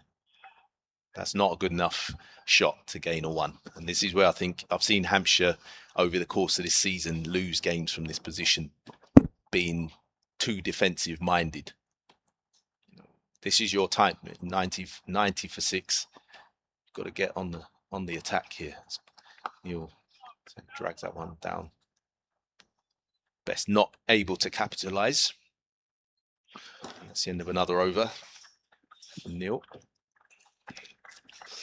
Well, I think we were talking about Andrew Neil a little earlier, but I think what he's starting to show is that he can do it at this level now. I think, yes, it's only his second first-class game for Hampshire. He did play a couple just before COVID for Leeds Bradford University, but he was a left-arm seamer in those days. But I think what he's doing well is not only has he taken a couple of wickets, but look at his run rate, 1.6 and over 13 and overs. That's exactly what you want your spinner to do. It's what Liam Dawson used to do. Yeah, exactly. Yeah. Even if he wasn't taking wickets, he hardly went for any. Yes, the odd game and odd innings and odd spells he did, and you're going to, but this is only Andrew Neil's second game, remember, and he's keeping it tight. Absolutely. Here's Sonny Baker. To Ben Code. Code heaves that away, and it was it in the air? Ali Orr diving to his right, got half a hand on it. I think it may have gone into ground. I'd like to see that again. That went very quickly because Code was hitting through the line. I think it might have carried, personally. He's quite close there, Ali Orr, isn't he, for a gully? I was watching the flight of this. It was in the ground, yeah. Yeah. I think off the bat, actually, wasn't it? It sort of went to the ground and then up. But one and one bounce. Well, that's on another game. That would have been all right. We've seen them given. Well, yeah, I remember this is the very first time I played against Mark Ramprakash in a second team game. So he was only about 15 at the time or something silly. Code pulls that away on the leg side. Chase for Abbott, running back from mid on, and I think the ball's going to go all the way there. No, not quite. Plugged. That was clubbed, wasn't it? Again, he was well inside the line there, but just shows how slow this pitch is because he had time to hit that in front of square. And there's the Yorkshire 100 up. 101 for 7, and that's come up in the 45th over. It was a game at somewhere like Harrow, which Middlesex used to play the odd second team game there. And he came in to bat at 15, 14 years of age or something. Everybody said, oh, he's the next big up and coming thing. And you could tell within a few balls he was going to be good, the style that he batted. And I forget who was bowling. But, no, sorry, I was playing for Hampshire against Middlesex. Sorry, second team now. And he whacked one to mid-off. And he stood there. And everybody's looking at each other saying, what's going on here? He said, it hit the ground. And he was saying, no, it didn't. You cannot whack it to mid-off and say it's hit the ground. And the umpire believed him. That's way outside the off stump, and that's left alone. So he carried on. Well, hang on a minute. What's going on? I know, I know this guy's going to be good, but it doesn't mean that he can whack it to mid-off and stay there. And you say it's not out. It's like W.G. Gray's stories, isn't it? Off stump lying on the floor, you just pick it back up and knock it back in. The crowds come to watch me bat, not you bowl. Exactly. Oh, it's incredible. Yeah. You can kind of understand it behind square sometimes, can't you, with the pace of the ball like that we've just seen, but not normally up to mid-off. It's Baker. Sure, my word, that's short, and he's fallen over. The effort that Baker has put into that, he's fallen over on his follow-through. That's gone very high, so high that it's called a wide. See that? That's almost taken his boot off. Baker, he's bowled that as short. But he's done that to try and get some height. Yeah, he's obviously going to have a look upstairs there for Don Best. He's put a few medals on him before. Recognises Don Best doesn't quite like it chest level. No, a little bit easier to bowl a bouncer at Headingley earlier in the season than on this pitch at the moment. Very, very short indeed. No ball called anyway as Baker's in. Bowls. Best drives. Again, that's not timed as it goes out into the covers. 102 for 7 here. Yorkshire having decided to bat after winning the toss. Hasn't quite worked out, although we'll have to wait and see. If they can get up to 130, 140, you never know. That might be a competitive score if they bowl well. A little bit surprised there's no short leg in here for Sonny Baker, especially to Don Best. Baker's in again, bowls, and that's short. And it's just about carried through to Ben Brown. Again, it just shows you how slow this wicket is. It was on the way down as Brown picked it up. It wasn't called a wide, but it was very short. You almost can do away with someone in the cover region, perhaps. Stick someone under his armpit. If you're going to have a look upstairs, you just feel like he's more likely to punch one in that region. It's not really different to Code, who's looking to take it on a bit more. He's got a man out for the hook. That's Felix Organ, who's square on the leg side. In again. That's a length ball played back to Baker. That's the end of the over. 102 for 7. Michael Carberry's staying on. He's going to come across to my side, and he'll be joined by Jonathan Deutsch. Thanks, Kev. Closing in on the tea break. Yorkshire winning the toss and deciding to bat first this morning. I've had messages in. Is it a filthy, dirty green seamer? And all sorts of questions from people who've not been able to watch it, but they've just seen the score. Flat as a pancake. It's like a road out there. Absolute road. Extension of the M27. Although I love winding up the Yorkies. Yeah, batting wise, it looks as though they might need to fill a few potholes in. As Neil is on at this hotel end, and that's punched into the offside by Ben Code.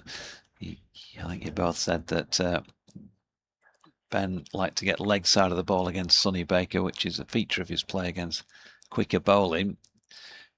Certainly capable of striking a good ball if he's able to free his arms, which he is with that strike square on the offside for a single. Yeah, I mean, even though Ben Code likes to stay leg side, the good thing is he's so far he's looked to hit down the ground, hasn't he? He hasn't fallen foul and gone across the line. And he's a few fine shots. Yeah, Neil in and Best plays out square on the offside, no run. Yeah, if he does get runs, it tends to be from straight around to sort of extra cover area. A lot of it will go through there, and that's because, as you've observed, he's getting the leg side of it. Tends not to drag that many out into the leg side. It might be occasionally able to pull one through cow corner, but then I've always found that perfectly legit shot as best punches won. Some scorebook has no pictures, my friend. Only says 4. 104 for 7. And it is Code back on strike. That's and he's gone down the shot. ground. He's picked that up superbly. And all the way for a second half dozen for Ben Code, showing the way to go. 20 to him. 110 for 7. That was a lovely shot, wasn't it? Great illustration, what you were just saying there about his ability to free those hands. Got a lovely swing, hasn't he? Just very easy. And I'll say someone like Wharton would do well to, look at some footage of that, how to play the left arm spin, go with the turn. As that's flicked off the legs this time by Code. Puff of dust as it makes its way around the corner for 1. I think I'll just come back. Where are we now? 3:45. I'll come back to that as part of the broadcast. I'll just chop that little bit up, and I'll send that to James Wharton. Michael Carberry said, have a look at Ben Code down the ground, pal. In the V, lad, as they say. In V, aye. In V. 111 for 7 at the end of that over, and we're going to see some more of Eddie Jack. Yeah. Eddie Jack reintroduced. It's not a bad Yorkshire accent, that, actually. Do that again. In V, lad. Yeah. I love the Yorkies. We've always had some good tussles up there. Good battles over the years. They appreciate good cricket. So what can Eddie Jack do? Can he take the baton from Sonny Baker?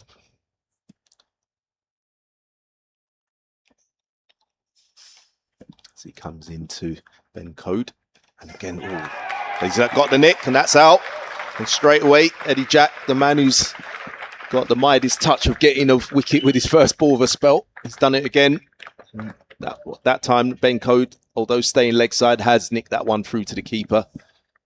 Looks like a bottom Q end of the bat, maybe. It didn't, sort of died through to Ben Brown there a little bit, but it's 8 down now for Yorkshire. Yeah, look, he's got the front leg out of the way, hasn't he? He's kind of not in the best of positions to play that, I suppose. A little feather through, but they'll be grateful that he at least got 20 odd batting at number 9. Yeah, absolutely. And credit to Eddie Jack. I said it was a good start to the over. Really honing in on that off stump, and that's what I said earlier about not getting carried away with batsmen moving around the crease. Trying to stick to your guns, stick to your plan of honing in on top of off stump, and you get your rewards down the line. That was a great piece of bowling. And Yorkshire, sorry. 111 for 8. As the man on debut, Jofra Chauhan, comes in for his first innings in the championship for Yorkshire. Primarily in for his leg spin. Yeah. Do you know much about Jofra Chauhan's batting? Does he fancy himself as a bit of a batter? Yeah, we've seen a fair bit of him in T20 cricket. Obviously, coming in tail end, you tend not to see players for that long. But yeah, he's capable enough striker of the ball. You certainly wouldn't have him down in the rabbit tail end category like you would with some players. Cue middle stump out of the ground first ball here, of course. Now I said that counts. But no, he's a competent tail end player, I'd say. It tends to be the way now, isn't it? You're getting insides now. You have to offer at least 2 skills. Yeah, he's relegated Ben Cliff down to number 11 anyway, which he might be a little bit grumpy about. I don't know. Eddie Jack.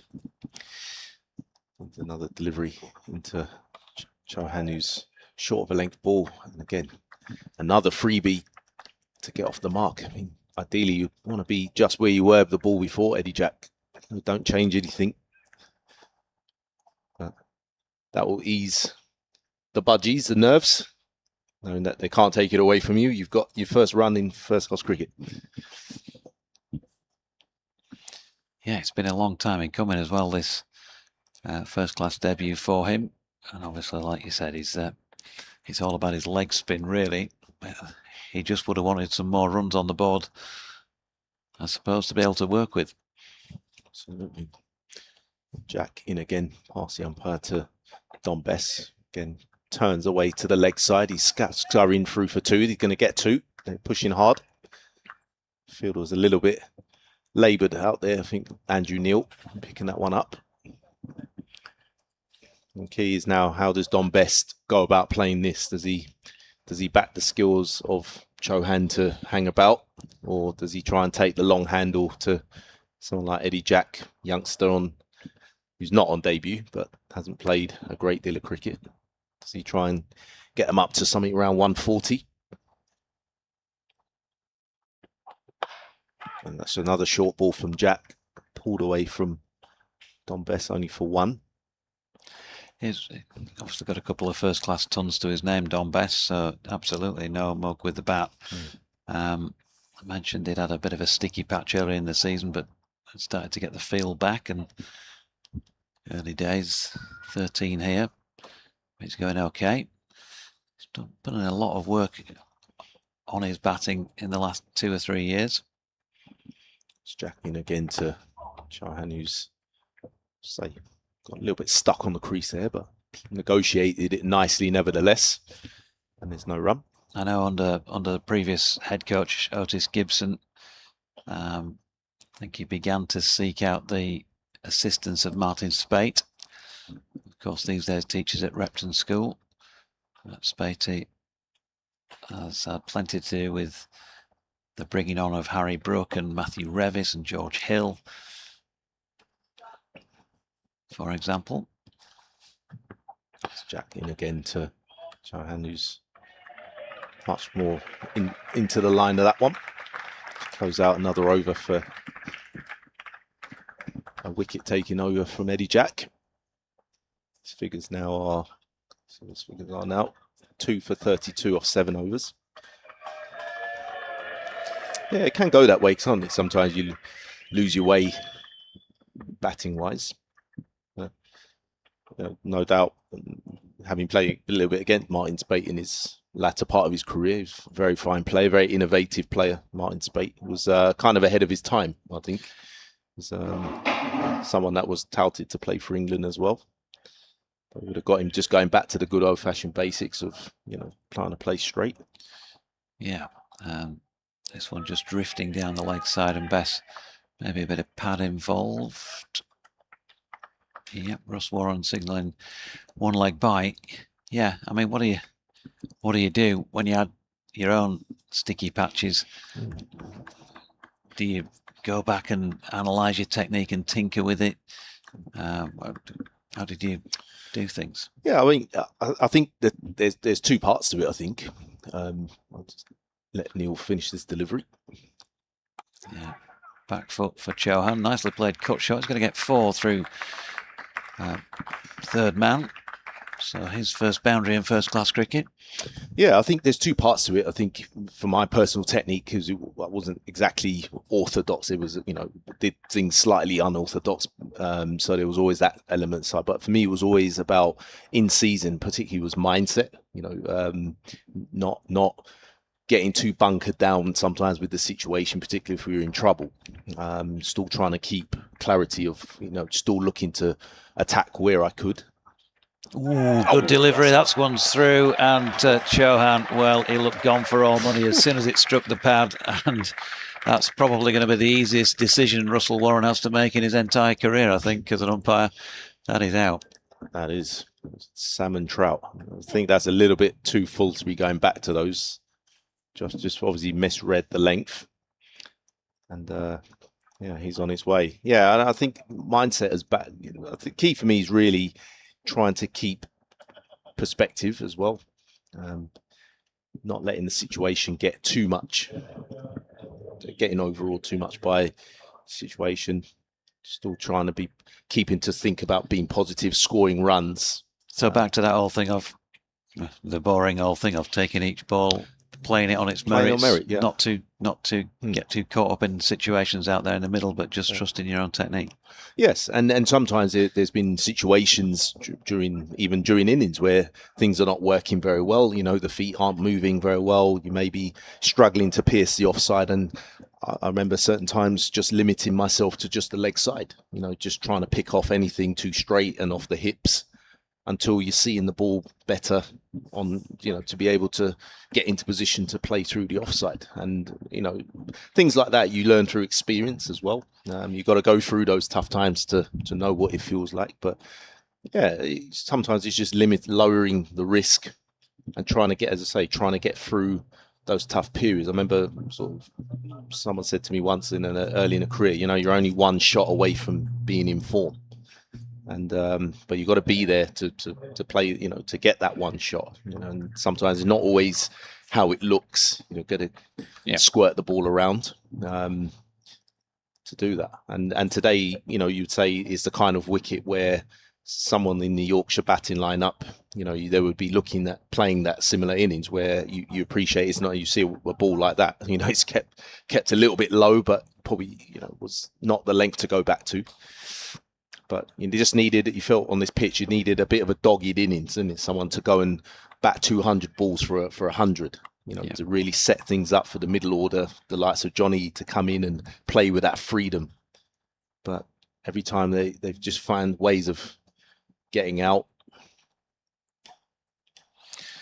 Yeah, Ben Cliff, Yorkshire's last man, right-handed, has come out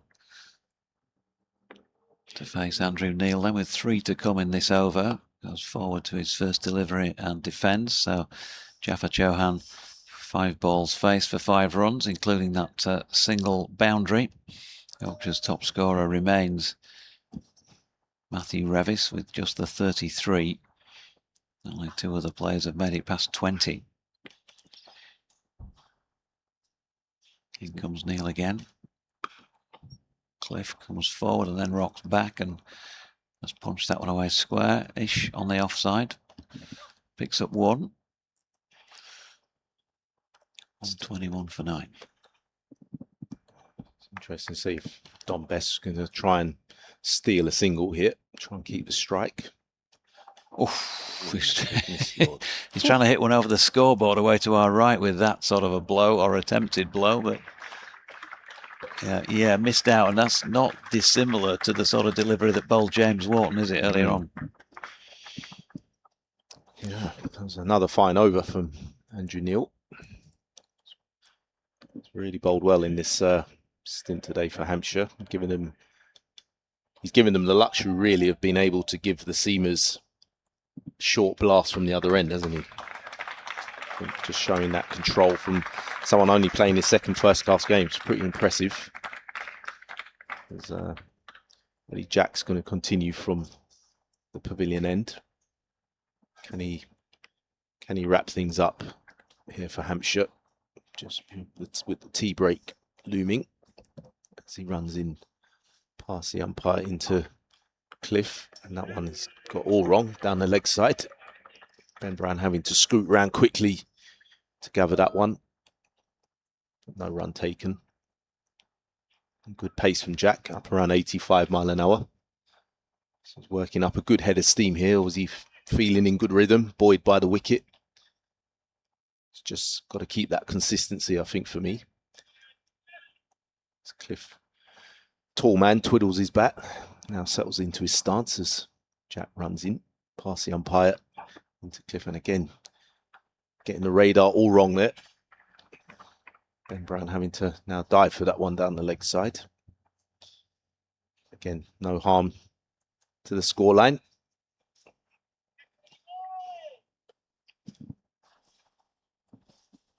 It's Eddie Jack operating two slips. A man at sort of backward point, not really a gully. Usual cover ring with the mid wicket, mid on, as he comes in again to Cliff. And again, third ball down the leg side. This is not ideal from Ben Brown's point of view. His fast bowler's had a little bit of a malfunction here. Probably trying too hard, perhaps. Been there. He's still turning out on a Saturday, is No, not anymore, no, but I've been there. Yeah. Can he get the fourth one on target here as he comes in to Cliff and one on off stump? You can remember the good days and you can remember the really bad. It's the ones in the middle that you kind of forget. I do remember one day running up first 4 balls of a match. Opening the first 4 balls of a match, it all went for 4. Yeah, okay, great start. Always remember, it can only go up from there. Yeah. Can only get better. Jack comes in again to the right-handed Cliff. Goes forward nicely, drives nicely through the covers. That could be a boundary. Ball scoots across the square towards the electronic scoreboard. And that's a welcome boundary for Yorkshire. Getting batting at both ends, I can hear the Yorkshire supporters shouting. Ben Cliff, of course, I think I'm right in saying, came in for his first-class debut here last year in the first match of the campaign and got injured after bowling about 4 or 5 overs. And then we didn't see him again until the Metro Bank One Day Cup. Jack comes in again to finish the over into Cliff, who's that one more back of a length, and he's in behind it nicely and negotiated for a dot ball as Kevin James enters and I exit. We've got all of 4 minutes to go before the tea break.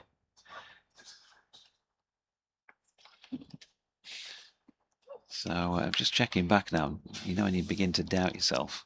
No, I was wrong. He made his debut actually at Cardiff in September of 2023. But I think what I was thinking of was he was brought in as Anthony McGraw's preferred man, if you like, last season.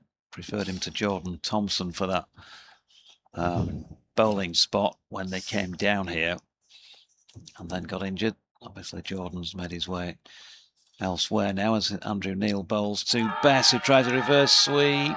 Ooh. From this angle, that looked a pretty useful shout. Not given on this occasion by Russ Warren. And they've got through for a leg by. Got a replay from side on, which is always useful for an LBW. Appeal. That's out from that angle. Yeah, it looks absolutely plumb from 45 degrees behind square. 126 for 9 as Cliff plays and misses at this one. And Ben Brown whips off the bails. Here we go with a front-on replay. Well, that's... might be outside the line. Maybe. Might be. I think there's enough doubt, isn't there? You've seen them given. Yeah. Bass at the non-striking end now on 14 then. And Cliff goes back foot, the sort of direction that Jaffa Chauhan found himself going when he was trapped LBW in Andrew Neil's previous over from this end. 3 wickets, his first 3 wickets in first-class cricket for Neil. And he's in again, and this time offers a drive to Ben Cliff, and he accepts. Ali Orr, who still has that mop of hair poking out down his neckline beneath his cap. Tumbling stop by him.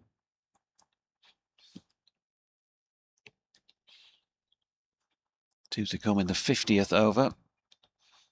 So it's not the shortest that Yorkshire have batted in first-class cricket this season.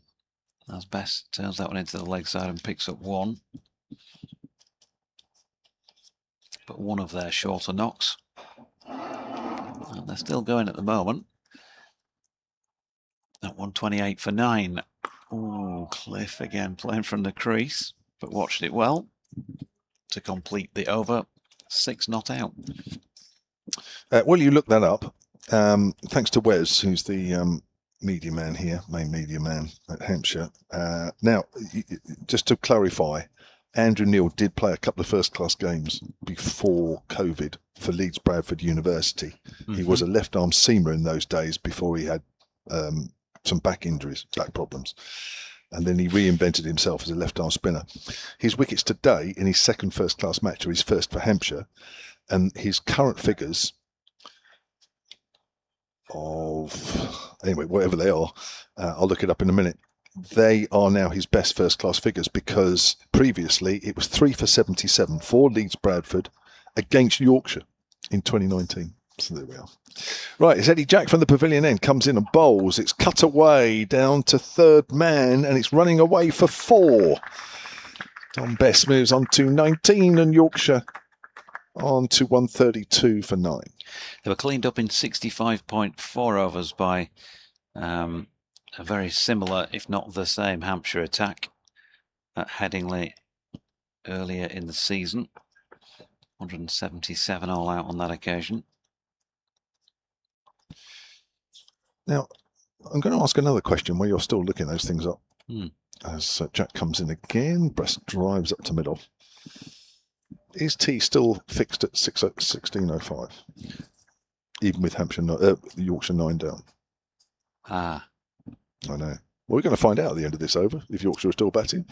Well, we're given the message that it was fixed at 1605, but then the 9th wicket thing hadn't come into the equation at that point, had it? Yeah, we'll wait and we'll find out in 4 balls time if the Yorkshire innings, because by then it'll have ticked on to about 6 minutes past or even 7. This Eddie Jack is in, best drives. There is a deep backward point. They're not taking the run. They could have done, but they didn't. Score remains on 132 for 9. I know a lot of Yorkshire fans will be looking at that total saying, oh no, that's not good enough, that's not that. It may actually be a half decent total. It's not the easiest wicket for batters to strike the ball cleanly. Despite Ben Code's couple of sixes, which were struck cleanly. But on the whole, against accurate bowling, it's difficult to get away. And there is a little bit of turn there from time to time as well. It's almost cut onto the stumps by Dom Bess. So that's probably worth a lot more than 132 there. Just a bottom edge into the ground. Seen those played on. It's probably worth at least 160, 170, maybe even 180. I think you're stretching it a bit there. Well, it's worth a few more than 132, I think, to be fair. But I think there'll be 1 or 2 Yorkshire batters in that pavilion that will say to themselves, I'm not sure I played the best shot. Here's Jack again. Bowls, short ball, down the leg side, and it's 4 wides. And I tell you what, Ben Brown hardly moved for that. I think he always realised that was out of his range. Quick ball down the leg side, but ill-directed. And that takes Yorkshire on to 133 for 9, 137 for 9 it is.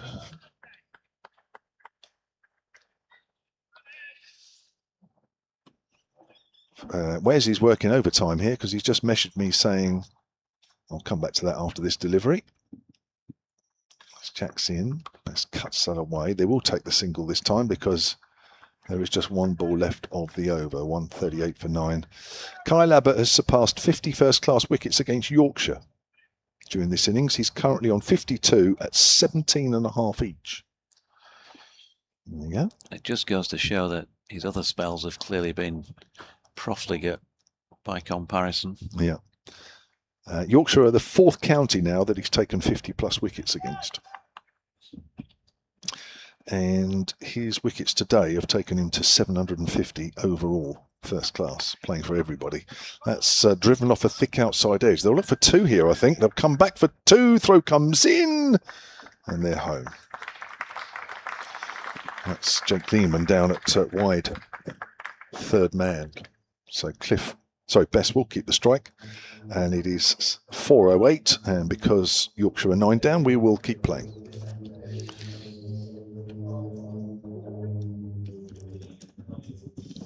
Up to 30 minutes allowed, yeah. Up to 30 minutes allowed. That's going to ruin your rota, that. Well, yeah, but I mean, as we're all grown men and have a brain, I think we can work out that me and you are on till 20 past.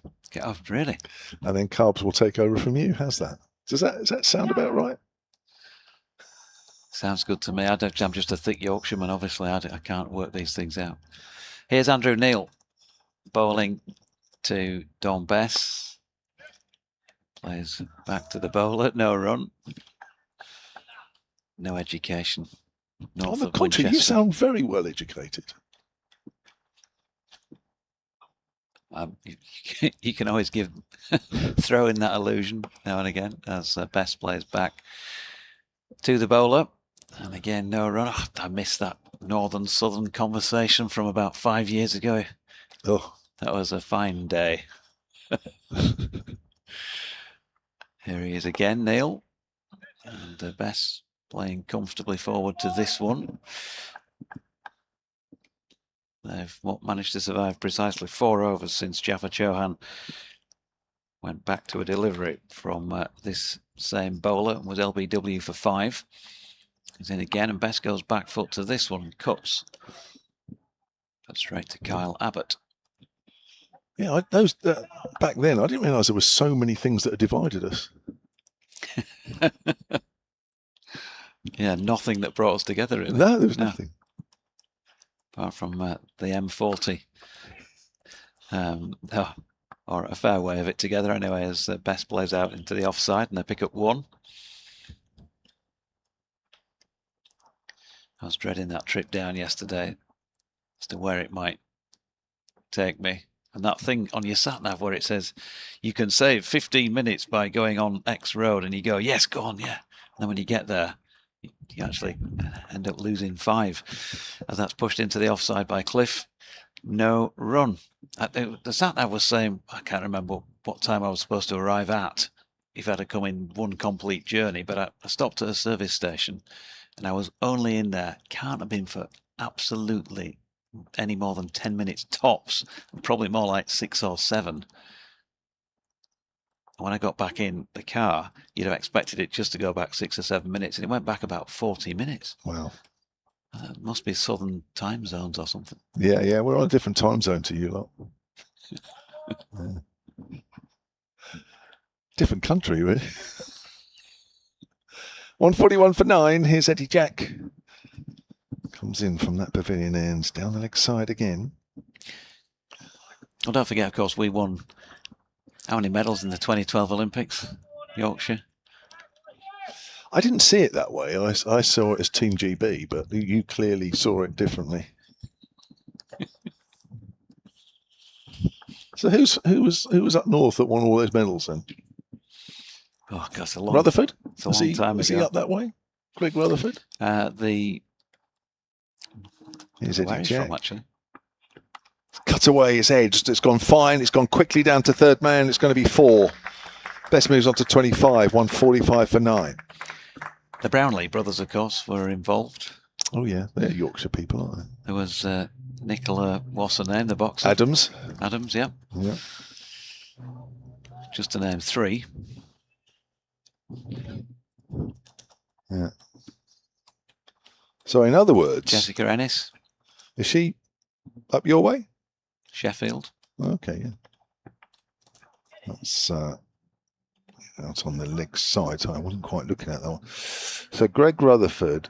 Well, he was born in Milton Keynes. Well, you can't claim him. I wasn't claiming him. You asked me if he won the medal. Thank you. Okay. Don't put words in my mouth, Kevin James. Who else won medals in 2012? Let's have a look.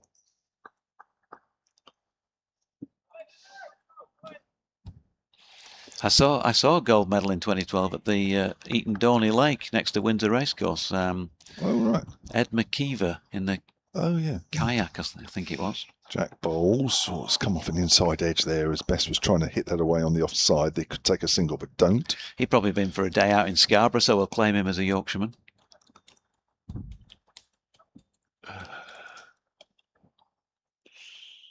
Right, let's have a look then. Let's go through a few names and try and pick out the ones that weren't from Yorkshire. Sure, there's quite a few, surely.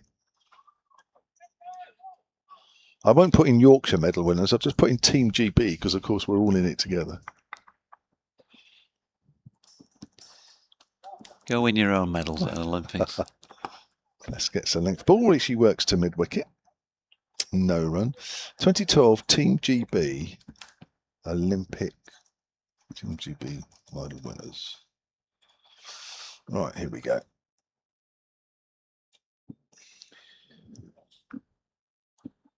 Andy Murray. Oh, he's up your way, isn't he? Bit further up. Actually, we'll skip over that one. Rebecca Adlington. She's up your way, isn't she? Yeah, she's Mansfield, isn't she? That's it, yeah. Strictly speaking. Here's Eddie Jack again. It's full. It's driven up to mid-off. He's looking for a single. He can't get one, and that's the end of the over. Mid-off is very close there. Sonny Baker. It's quite good alertness from him to keep Ben Cliff at the non-striker's end and to face the first ball of the next over. Yeah, this final wicket partnership so far worth a useful 25 when you've got a low score. Anything you can eke out is to the good. And if they could see out the extra half hour here, that would just be at least a little bit of something from a pretty dire day as far as the visitors are concerned here. Victoria Pendleton, Pendleton, Bedfordshire, cycling. Kelly Holmes is not Yorkshire. No. Sophie Hosking. Here's Andrew Neil, meanwhile, bowling at Ben Cliff. Well, Kev's doing some deep research into the 2012 Olympians, or Olympic medal winners, now that I mentioned that. That was a dot first up and quickly followed by another one of those. They have now finally closed in with the field for Andrew Neil. Felix Organ has come up from the boundary. He's only had a distant view of his teammates for quite a lot of today, but he's in at square cover as Cliff thinks about the drive and then replays the shot, quote unquote, as a leave.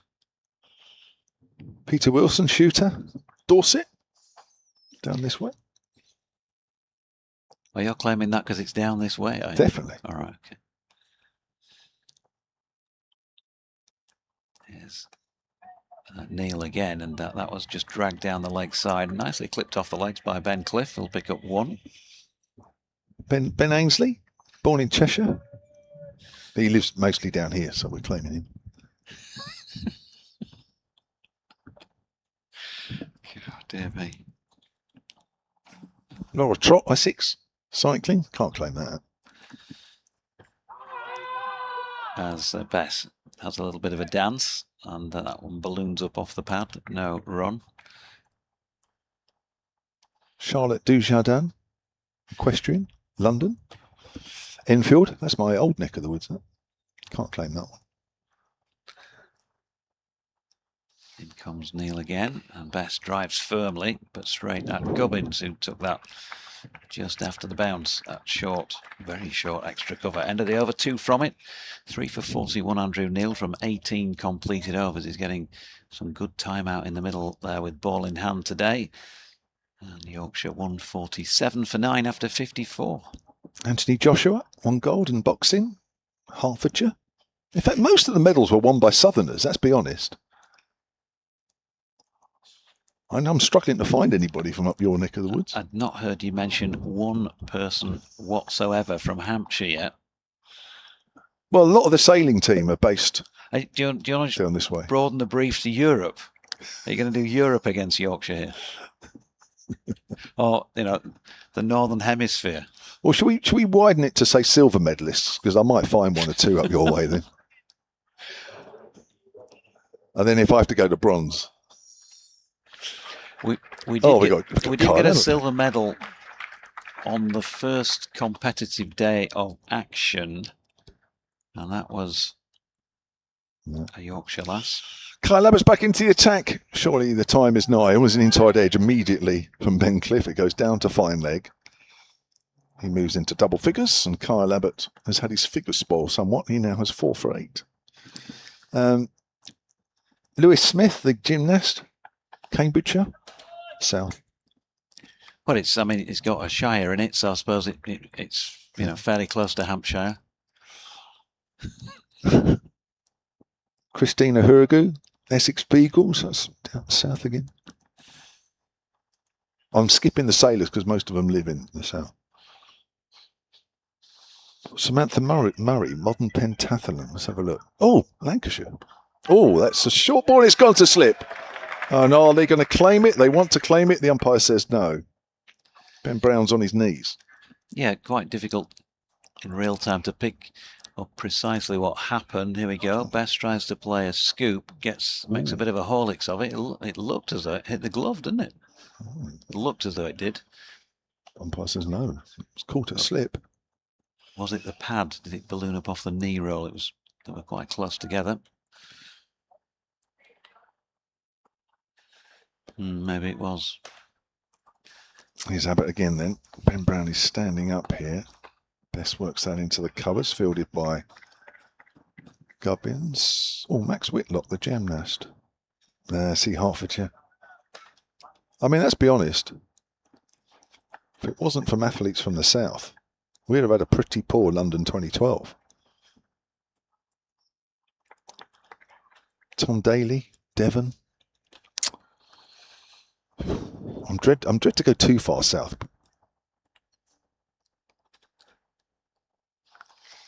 We'll do the end of this over. Carbs is going to come in for Doige. Best is trying to work it away on the offside. It's off the inside half of the back, goes on the leg side. So 147 for 9. Doige's had enough of that. He's gone off to find some Yorkshire people that have won medals at 2012. It could be a while actually, Doige.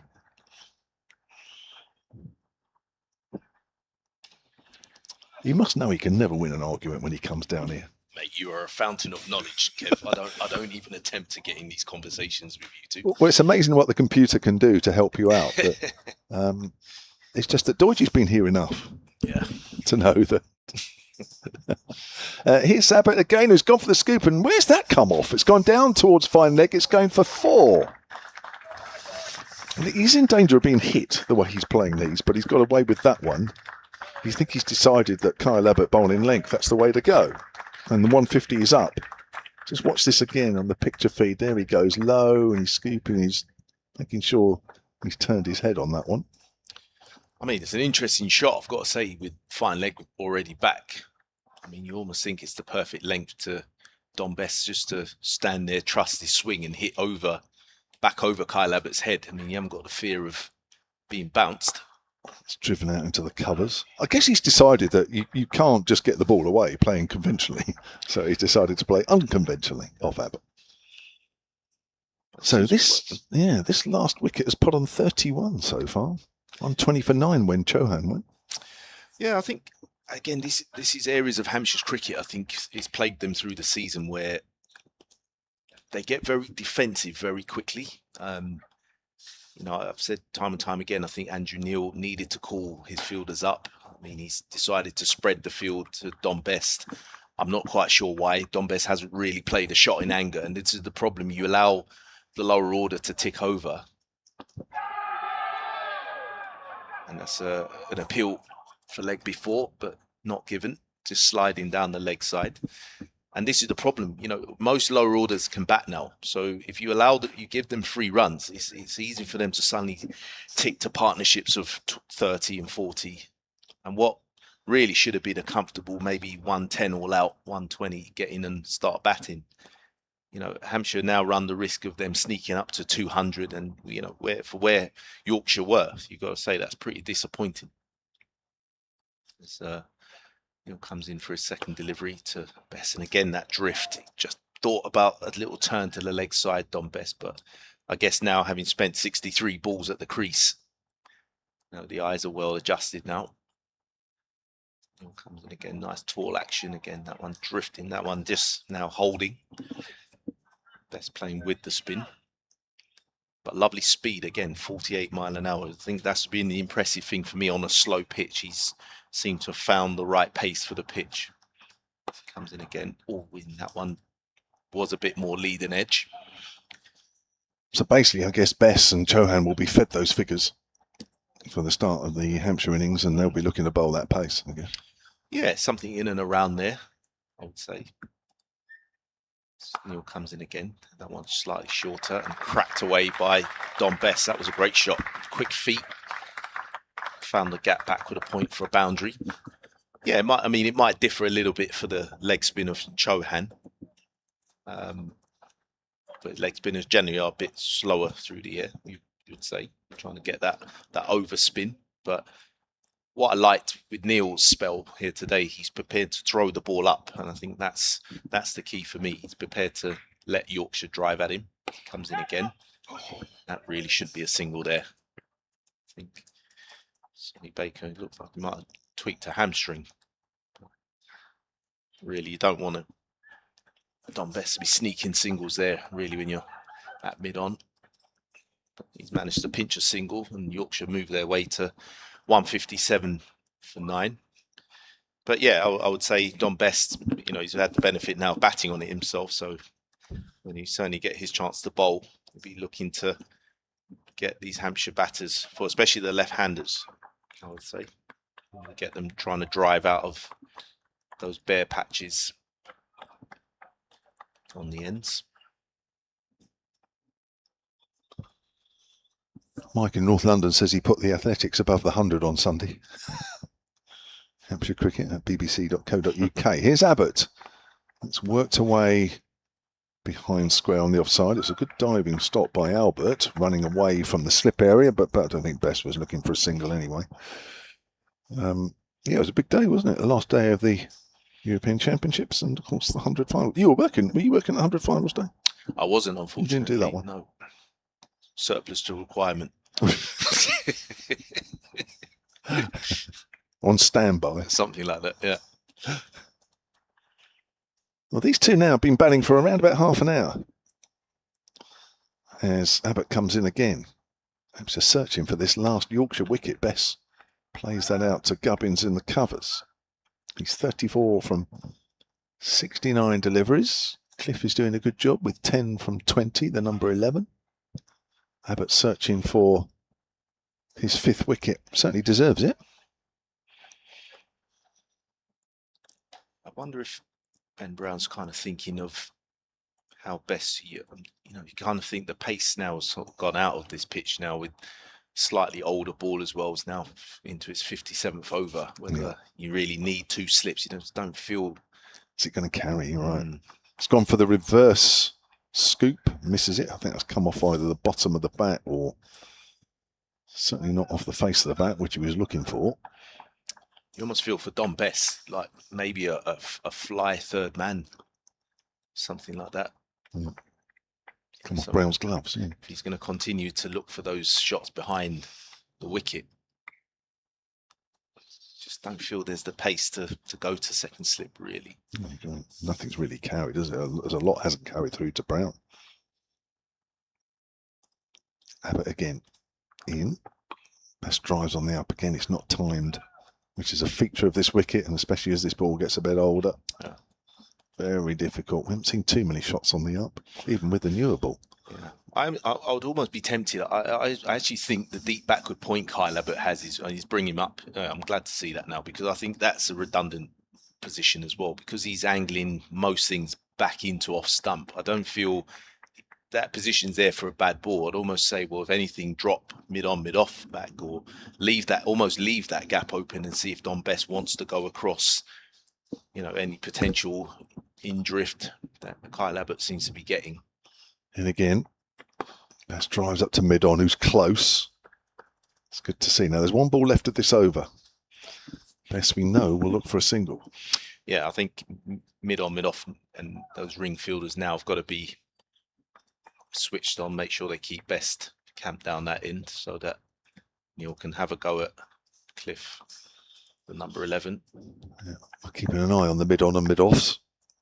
Mid-wicket looks close enough. Extra cover looks close enough. See a reverse scoop here, I feel. Yep. What's Abbott going to do? Is he going to bowl Fuller? Oh, and that's pulled away on the leg side. That should go for 4. Just helped away by Don Bess, and he moves on to 38 and 161 for 9. Means these two have now put on 41. Yeah, it was an odd shot, but he's effective from Don Bess. I mean, I think overall Hampshire wouldn't mind giving away the boundary, knowing that Cliff is going to be on strike at the other end. But you just feel like this partnership's just starting to get a little bit itchy, isn't it? A little bit irritating. Yeah. You've just got to be careful now that things don't spiral away from them, having done so well with losing the toss, being inserted into the field.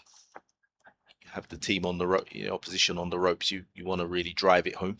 As Neil comes in to start a new over to Cliff, who plays that back to him. No run. And these are, we've both witnessed it, haven't we, where things have got away from Hampshire this season from just, being a little bit too much on the defensive.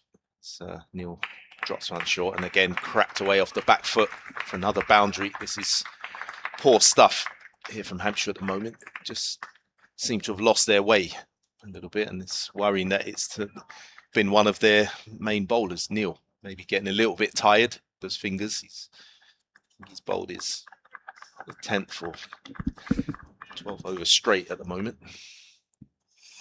Yeah, he bowled 6 overs up until that second rain break at 20 past 2. I think he's been literally on the whole time since.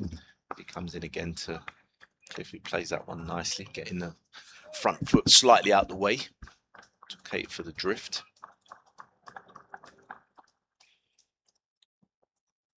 Maybe Ben Brown be thinking about a change that end. Maybe Felix Organ comes in again, and that one nicely on the off stump, negotiated well by Cliff. Again, he's looked quite organised, hasn't he? Yeah, he hasn't looked in too much trouble, has he? Number 11.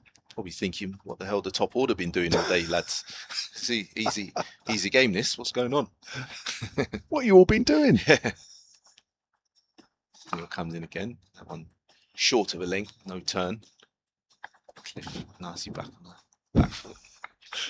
I must admit, in all the years I played, and I'm sure it's the same for you, I never saw a number 10 or 11 come in when they played well and actually say that, have you? Oh, mate, they're unbearable, isn't it, when they play well. You just roll your eyes to the heavens as Neil gets that one slightly wrong down the leg side, turned away. It'd be leg buys or bat on it. I think it was runs. So, yeah, they're unbearable, aren't they? Number 11's always an easy game. Yeah. I can't think of anybody that ever had the guts to come in and do that. Oh, I've known a few. Have you? Have you heard it? They've actually said it outright as they walked in the dressing room. What are you doing, lads? Jokingly, obviously. Second highest partnership of the game now. 46 these two have put on, and they've batted for just over 25 minutes of the extra 30 minutes that have been allowed since the 9th wicket fell, or since we should have gone to tea at 4 past 4. So this might actually be the last over. And if a wicket isn't taken, then they will go to tea. And Yorkshire will still be 9 down. And they've gone from 120 for 9 to 166 for 9. That, in what might be, and probably will be, a low-scoring game, it's quite significant. Yeah. Here's Kyle Abbott working his hardest to get 5 wickets to his name once more, as he's driven up to mid-off by Ben Cliff, who's doing a sterling job here. Andrew Neil's miles per hour there on the ticker tape at the bottom of the picture feed, around that 48, 49 miles an hour. He's stayed pretty steady within that. The odd mile an hour or two, more or less, has been pretty standard for him. Kyle Abbott, 4 for 16 into his 18th over here. Can't quite find that nip backer with this old ball. Comes in again and bowls. Always playing a missing outside the off stump. Abbott's just reminding everybody that he's still a bit of a force, even though things seem to have quietened down for him. Yeah, I mean, he's such a good bowler, isn't he? He just knows when to up the gears when he needs to. Again, you just see that's a little bit extra zip, 76 mile an hour. Doesn't seem much of a change, but as I say, you can see just the nip. Can still get out of a pretty tired surface. So we had an extended lunch break this morning because of a shower of rain, and now we've got an extended tea break because of some good rearguard action from Yorkshire. Cliff is in behind that one, plays that to mid-wicket. He's working hard here, Abbott, you can tell. I love when he's in this mode, Kyle Abbott. You know, you just feel he's locked in. You know, he's really locked in. He's not going to give anything away. He's happy just to shut the scoreboard down. He's not going searching. He knows that if one of these can just sneak through the defence, he's right in here. Yeah, he's in lockdown mode. He is very much in lockdown mode. Sun comes out a little stronger as he comes in from that pavilion end. Bowls to Cliff, who's forward. Ball goes up to mid-off. Sorry. I can tell you, having had many net sessions with him in the past, this is exactly what he would do in the nets. And you come out of the nets mentally drained because he just would give you nothing, absolutely nothing.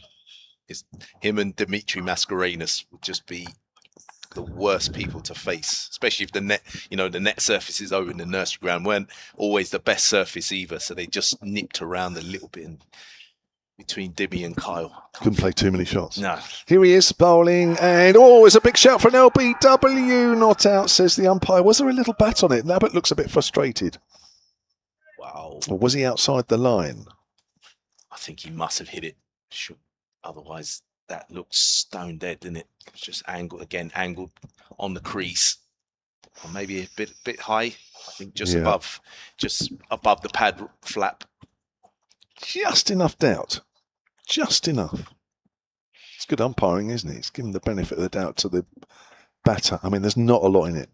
Yeah, it looked good, didn't it? Yeah. First impression. That's why we're not umpiring, Kev. Exactly. I wouldn't like to be umpiring, if I'm honest. Get the pads out of the way if I was umpiring, I tell you. So you are a poacher turned gamekeeper. Yeah, you then. see. Yeah. Abbottson again bowls, and Cliff works that away down to deep point, and he's keeping the strike here. Now that should be tea. And are they going off? Yes, they are. It's been a good half an hour for Yorkshire here. They've extended their first innings at 120 for 9 when we should have gone to tea. And they are now 100. Well, that was when the last wicket went down. Actually, that was about 10 minutes before tea. 167 for 9 then, with Ben Cliff 16. Don Bess has done a great job with 38. And, maybe a little bit more from Yorkshire to come, Carbs. I'm going to have to disappear very quickly, actually, because I've got to do something during the tea break. But should we take a break? Sure. And we'll come back in 20 minutes' time.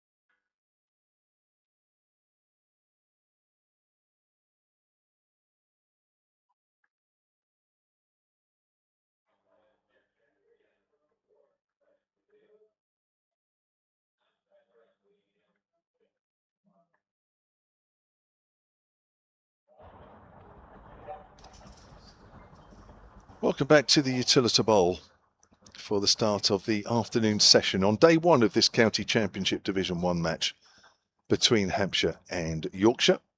These sides going into this game in 9th and 8th places respectively.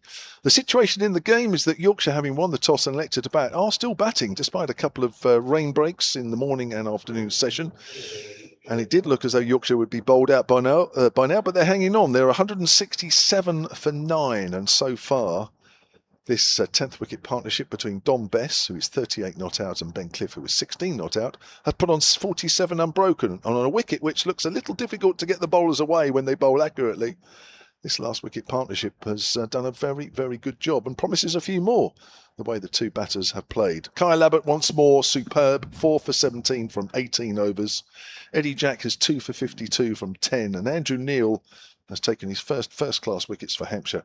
He has 3 for 50. Your commentary team a little later, Michael Carberry, former Hampshire and England batter, is with us. It's myself, Kevin James, and from BBC Radio Leeds, Jonathan Doidge. Good evening. Good evening. Yeah, we've had some messages through about Yorkshire medal winners as well, apparently. Yeah, you can't wait for this, can you? If you weren't with us in the afternoon session, the conversation somehow got on to how many Yorkshire people won medals at the 2012 London Olympics. Looking forward to that. Sonny Baker, meanwhile, is looking forward to trying to finish off this Yorkshire innings here. Does his little hop, skip and a jump and makes his way into bowl at Yorkshire's number 11, Ben Cliff, who plays that out into the offside and survives the first delivery. Following the break, it could have been much worse, couldn't it? It's not great as it is, 167 for 9, obviously, but at 83 for 7, wouldn't have been beyond the realms to have been cleaned up for fewer than 100. So they've got a little bit of something to work with, but they've also got the opportunity to bowl as well. And they've got some good bowlers in the ranks, Yorkshire, so I wouldn't be writing them off by any stretch of the imagination just yet. Here's one of them in Ben Cliff. Punches that into the offside. There's no run. Ben was, of course, up there. I don't know if he finished as the leading wicket taker in the Metrobank One Day Cup, but he was certainly still at the head of the list at the point which Yorkshire got knocked out, which was in that first playoff game against Nottinghamshire. And he had a very good competition, and that was not including playing in every match either. So picked up wickets. Bit of height about him. Be interesting proposition with a bit of bounce here. That's a good Yorker attempt by Sonny Baker at the tail ender, but he watched it well, Ben. Speaking of Ben's, Ben Code, of course, as we've said, playing his first match in Championship cricket since the return for the reverse fixture up at Headingley back in April. So it's been a long time between drinks for Ben. But a very, very good record against his name. And then George Hill of more recent vintage also. So there could be a few questions asked as well by the Yorkies of the home batters. As in comes Baker, and that's punched out into the offside by Cliff. No run. And they'll just want to eke out as many possible runs as they can, and also just keep Hampshire out there in the field and make them, get through a few more overs apiece. It all might count a little bit later on in this match. And it's not necessarily always about the runs you get, is it, Kev? It's just other factors as well. There's a little bit of turn out there from time to time, and the ball sticking in the wicket a little bit difficult to play on the up. Baker in again, past umpire Warren. Good delivery this time, which angled in and maybe just about holds its line through to the gloves of Ben Brown. A little exasperated there, Sonny Baker. Feels that could have so easily have caught the edge. That looked a really good delivery, that. Bit of shape on that ball, which is not bad, into its 60th over. But yeah, I still think 160 odd. If Yorkshire bowled tightly as a group, I think that's a lot of runs on here. I think it's hard. The run rate here is less than 3s. I think it's hard when the bowler's bowling accurate, and Kyle Abbott's proved it time and time again during today, that it's difficult to get away. 2 slips in place plus a leg. Well, slip come gully, really.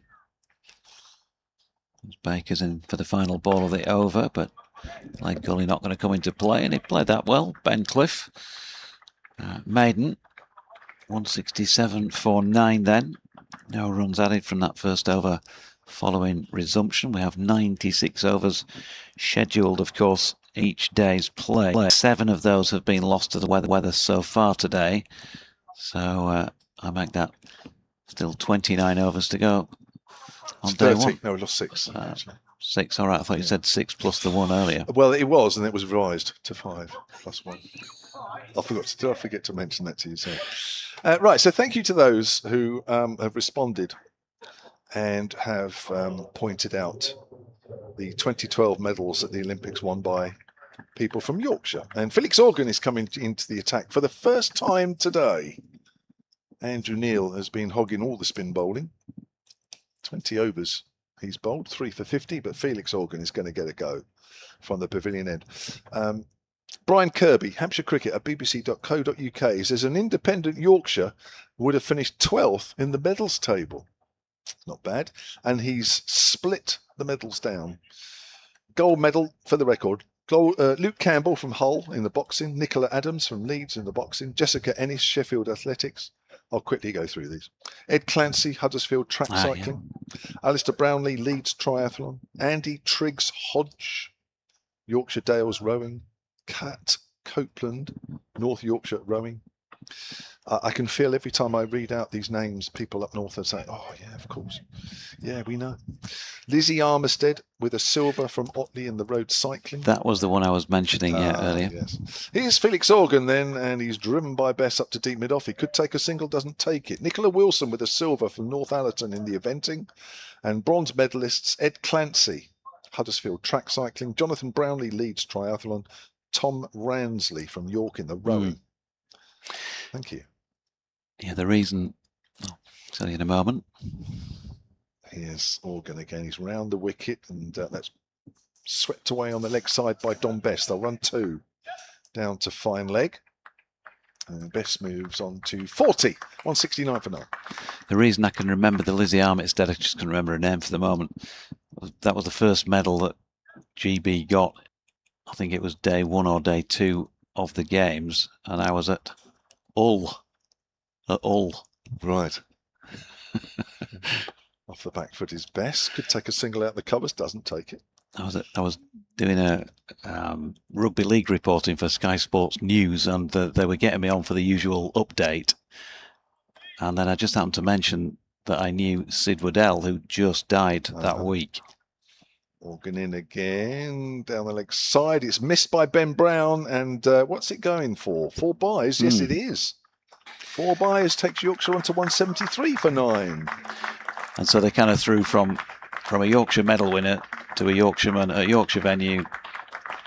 And I had to pay tribute to Sid, who's one of the main reasons I got into this in the first place. And he just passed that week, so that was the sad week.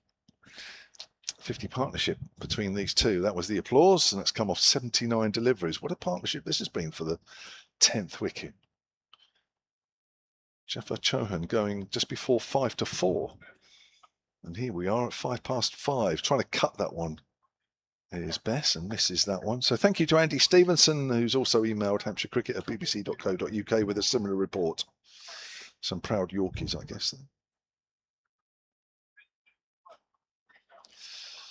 So we've got that list sorted. Now Ben Brown is just adjusting the field. Deep mid-wicket is coming in. Saving the single. No, not quite, because there's a short mid-wicket. Last ball. Oh, Felix Organ's over. Best will look for a single, I guess. Where's he going to hit it? Sweep shot coming out, maybe. No, he drives that, but finds extra cover. It's gone straight to Gubbins. End of the over. 61 overs completed now of this Yorkshire first innings. And they are 173 for 9, having been 120 for 9. Yeah, Lizzie Armistead from Otley, as you said. I spent a fair bit of time down that way. It's only a few miles from home. Nice coffee shop down there, if you like your coffee shops, Kev, when you're up north next. Milk bar. Just off the main traffic lights in Otley.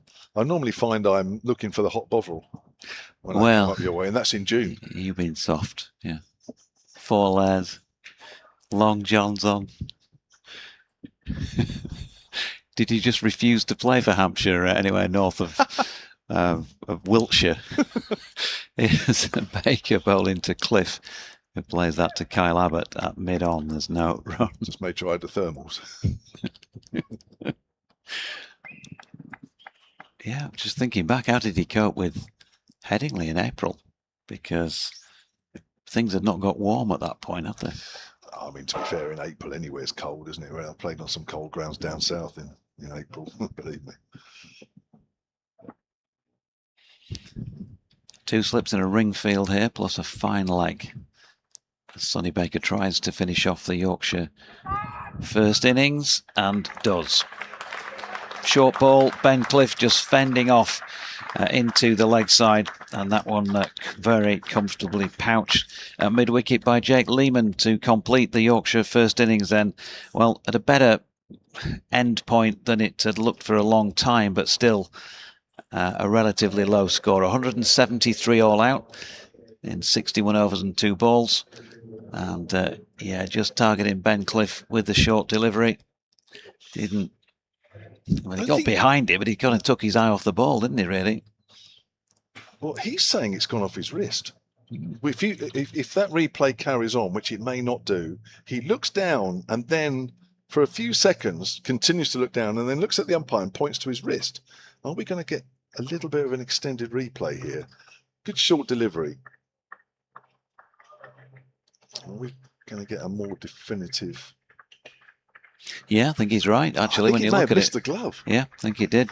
He's pointed to the umpire for the wrist now. That may get him into trouble. It may not. He didn't make a big thing of it, but he definitely pointed to the umpire, or let the umpire be known that he thinks it's hit him. Yeah, on that wristband, wasn't it? Yeah. Anyway, it's in the book. 173 all out, and that was a good last wicket partnership between Cliff and Dom Bess. So Ben Cliff goes, and that was a more than useful 16, because it was helping Dom Bess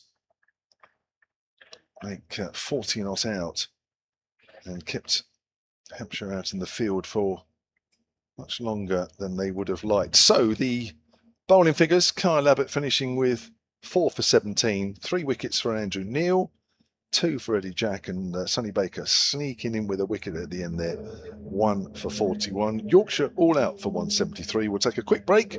We'll be back with you when Hampshire begin their reply.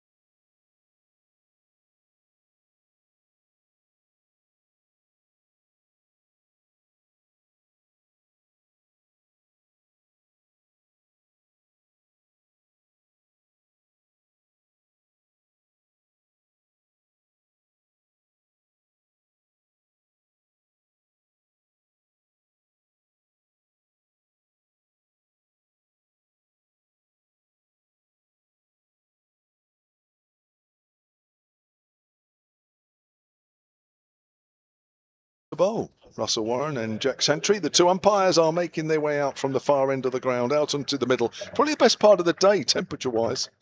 It's getting quite warm, this end of the ground, the northern end. No more threat of showers, not according to my app anyway. We've had a couple of showers today, which is in total accounted for around about an hour's play. What we've had is 61.2 overs in which Yorkshire were finally bowled out for 173.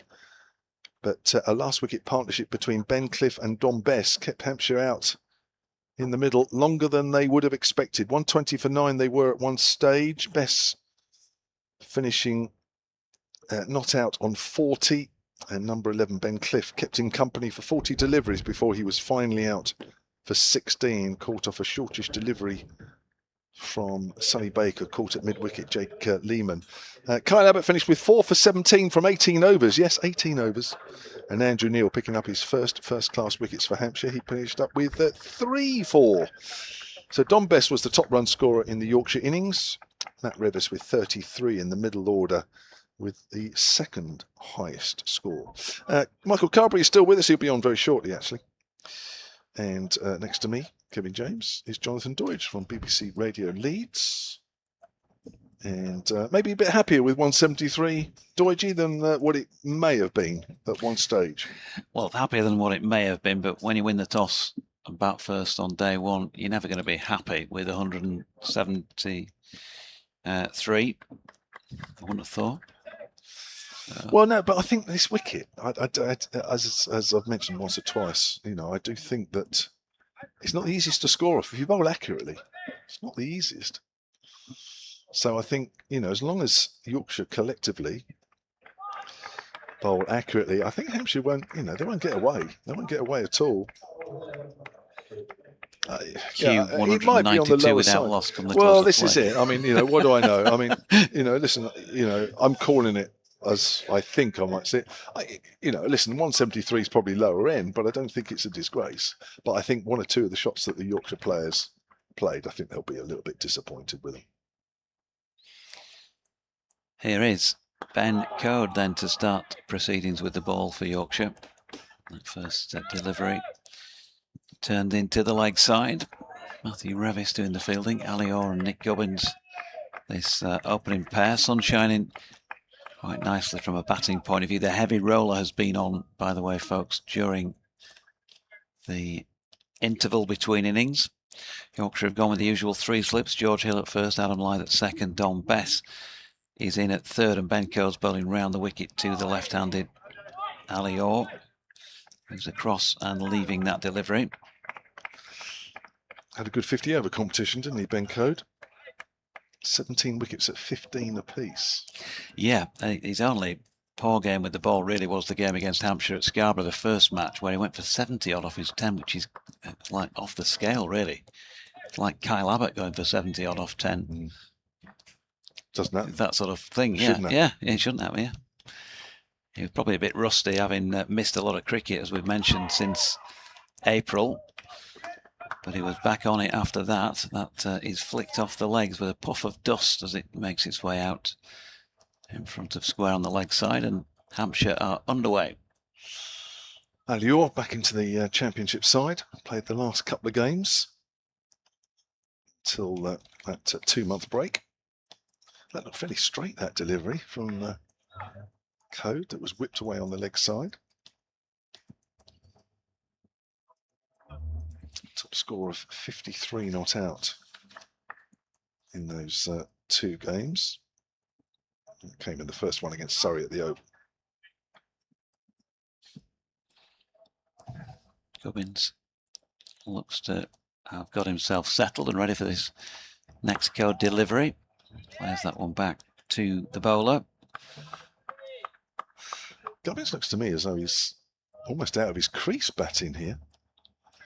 Looks to be way in front of the line. I know we're quite a long way away. Probably not obvious on the picture feed unless we get a square on view. He looks as though he's well outside that line. Here's Code again. Gubbins just having to drop down on that one Plays it square on the leg side and picks up a single. Ben Code, 32 years of age now, playing in his 87th first-class match. Has 327 wickets in this format to his name at 20.56, 13 4-wicket innings and 14 5-wicket innings, plus a couple of 10-wicket matches. Very experienced player and has done a grand job over a long period of time as he's angling this one in. It's dropped out into the offside, and there is no run to complete that opening over, with Hampshire having reduced the deficit to 171 at 2 without loss. Jonathan Doidge is staying on, and Michael Carberry is coming in alongside him. So we're going to see Ben Cliff put the headband in place and start things off from this hotel end of the ground. Welcome back to Sports Extra 2 listeners with the news that Yorkshire were wrapped up for 173 in 61 overs and 2 balls, 4 for 17 from 18 overs, 10 of which were maidens by the magnificent Kyle Abbott, 1 for 41 Sonny Baker, 2 for 52 Eddie Jack, and 3 for 50 from 20 overs for left-arm spinner Andrew Neil. Where the wickets fell, Felix Organ also bowled an over. And Yorkshire now trying to do a bit of damage to the Hampshire top order. Here's Michael Carberry. Thanks, Jonathan. As Ben Cliff begins his over from the hotel inn and past the umpire to Nick Gubbins, who has a little waft at that one, but leaves it alone through to Johnny Bairstow, the keeper. But again, worryingly, not much carry, and that could be a sign of the heavy roller effect, really deadening this already quite docile pitch.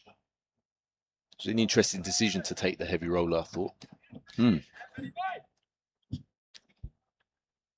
But if Yorkshire can bash away here, you feel that Hampshire are going to be under severe pressure. Cliff coming in again past the umpire to Gubbins, who slaps a short. Oh no, there's confusion. There was almost a run out. Ali Cape hurtling down the pitch. I'm not sure Gubbins called the run. I'm not sure where Ali was going there. It was always going to be Gubbins' call. And luckily the throw from backward point missed. Ali fights another day. But imagine getting run out on a pitch like this. Yeah, it was Will Luxton who parried it at point, and James Wharton was round from cover to do the fielding, and he took quite a long draw back just to size things up. He's a really good fielder as well, James. So he took his time but couldn't quite hit the mark. Cliff and again to Gubbins, who's slightly fuller delivery, just easing forward, pushing it out to cover for no run. You want to keep the stumps in play as much as possible here. Yeah, 100%. I think all the Yorkshire bowlers really, if they hadn't been watching, just take a cue from Kyle Abbott. You just keep off stump in play and let the natural variant of the pitch do its thing. Especially early on, there might be a little bit of bounce, but so far it's all been on the lower side. As Cliff comes in again to Gubbins. And I think that's kind of the, maybe half a yard fuller than that length. Don't allow the Hampshire batters to sit back, get them coming forward, try and target that front pad, knee roll sort of length. I think that's where Hampshire were very good. And if Yorkshire can build, 10 or 15 overs in that kind of region, really shut down the scoring. Someone like Ali Orr, he likes to be busy, he likes to throw his hands at the ball. I think he can start making inroads into this Hampshire batting lineup as Cliff comes in again to Gubbins, who leaves that one well alone, a little bit wider off stump there. Still on the young Ben Cliff, still learning his trade very much at first class level, getting more opportunities now under Anthony McGrath's head coach. I spoke to Ben Code about him the other week, and the main thing that came through was that Cliffy has always been really professional since he first came into the setup in terms of how he goes about things. Looks after himself and all of that. Does the right things in training. Comes in to finish the over to Gubbins. Just a little bit short on the hip. Gubbins tucks that away nicely for another single. He moves to 2 off 8 balls. Hampshire 3 for none off 2 overs. Yeah, it's good to hear that from a young professional. It isn't easy when you come into the world of first team cricket, but he's got a lot of good, some of the all-time greats, as we know, on his staff. So he's got good, as I say, good people to learn off. People who've been there, done it at international level. I'm sure Johnny Bairstow will be lending a lot of support to his young charge. But I would say wickets like this is where you really learn your craft, isn't it? There isn't much in the way of lateral movement, but you've just got to be metronomic with your lengths and lanes. Yeah, this fella's pretty good at doing that generally. Ben Code bowling here to Gubbins, who's defending back to his bowler.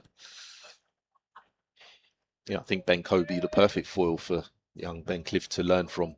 Someone who's done it for many years. As we see now, he's called Johnny Bairstow up to the stumps. I thought it wouldn't be long before we see this, because Nick Gubbins has been taking guard well outside of his crease to try and negate Ben Coe's length. So he's going to try and pin him back in the crease. Still kept 3 slips in. Russell Warren's just walked in from square leg for a moment to have a word as Code bowls. Gubbins back in his crease, not able to get forward and do what he was doing before, so just brings in that different dynamic. Just going back to Ben Cliff, when you're a young player, first of all, you want to feel like you are genuinely part of this, that you presumably a lot of people playing professional sport, when you walk into dressing rooms in county cricket, good players around, am I really good enough for this? Is this really me? As Ben Code bowls, and Gubbins gets an outside edge on this when it's short of slip. Don Bess, in fact, I should say, is down to do the fielding.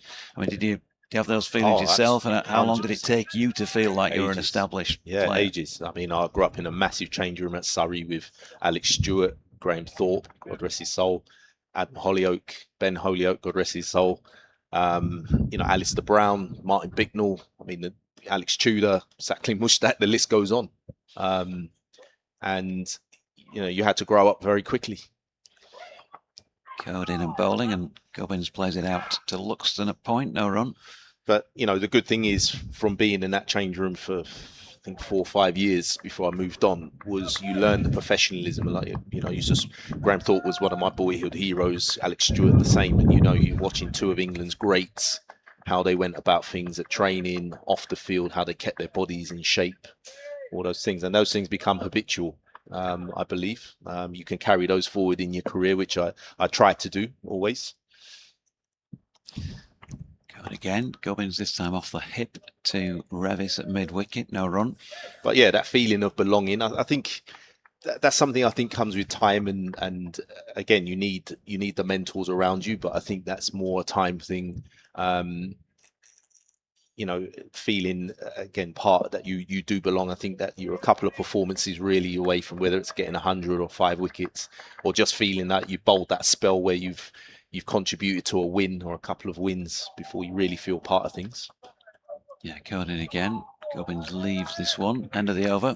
3 without loss after 3. Tidy over once again by Ben Coden, on for 2 from his 2 so far. And is it just a gradual feeling, or is it a knock that you felt you're out there and you played well in a situation, or is it about the other players around you? You mentioned some of those great names. Do they sort of pat you on the shoulder when you come off, and does that just let you grow a couple of inches and a couple of inches more, and feeling like you really meant that? I think it's all encompassing, mate. If I'll be honest, but I think with batting, it's a bit more of a tangible thing, really. I suppose our medal is 100, isn't it? Going out, I think getting your first championship 100, I feel, is where probably your second championship 100, because I feel then your first one is obviously to get the monkey off your back, but then the second one, I think you've proven that you can do it again, and that's where I think you feel like you've grown some legs in the game, as Cliff starts his second over into Alior, who flicks that one off his legs. And with the new ball, that runs away towards the groundsman's hut. That's always going to be 4. First boundary for Hampshire. And in the case of somebody like Ben Cliff, ultimately it's still about how you actually perform and how you bowl that ball. But if you're helped on your way towards the confidence to do that by a few kind words, a bit of advice from a Ben Code, you know, then that it can't do any harm, can it? Yeah, I would say you have your coach off the field, Anthony McGrath, but I think you have your on the field coach, a Ben Code, a Johnny Bairstow, who's done it at the top level. As Cliff comes in again, this one now short of a length, and Alior punches that one nicely off the back foot. Good timing, scampering hard. It's going to be 2. Because I think the senior players, and this is where I think first class cricket has, and even second team cricket to some degree has changed over my time, is that it is a younger demographic, and there's less kind of 35 pluser players playing first class cricket now, which is a bit of a shame, because I think you need those, whether it's someone at the other end. For me, coming here was a John Crawley, you know, who had many great partnerships with over the years, especially in my early years, because they teach you the on the field stuff, and then you can obviously go back to your coach off the field and work on those things. There's Cliff now round the wicket to Ali Orr, squares him up slightly. The sort of gnarled old pros. Yeah, it was. You know, sorry that he obviously previously played at Middlesex, but something like Ramps at the back end of his career. I mean, 100 hundreds and all that. Absolutely. Ramps, when he joined Surrey, I was a young pro there, but you know, my first coach was Alan Butcher, Mark Butcher's father, who was my first left-handed coach. So we had I suppose a special bond. He got me through to my first second team 100 against a very good Lancashire side, and that was a big thing, you know, just to see how Alan went about things as well. As Cliff comes in, and Alior again feeling for one on really no business playing at. Really, it was a ball wide of off stump, not really something you should be defending, but gets away with it. And I think those things are important as you go through your career. But I suppose the one thing these older players will be saying to Ben Cliff, look, try and do exactly what you've done to get you here in first team cricket. And I think that's the important thing to remember as a young player, that it's still 22 yards, it's still a red ball, and you know, off stump doesn't move as a bowler. As he comes in again to Alior, and again squares Alior up a little bit, get him stuck on the crease. There's a really good length he's bowling. I think he's just found his area now, Ben Cliff, and this is what the encouragement from the slips and cover ring will be encouraging him to do. Don't leave that spot. Keep building pressure on Alior. He's not someone that, you know, over his time here at Hampshire, he hasn't quite, for me, in red ball cricket, proven himself to be a leader of the batting group just yet. There's still a few questions to be answered, should I say, as Cliff comes in. And he was nicely behind it.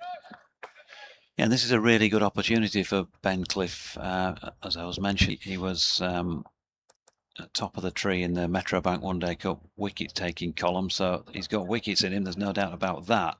He wasn't opening the bowling in that comp as a general thing. He was sometimes coming on as early as maybe over number 7, something like that.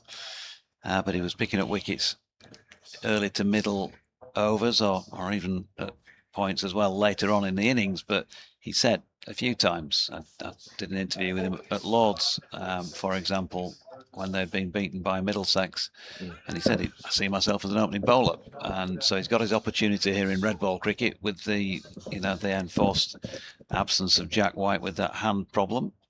And so he's got to put his hand up, hasn't he, today, and show his coach what he can do, I guess, with new ball in hand. As Code is in, and that's turned to mid-on. No run.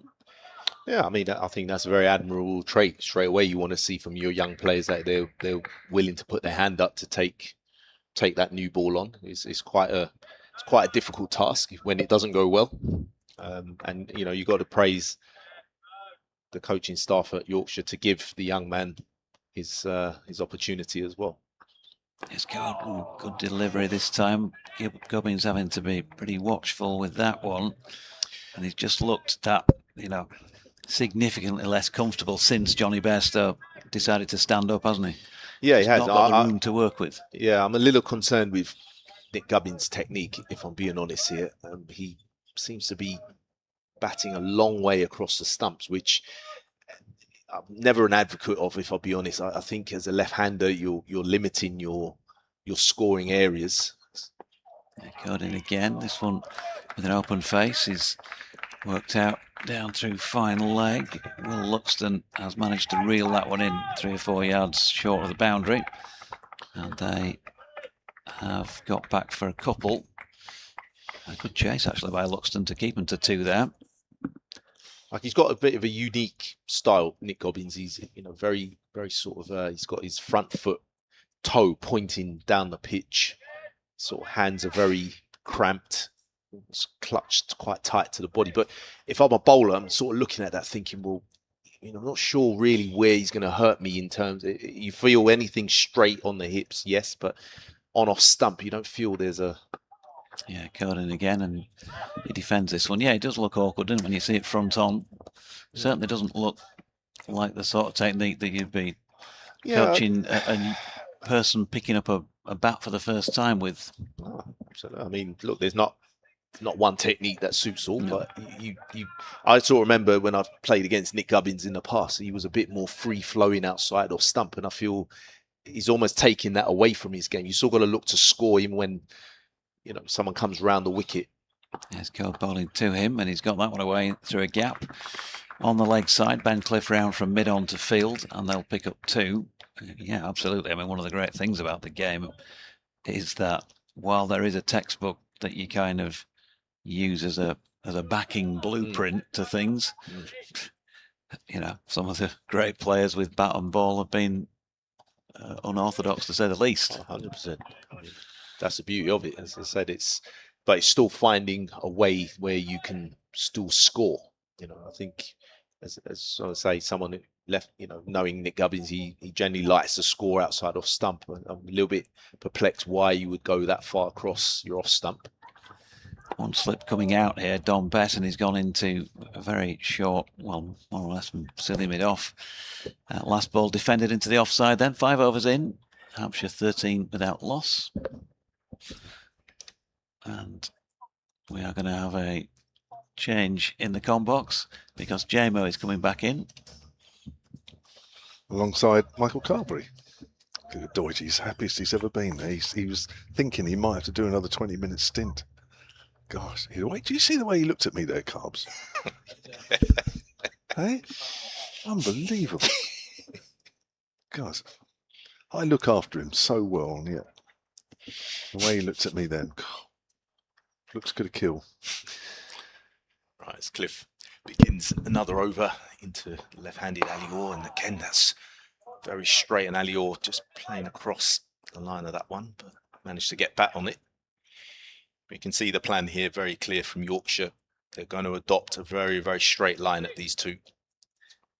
Then wandering across, and again Alior, someone again opting to bat way across to the off stump. I guess that's to try and leave more balls, to know where the off stump is. I assume that's the approach. Did you ever do that? As Cliff comes in again. Funny enough, I did try it for a little bit, and it didn't. I've got to be honest, it didn't work for me because it took away what my natural strengths were, which was very strong, as you know, square cutting, driving through square cover. And actually, the closer the further and further over you get, you actually cramp yourself in terms of being able to score through that area. And it was talking to another good friend of mine, Scott Newman, fellow left-hander, talked about staying more leg side of the ball. Cliff bowls to Alior, and he talked about, you know, playing alongside the ball, even when they come round the wicket, because where's your greatest strength? And actually, for me, pulling was another strength of mine, and I found even my pull shot disappeared for a time getting over to off stump.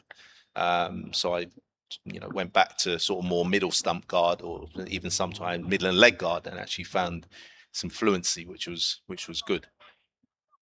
So it is a, you know, I understand why, sort of try and understand why people do it. As Cliff comes into Alior, turns that one nicely off the legs. But I just think you've got to be careful that you don't bat yourself into a hole. I remember doing it in the Ashes, for example, and Shane Watson was bowling round the wicket, and you know, he was really getting the ball to swing, and I sort of left one, and I think it just clipped my off bail, because I wasn't putting him under pressure, I then felt I was probably too far over. I wasn't able to get my cut shot away. I wasn't able to get my drive or my pull shot away.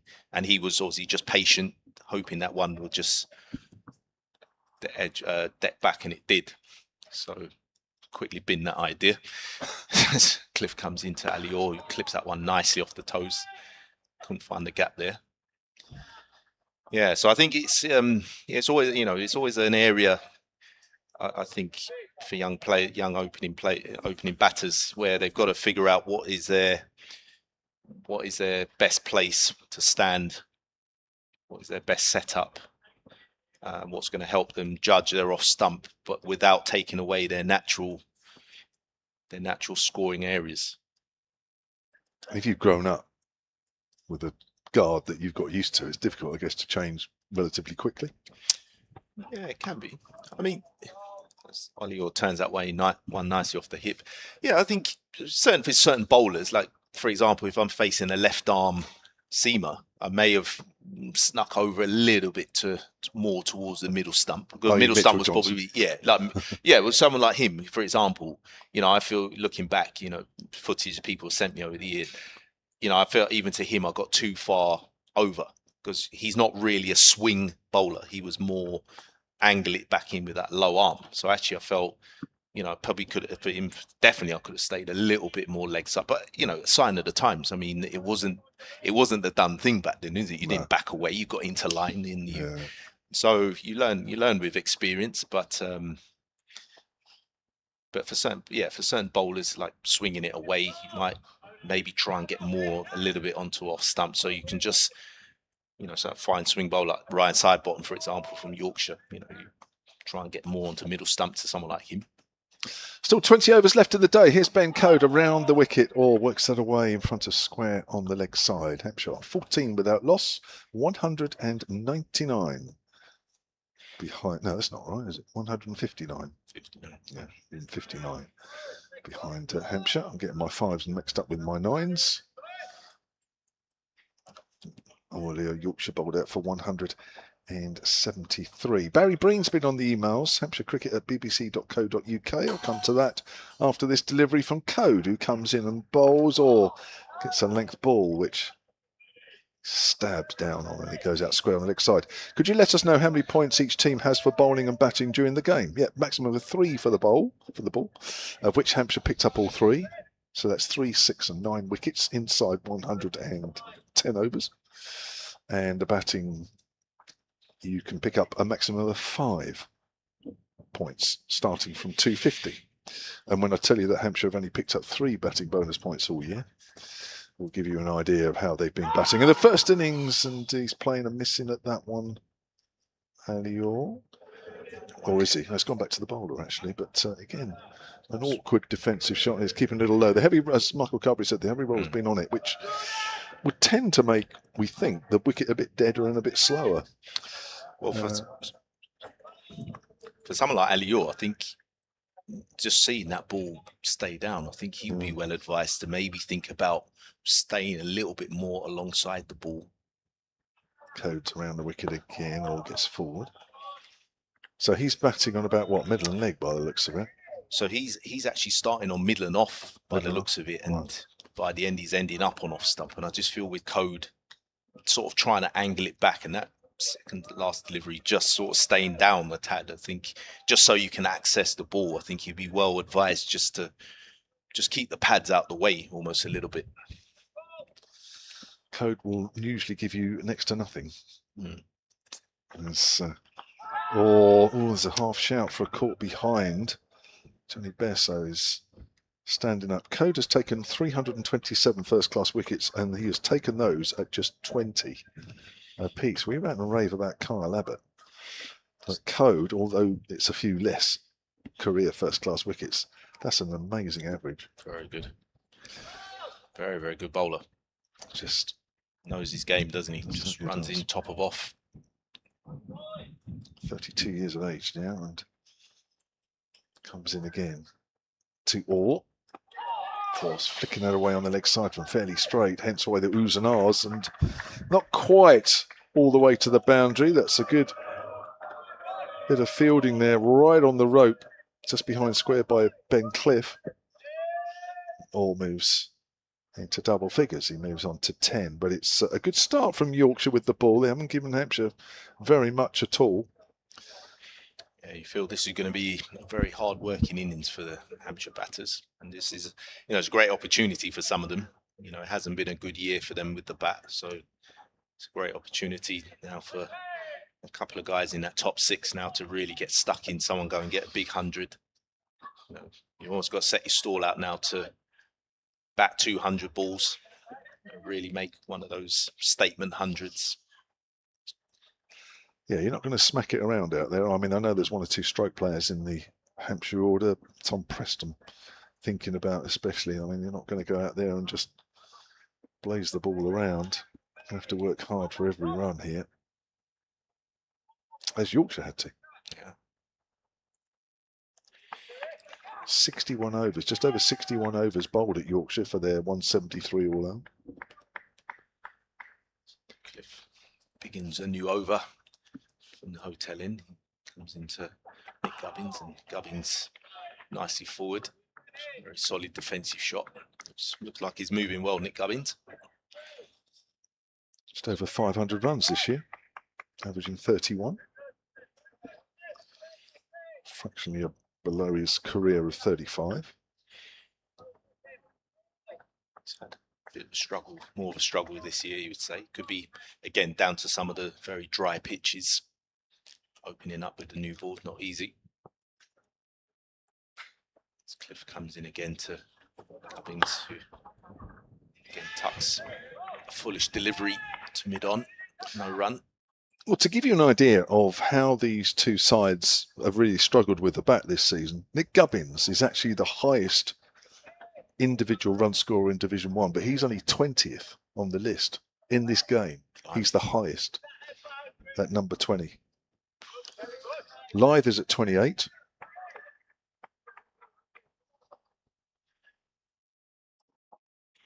Cliff in again to Nick Gubbins. Pulls shortest delivery, and that will be 4. Cliff dropping that short, didn't really get up, and Gubbins just swinging that away to deep square leg for 4. I tell a lie, it's Jake Lehman is 5th, so he's actually the highest in the game, but it just shows you. And then you go down to Gubbins, who's number 20. If you're looking to be at the top end of the table, you want 2 or 3 batters in the top 20, don't you? Yeah, 100%.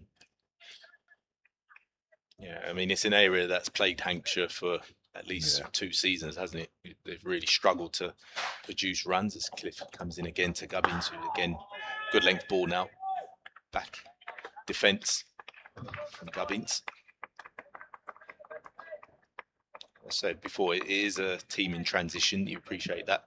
Some young players coming through, but there's also been a bit like Yorkshire, guys that have now played 30, 40 games. You're expected now to really kick on and start producing those big scores. You wouldn't say the wickets here are minefields. They're just lacking a bit of pace, perhaps, as Gubbins drives Cliff to extra cover, but doesn't find the gap. And I think it's what I notice more with players now watching the game as an ex-player is, that ability to adapt their game to, I don't think it's enough of an excuse now to say, oh, well, the wickets are slow. Well, that this is why you got to go in the nets and train for that. Train in the winters. This is where you got to find a way. The great man Shane Warne used to always talk about finding a way, and that can differ on different days. So Cliff comes in for his final ball, the over to Gubbins again. He drives this now, half volley through the covers. Didn't quite time it, but he's pushing half. Probably look for 3 as Chauhan makes a chase, but he isn't able to stop. The batter's getting through for 3. Hampshire move on to 23 out loss. But I think that's the biggest difference I see of players of sort of your generation, Jamie, respectively. I'm saying that I think that players were able to play different styles of innings. I think we've got in the era now of, well, this is where I play, and less willing to adapt if they're not trying to tee off. Who's prepared to play that nuggety innings, grit it out. I think watching, I remember going back a few weeks ago, Daryl Mitchell's innings for New Zealand, where he wore it on the body, wore it on the hand, he was still there fighting. Glenn Phillips the same. You don't see those players willing to play those innings as much. Coe starts a new over. Around the wicket to Gubbins. It's kept very low indeed. He's on his knees looking to play defensively there. It's gone through to Johnny Bairstow. Not surprising he hasn't taken that cleanly. Just watch this again, how low this one is kept. And actually, that's just straightened a fraction as well, isn't it? Again, just no feet from Gubbins, really. He was pulling his front foot back to a ball that really should be trying to get out to. Just going back to that New Zealand test where Phillips and Mitchell got hundreds, complete contrast to what then came next with England. As Gubbins pushes that out into the covers. Hence why New Zealand won the test. Something to be said there. Got to be prepared to play ugly at times, haven't you? Absolutely. I mean, that's the nature of sport, isn't it? You find if you can't win, you be very hard to beat. Talking of test matches, England 283 for 4 in reply to Pakistan's 171 all out. There was a long break before they got underway there. Gubbins is forward to a good length ball. So England have lost 2 wickets today. Joe Root made 66. Joe Root made 66. I wonder how many 66 he's made. Do you think he deliberately got out on that so we can take a picture of the scorecard? He was, what was he overnight? He was on 37. Cox is also the other wicket that fell. He started on 23 overnight, finished on 73. Gubbins on the back foot, plays that up to wide mid-off. So we've got Harry Brook in there, another Yorkshire. So I'm sure there's plenty of attention on that. He's 44 not out, and Dan Lawrence restored to the test side, 37 not out. That would be a colourful partnership, no doubt. Yeah. Watching Lawrence and Harry Brook at the crease. Yeah. Lawrence has been in great form for Surrey this year, as Hampshire know to their cost. Here's Code.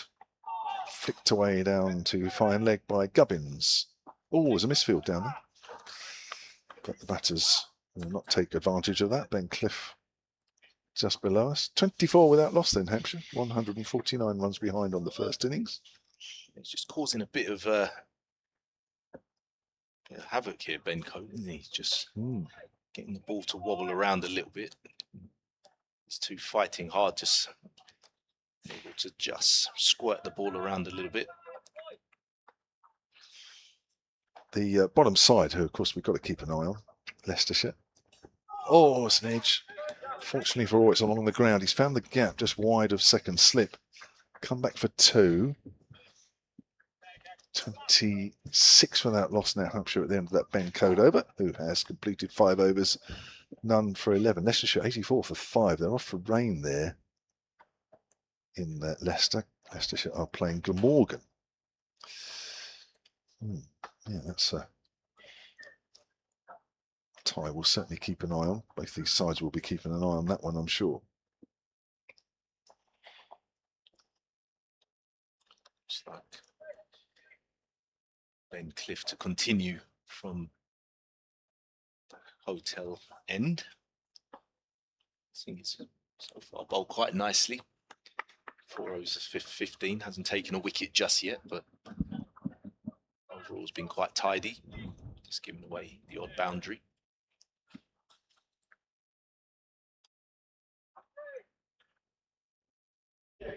Oh, big pun. This is change of bowling. Scrub what I said there.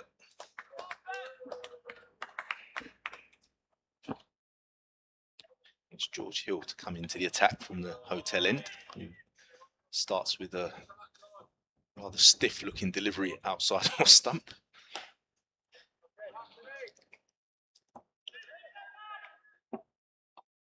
Gubbins leaves alone, well alone. It's bowling to a pretty conventional field, you'd say, 2 slips. No gully due to the lack of pace in the pitch. Still comes in again to Gubbins. Just one wide of off stump through to Johnny Bairstow. Gubbins leaving well alone. I feel Yorkshire just prepared to kind of sit in a little bit here, just wheel away. See if they can push Hampshire into a bit of a hole here.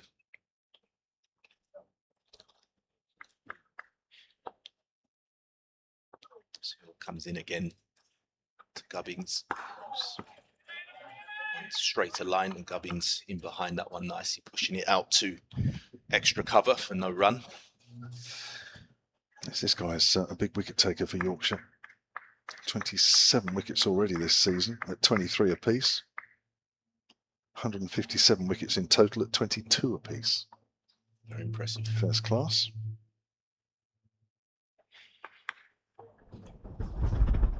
Tall Hill comes in. That's the umpire. Jumps slightly wide of the crease, and again short of a length. Gubbins able to sit back, punch that one to extra cover. It's sort of adopting a line, just jumps a little bit wide of the crease. Maybe that's a concerted effort to try and get the ball going back onto the stumps of these two left-handers. So far, no real movement off the seam. Comes in again to Gubbins, and again quite comfortably left outside off stump. Yeah, I think we can expect George Hill just to bowl line and length, line and length, line and length. Well, Kyle Abbott did, with a little bit of seam movement from time to time. 4 for 17. Thank you very much, Kyle Abbott. Yeah, you can see maybe the heavy rollers kind of taking some of the zip out of some of these bowlers.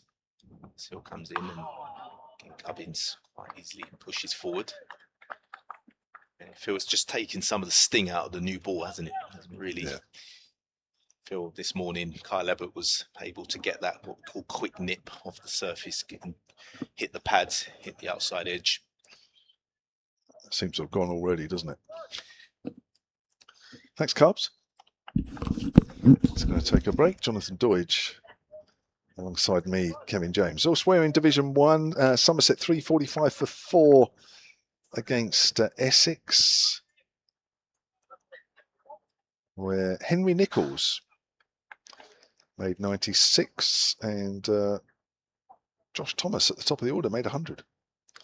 110. Surrey, Nottinghamshire.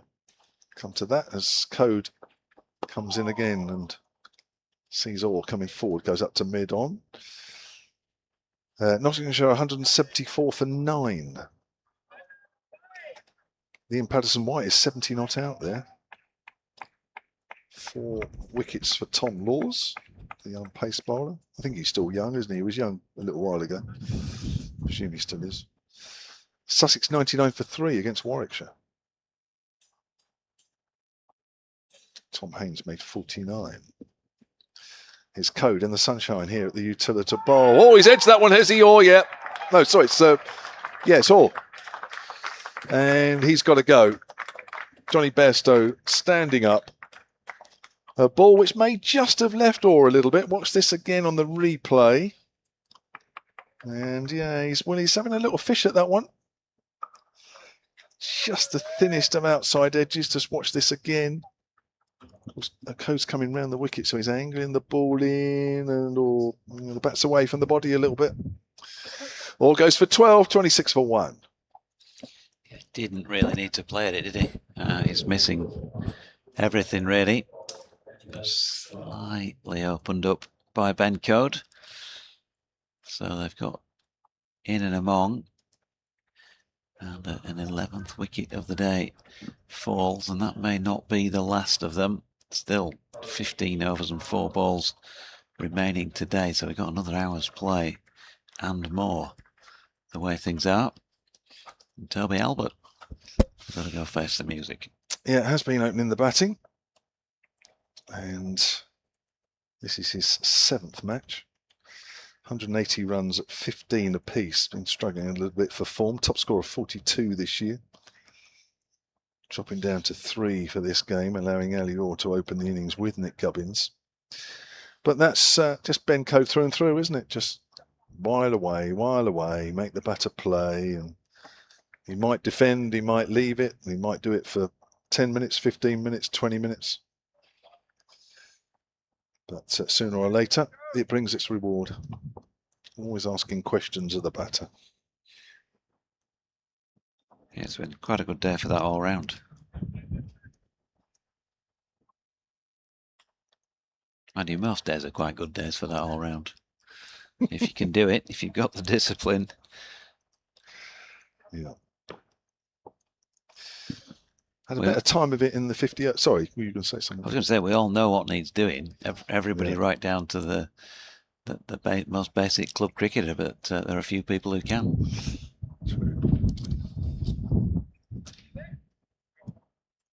Yeah, Toby Albert had a better time in the 50-over competition, scored over 220 runs in 4 matches. Code was just running in and Albert wasn't happy with something. In fact, the bail blew off at the bowler's end. That's what that was. Code has 1 for 11 and he's into his 6th over.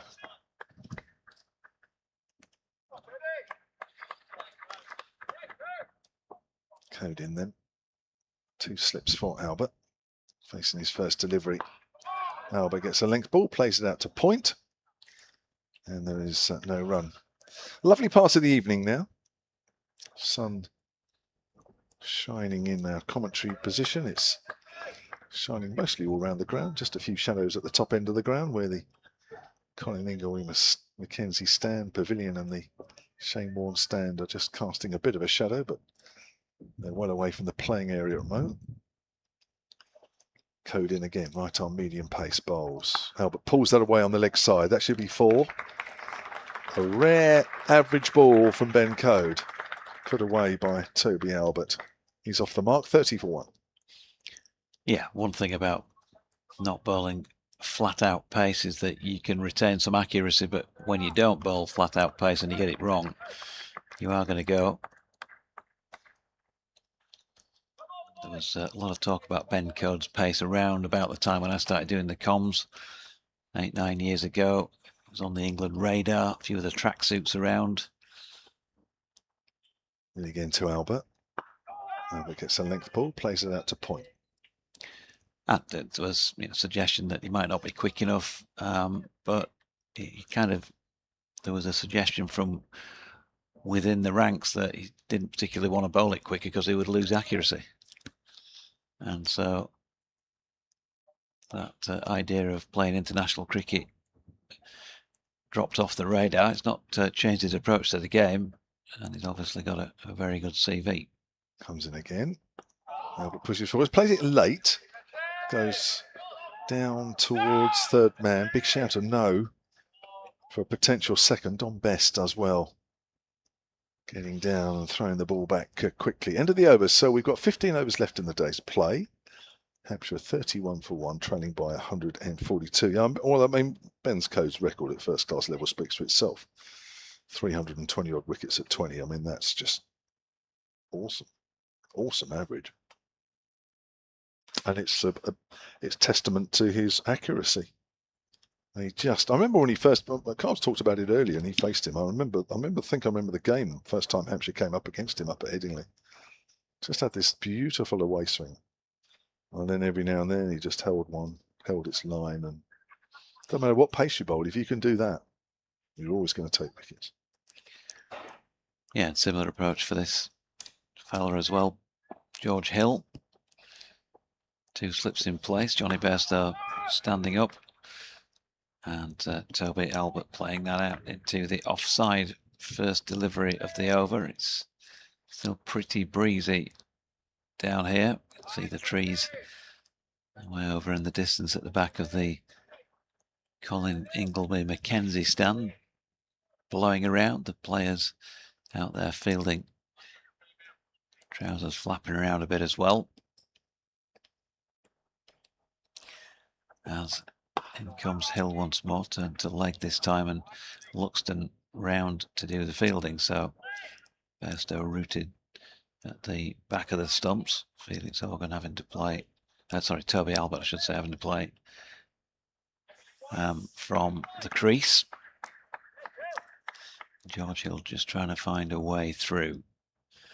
And if he gets in, he gets into a rhythm, he can have red hot spells, George. There he is. There again, asking his batter to play, and he'll just nibble it around, just little subtle movements as he lets go of that ball.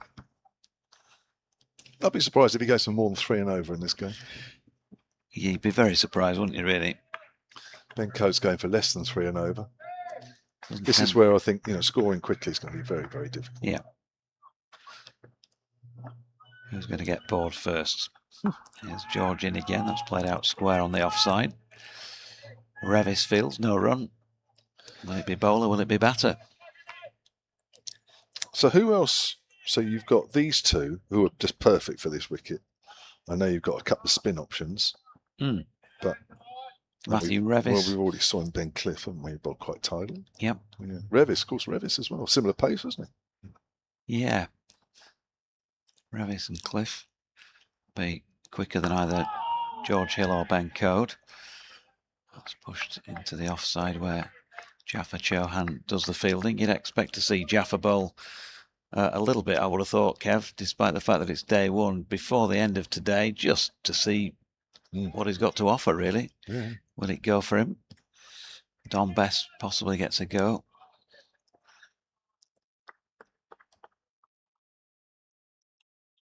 There's Hill again. Final ball of the over. And again defended into the onside. And George, with his second over, as a maiden, just like his first was. He's not gone for a run in 2 overs, yet to take a wicket, but that may be coming. Russ Warren's just having a word with him about his front foot at the end of that over. But yeah, spin-wise, as Dom himself said to me when Jaffa played in the couple of those 50-over games at the back end of the Metro Bank One Day Cup, Jaffa's your attacking option as a spin bowler, bowling what he does. And that will probably be the case here. He's likely to go for more runs than Dom, who on this pitch may also be able to use in an attacking way, but he may have to drop into a holding role, as so often is the case with the off spinners in this country. Well, he might find a little bit, didn't he? Andrew Neil found a little bit from time to time. His Code again around the wicket, bowling to Gubbins, who's forward. We're going to see a lot of this. Forward defensives, prods. Don't expect this innings to be rattling along. Ollie Arnold has emailed hampshirecricket@bbc.co.uk. Now, Verwood is a lovely spot on the way to Bournemouth, New Forest Way. And he's delighted, and he wants to shout this out. 31 for 1 here at the Utilita as Gubbins works that to short mid-wicket. Verwood Cricket Club have signed a new lease with Dorset Council for 50 years to build a new ground, with hopefully 2 pitches on a site close to our existing pitch at Potton Park. The site will be exclusively used for cricket for the All-Stars and Dynamos, our women and girls sections, as well as open-age cricket. We are calling it Legacy Park in honour of the people who have helped create a legacy for the future of cricket in the town. It is a lovely spot, Verwood.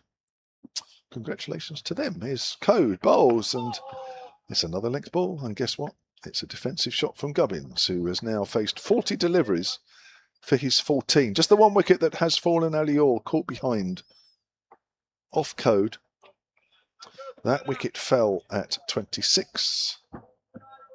Ali Orr had made 12 of 25 deliveries.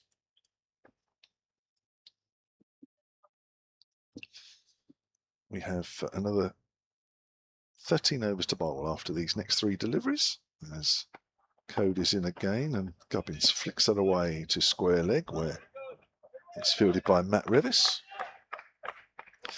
who made 33 in the Yorkshire first innings, shared a partnership of 55 with James Wharton. It was the highest partnership until the last wicket pair of Ben Cliff and Dom Bess put on 53. Here is Code again. Keeps a little low on Gubbins. See, you dare not play across the line. The odd one's keeping a bit low. Ball's holding in the wicket. Very difficult indeed.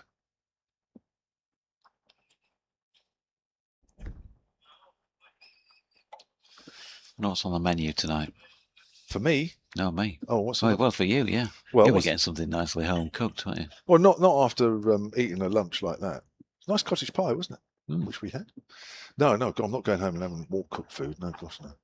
That's pushed up to mid-off, and that is a maiden over for Ben Code. He's second in 7 overs, 1 for 16. Hampshire are 31 for 1. What's on the menu for you? More importantly, I don't know. To be fair, I've not even booked a table. I'm just thinking we've got to 6:15, and we're going to be playing until 7. Then post-interview, probably not going to get to eat till 8. In which case it could be rammed in there and I might not get a table. Just a thought. Anyway, I did give this a shout out early this morning, but I'll do it again because we are going to see some spin now. George Hill having a breather from the hotel end, and Don Bess is going to get first use rather than Jaffa Chauhan of this ball in the 14th over.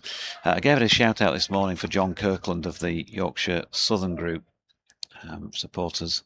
Is there a Southern Group of the Yorkshire supporters? Yeah. Is that South Yorkshire or generally South England? South of the nation, yes. God, there's a Yorkshire supporters group in the south.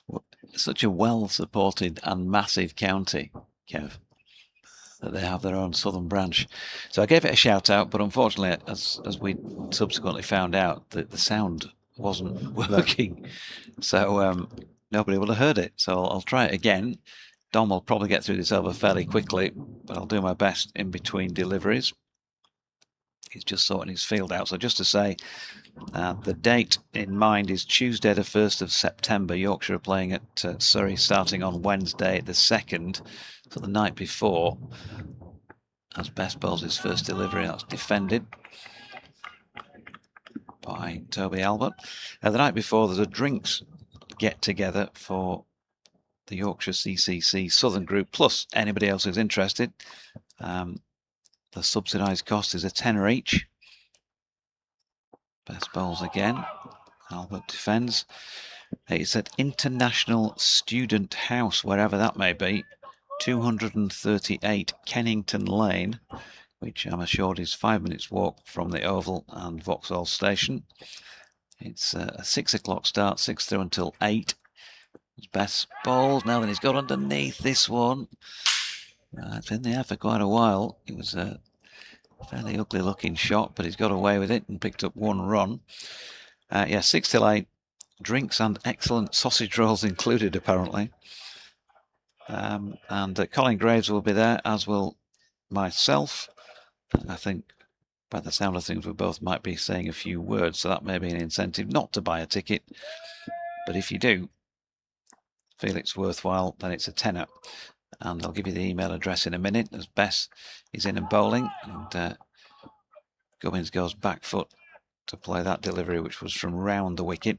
It's John_Kirkland@yahoo.com. John_Kirkland@yahoo.com.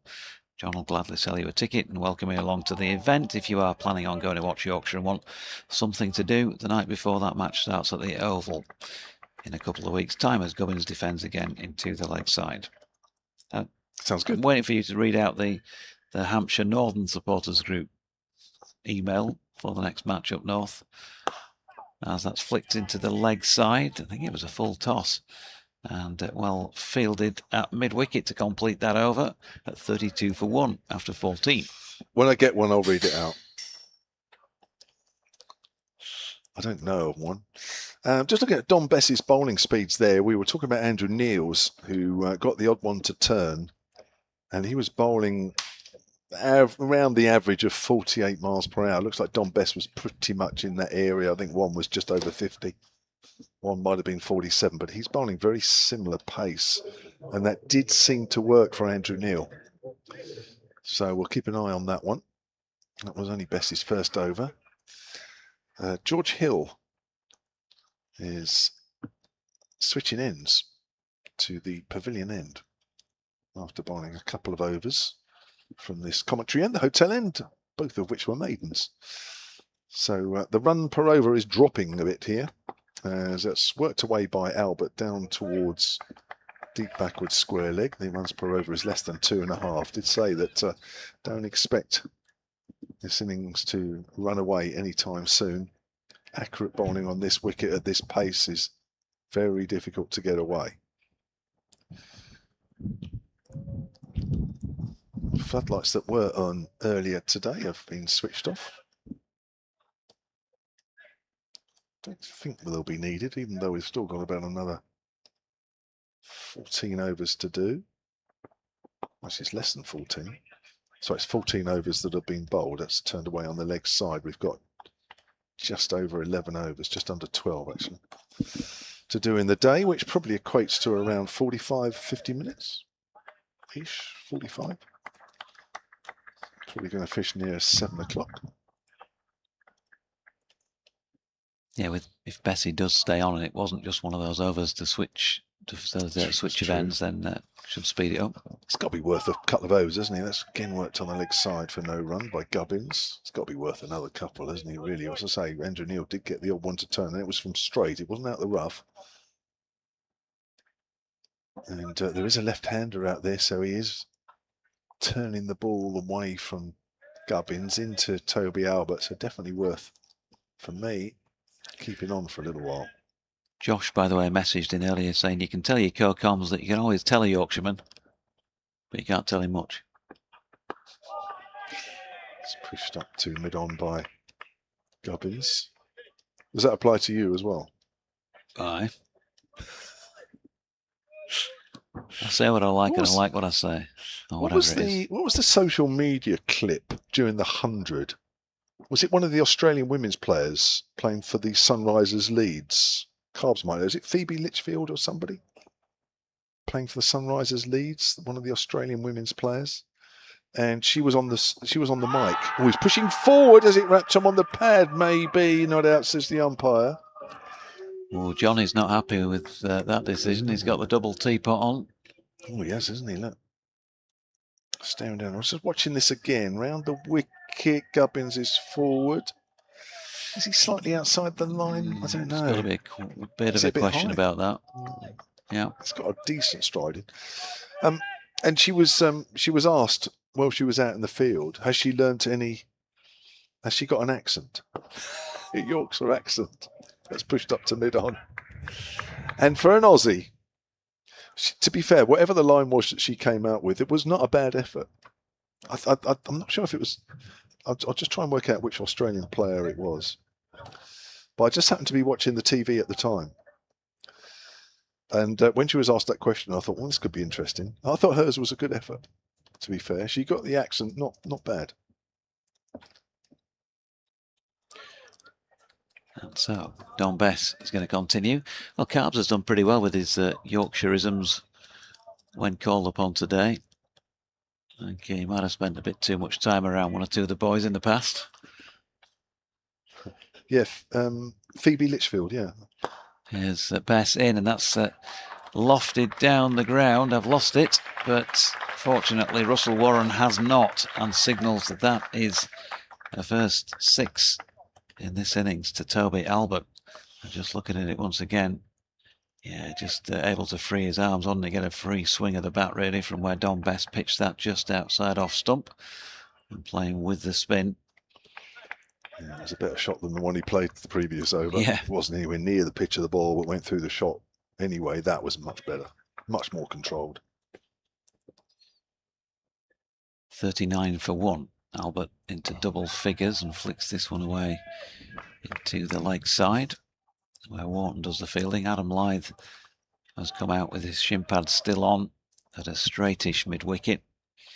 Fairly close in, just for one of those little flicks that is just lofted off the ground, that type of shot. As Albert drops this into the offside, and having hit the 6 from the first ball of the over, has now done the sensible thing and just rotated the strike. And Bess will have to bowl at a left-hander, turning that naturally away from the outside edge. And he comes now. There is evidence of a bit of turn for him as well, as Gubbins plays that one to one of two men in catching positions for the lefty, James Wharton. Couple left in the over. Pass very wide on the crease, but it's dropped that one shortish, and he's allowed Gubbins to go back foot and flick it away to Sam Whiteman, who's patrolling the boundary, as is so often the case, out at deep backward square. So they've picked up another two. So this over proving to be pretty expensive in a low-scoring game. 9 from it so far. If I'm honest, from a batting point of view, you don't want to hit the spinner for too much. Just keep it that. Batting again, and Gubbins does just that and defends. Yeah, you're thinking about milking him, keeping him going. 42 for 1 after 16. I'm going to make way for Michael Carberry.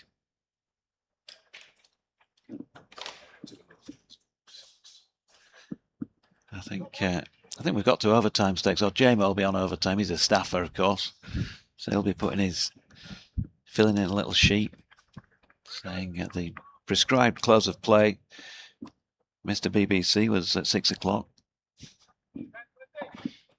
It's all about spreadsheet, isn't it? Clocking those hours. You know what he's like. Demon administrator. So we're going to get more from George Hill at the pavilion end. Yes, George Hill coming in from the pavilion end to Toby Albert. So short of a length ball, which Albert tried to punch through the covers, attempted single, but no run there. A bit of spin on offer there for Don Best, which would be encouragement for him. Again, tried to bowl, looks like he's bowling with a nice bit of pace there as well. These two trying to steer Hampshire to safer waters. Certainly want to be there at the close, no doubt. What can Hill come up with?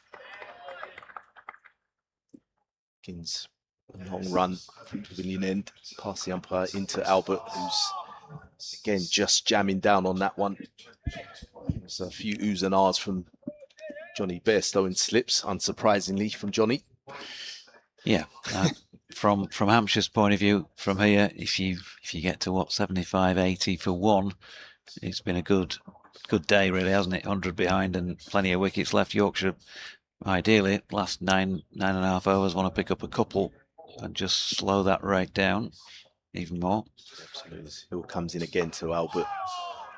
Again, pushing away on the offside, but swiftly fielded in the covers for no run. Yeah, I think from a Yorkshire point of view, I think if they can go in 3 down by close, 4 down, I think they'll really think they'll win with a chance of coming back tomorrow. Again, a few early wickets. You feel you're back in the hunt, having not posted the amount of runs they would have wanted, but they'll back their chances. I think the last 2 or 3 times they've come down here for championship games, they've just been behind, they're just chasing the game for much of the time after the first day. Yes, he'll win again to Albert. Again, full of a length ball. I feel Albert's coming with a real intent to try and, much in a way Johnny Bairstow tried earlier in the Yorkshire innings. He tried to show that intent. He's bopped 1 or 2 over the top already. But you feel just in his movements, he's looking for those singles. And I think that's important when you're on pitches like this where the boundary hitting is not particularly easy. You've got to keep looking to rotate, strike, drop and run where you can, which will hopefully set the boundary ball up. Hill, who's been tidy up to now, comes in to Albert. And again, that's a beautiful delivery. And that's bowled it. Albert, feet nowhere on the crease, just stuck, playing with the hands. And that was a lovely delivery, just taking the top of off stump. From Hill, it's bowled very well in this spell again. Yep, just went through the gate. Toby Albert, no footwork at all.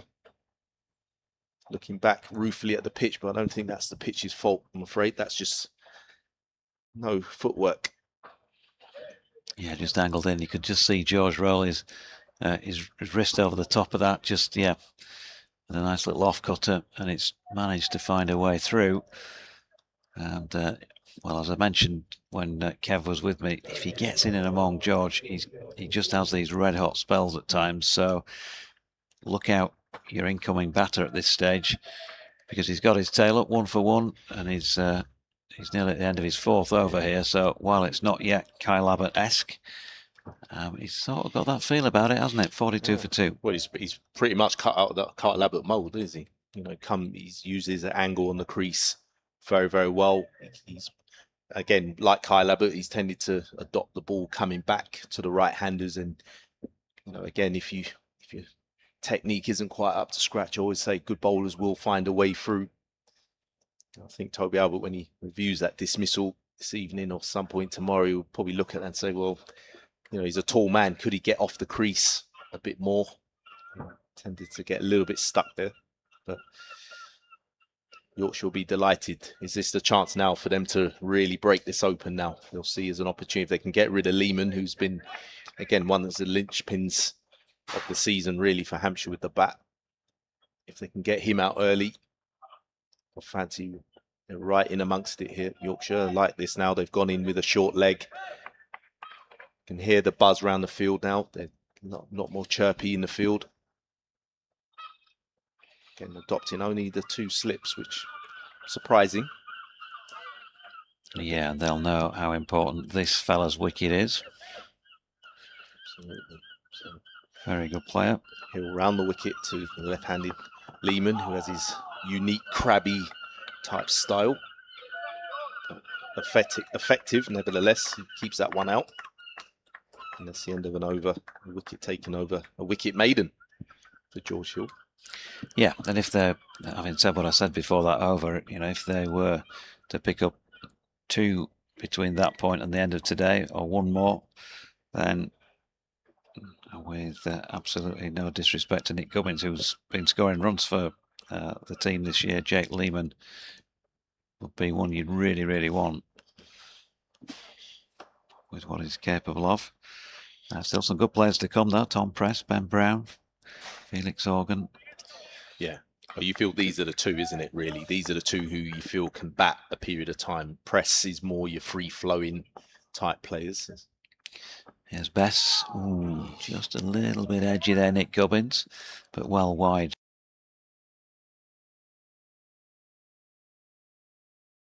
Variably, whether it was in his Sussex days or playing for Hampshire, seems to get a few every time he plays against Yorkshire.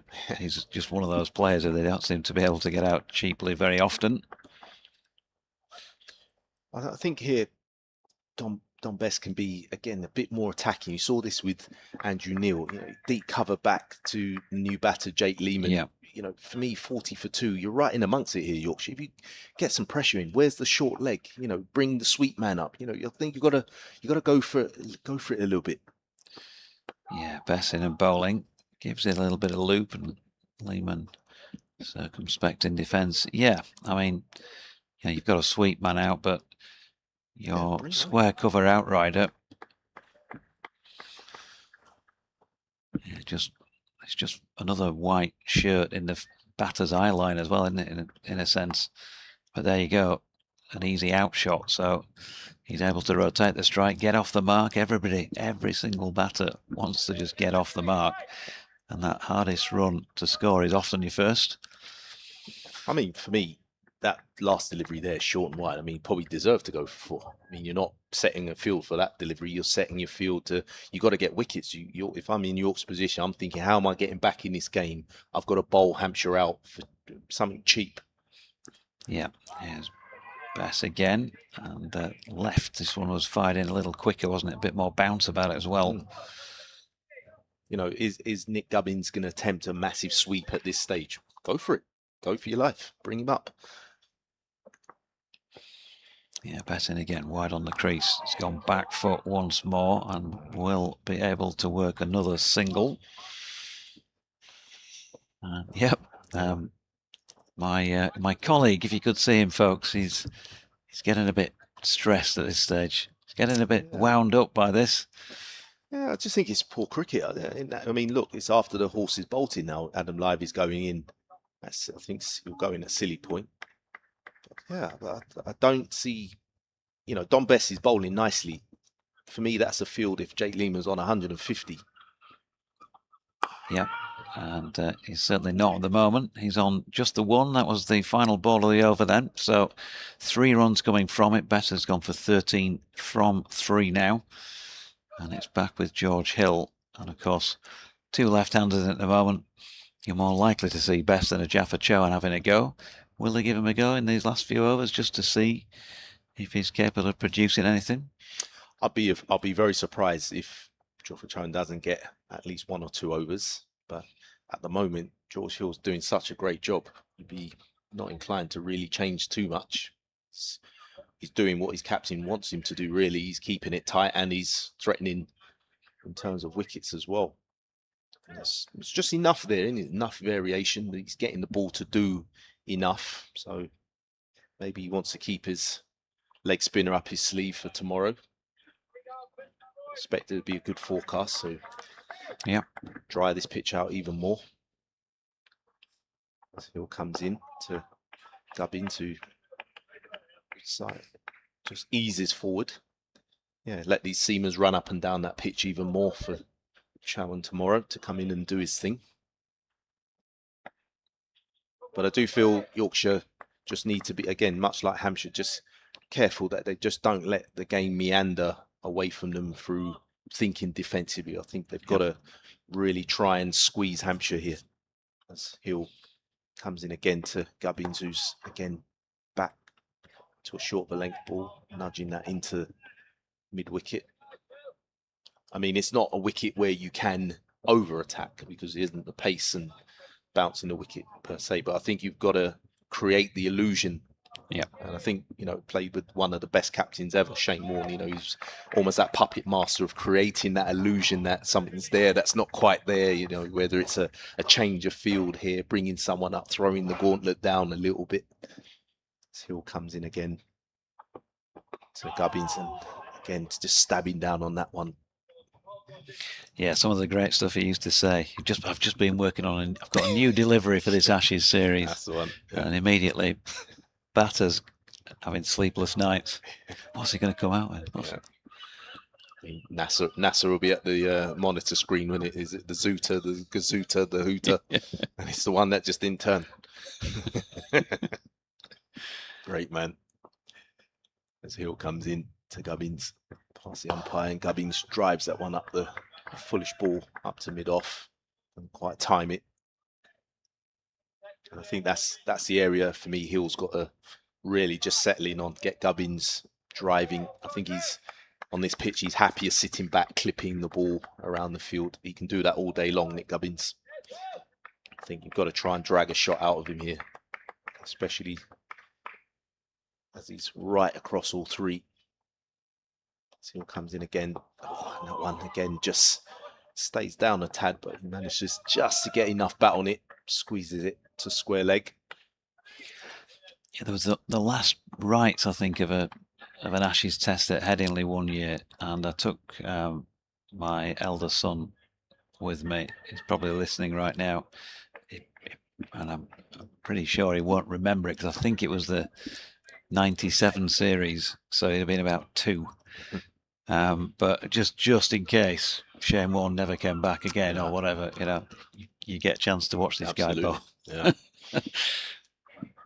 Sure he learnt loads. Absolutely. At 2. Hill again finishes another good over to Lehman, who keeps that one out. Yeah, he was awesome to watch, I got to say. I mean, I had the privilege of 2 years watching him operate, and just the way he got in the head of batting, and probably he was past his best powers at that stage, but due to injuries, shoulder, all those things, but just understanding of the game, fascinating guy to sit down and spent many time on that balcony, just sat next to him as a budding test player at that time, to learn what the best in the business did and how they thought. Such a good cricket brain. That must have been a brilliant experience, or experiences, Don Bess. out this hotel end of the ground, bowling to Gubbins, who's 19 from 62 so far, and gets one to try and sweep first up. Not sure Don Best was really trying to tempt him into that, but he's got away with it. A white ball wide, but not in this format. And he's in again. That back foot this time for Gubbins, who works a single out to that man who is sweeping and who my colleague thinks should be up there and asking further questions. So Shane Warne, you know, with all the theories and the mystique that he created, was that a bit of a giggle in the dressing room when he's on your team, or what? Or did he really proffer all his theories to you all as well as Bess is in and Lehman defence? Well, I mean, like I said, when he the 2 years he spent here at Hampshire, I think he was towards the end of his career. I don't think he could, certainly he's wrong, and he couldn't really bowl because he had a lot of shoulder problems at that stage. Best to Lehman. Oh, this one does turn away from him. And he didn't bowl very much. He hardly bowled at all in the nets. It was all spent time with the physios and just trying to get ready for matches. So, you know, you could see, you know, he still knew where to put the ball. Probably couldn't fizz it as much, but just the control was still there. Yeah, Bess in. An appeal from Johnny Bairstow that for a delivery that might have hit about a fifth stump down the leg side.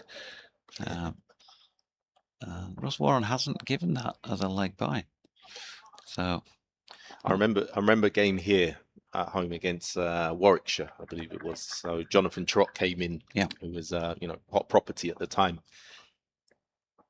Bess to Gubbins, who leaves end of the over, 48 for 2. And Dimitri Mascarenas was opening the bowling from the pavilion end, and I remember Jonathan Trott came in. No, it might have been actually the hotel end, or the now hotel end. And as soon as Trott came in, Shane Warne put everybody in the slip cordon. I think I was at 8 slip, something like that. And took everyone from the leg side out. He said, Trott, you can't hit this through leg side, mate.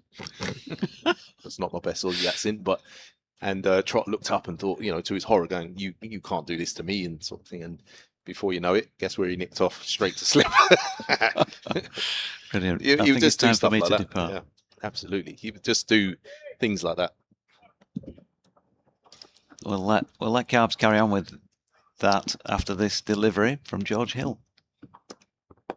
Forward is Gubbins once more, so it's Jake Lehman. 48 for 2. We're down to the final 5.5 overs of day one. What were you saying there, Carbs? I don't want to interrupt that story. Yeah, no, I was just saying it's the genius of the man in terms of how he thought the game, and you know how he could almost, you know, what he would do for other bowlers as well. Chris Tremlett, same thing. You know, he would set these obscure fields, and you think, what's going on here? And invariably the wicket would fall. Hill around the wicket. Lehman drives up to mid-on. Yes, I saw one or two of those bizarre fields, and you'd have to look twice from the sidelines. You think, really, what's going on here? But that's not my favourite Shane Warne story, I've got to say. It was always, you know, sadly, you know, I might lose my opening partner, Jimmy. We're going nicely, you know, 80 for 1, no trouble at all. You know, we're cruising along. Jimmy might get out. So I'm thinking, expecting to hear John Crawley walk out there, or Michael Lum, or someone of that ilk. In comes Hill from that pavilion end. He's trying to pull that away on the leg side. He's LBW. Well, I have to say, from the moment that hit Lehman on the pad, it looked out. It didn't bounce. And that looked a little too full to be playing that sort of shot. Let's watch this again on the live picture feed. And well, that's out, I think, every day of the week. Lehman goes for 2. I've got to say, Kev, I'm honestly speechless at that shot. What is Jake Lehman trying to do there? I mean, that's not even short. I mean, that's a ball really you should be forward to. I mean, that's just, I've got to say, I'm sorry, that's very, very poor batting from one of your senior players. That's not really a good option there. Yeah, stone dead in front of all three, I'm afraid. Yeah, well, another wicket to George Hill. So they have been looking for Jake Lehman to really lead the way. He does. It's over 660 runs so far this season, averaging in the 50s. Hampshire's top run scorer, but I'm afraid that's another example of a shot today played by a batter I don't think will be, when he looks back on it, will say, I'm not sure I should be playing. I mean, playing across the line to good length balls here is not the way to be playing. Absolutely not. And to be playing pull shots is probably even worse. While we are waiting for the new batter, which is, Sonny Baker, we got a night watchman. I've been sent this email from Simon, who's in a little village, he says, called Peyrat-le-Monnier. He sent me a lovely picture of a bench with a beer on, which is not helping because it's been a long day here. Fortunately, it's not quite as hot as it was because it's been a lovely evening. He says, thoroughly enjoying the cricket via YouTube and the superb commentary from everybody. That's me, JD and Carbs. Come on, Hampshire, as this is a huge opportunity to pull away from the drop zone. That was just before that last wicket. Yeah. So it's not what Hampshire needed, I've got to be honest. But it's an example of just relentless accuracy. It is, yeah. I've got to give credit to Yorkshire. I think they've come out again with a magnificent plan of just keeping things really, really simple. And George Hill, has taken the baton on from Ben Code from that end. Yeah, just wheeling away. So Sonny Baker then facing, and he's playing that one straight up to mid-on. George Hill's doing his best Kyle Abbott impressions. Kyle Abbott 4 for 17 off 18. George Hill 2 for 2, coming up to 6 overs completed. Absolutely. And all they've done is just land the ball on line and leg. They've done nothing else. It's not rocket science. It doesn't necessarily earn you massive accolades, but in this game, that's all you need to do. Mate, you can carry that around the world, I always believe. Yep, agreed. Just wait for the batters to make a mistake. Correct. Hill in, Baker works that into the ground and then into short leg. Well, it hits short leg more. So yeah, on the slow, low wicket, it's the bowlers that bowl the most accurate are the most difficult to get away. And you do not need to bowl with any pace. In fact, the less pace, the better. Absolutely. What it is exposing techniques today, isn't it? Yeah. I think one or two batters have been playing too much white ball over the last 2 months. As Hill's in again, Baker leaves that one alone outside the off stump. So that's the end of George Hill's 6th over. We have 5 overs left of the day. And Hampshire at 48 for 3, trail by 125. Yeah, again, another good over from Hill. He's really asking questions of these Hampshire batters, not only techniques but mindsets at the moment. See some very, very fragile minds playing at the moment, but there is hope for Hampshire whilst Gubbins is there and he can bat a long period of time. And they're going to need him here definitely to play that big knock. With the stroke makers still to come, but it's not really a stroke maker's wicket. I think it's just a wicket. You've got to roll the sleeves up on this pitch, squirt the ball around, prepare to look ugly. As we thought, the introduction of Chauhan, the leg spinner. Now, you've seen this guy bowl a little bit because he's played a bit in the 100 as well, hasn't he? Only a tiny bit, yeah. He bowls, it's quite quick through the air from what I've seen of him. So it'd be interesting, Don Best posting himself at mid-on there, just maybe having a word to the debutant and saying to him, maybe try and slow it up a little bit, try and pitch it into those foot marks outside Gubbins off stump and see if we can get something through the gate or an inside edge to Adam Live that's posted in at short leg. It's gone with 2 men out on the leg side, which is interesting, but I suppose that's just to get the young man into the spell. He's also got a deep cover back posted,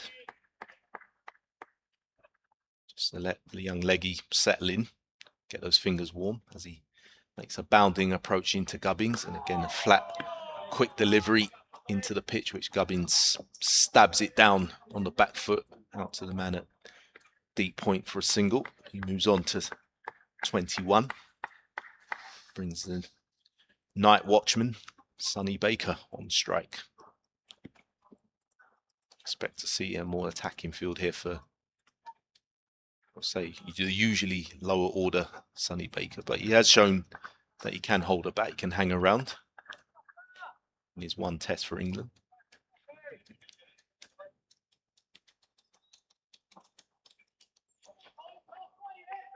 Chohan flicks the ball from right hand to left hand, bounds in again to Sonny Baker, and again, it's a bit of turn. There is a bit of turn there, and well negotiated there by Baker. No run. But the encouraging signs there is turn.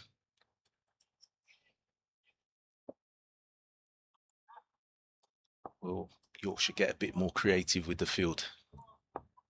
Chohan bounds in again, leaping in.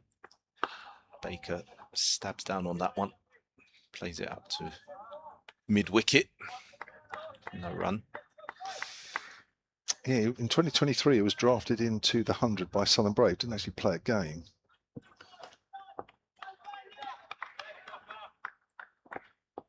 Chohan in again to Sonny Baker. Again, flatter delivery. I'd like to see him just get it a little bit fuller here. Try and get Baker on that front foot. Brings in the slip, and Adam Live, who's posted under the lid. Set him up for that googly. He comes in again to Sonny Baker. That's the area there. That's the area there. Had Baker groping for that one. It just bounced. Went through to Johnny Bairstow behind the stumps. But that's the area for me. I think Chohan's got to try and land more balls in that area. Get Hampshire batters feeling for one. And that second helmet posted on the offside now. This is good from Yorkshire. Really apply the pressure here. Chohan comes in again, bounds in, and again flighted delivery. Baker negotiates that one very well, and that's the end of a tidy over from Chohan. Good start on that first up. Just a little bit of bite there, around the 50-mile-an-hour mark, early 50s, just a couple of miles an hour on average, quicker than Don Bess and Andrew Neil. You kind of feel the pace on this particular pitch. It's kind of around 47, 48. Yeah. I think Neil showed that in the Hampshire bowling innings, where he was able to get that, still get enough fizz but bounce as well. Surprisingly, George Hill carrying on. So 4 overs left in the day's play. Nick Gubbins is working hard for his 21 runs. He's faced 66 balls. Here's his 67th as he turns that away into the covers. It is a wicket to, as we've said many times, just be patient. Nick Gubbins is that type of player. Will be that patient man. Yeah, I think this is a situation almost tailor-made for Nick Gubbins. I mean, obviously you would like to not to be 3 down, but if anyone can bat for a period of time, you feel he's the player to do that for Hampshire. Yeah. Is so far, as Hill comes in again. Gubbins plays forward. Goes out towards mid-wicket. But, yeah, you've just got to be prepared to look up at the scoreboard, and after 15, 20 minutes, you've probably only added 10, if that. I know it's soul-destroying, and it's hard, but it has to be done. Absolutely. I think bigger picture. Yeah. This is a situation made for Carbs. You've been on all day today, Carbs, and we haven't even mentioned your triple century against Yorkshire. Or have we? That's played away behind square. You just have to eke out the singles. No, but I'm very happy to. It'd be a long story. Well, 2011, which ended in a draw between these two sides. Michael Carberry 300 not out. Neil Mackenzie 237 not out. Put on 523 for the 3rd wicket, which is the highest partnership. Yeah, only 523. And I'm sure Carbs would have loved to have talked you through every single run of that partnership, but that's why we've left it until 10 to 7 in the evening. If we'd started at 11:30 this morning, it could have been interesting. He's wrapped on the pad. He's out. Sonny Baker is gone. And George Hill has struck again. That looks like that kept a little low as well. Watch the replay. As Hill comes in, and yeah, it's hit him just above the pad, but his back leg is bent. Doesn't look massively happy about it, but he goes for no score. This is terrible for Hampshire. Sonny Baker losing their night watchman. I think Sonny Baker felt there was an inside edge, and I feel I kind of agree with him there. It did look like he got a scratch on that one, but Yorkshire won't care. 50 for 4. And this is the ideal situation we talked about earlier. If they can go in at close 4 down, they're going to feel they're right in it coming back tomorrow. Will Hampshire go with a second night watchy? That's the key. Yeah, well, it has been known, hasn't it? But I'm never a fan of night watchmen. Never have been a fan. You never had one, did you? No, never wanted one. Never liked it, and I fell out with coaches over it. I'm paid to bat. That's my job. If you can't put that expectation on someone who bats at 10 or 11, especially on pitches like this, you know, this is where skill comes into the game, right? This is what you train for, and you've got to stand up in these situations. For me, if you're scared to go and bat, if you're worried about getting out, then you probably haven't done enough in training. For me, these are the situation batsmen, I believe. You know, I'm happy for people to disagree, but I never liked them. I'm always happy to walk out there and do my job. Well, I mean, in certain teams I've played in, I know it was left up until the individual player. Certain teams had policies, didn't they? Yeah. Some teams said, no, it's up to the player. If he wants one, has one. If he doesn't, then doesn't. And obviously you would have been one that didn't want one. Right, it's Tom Prest coming in.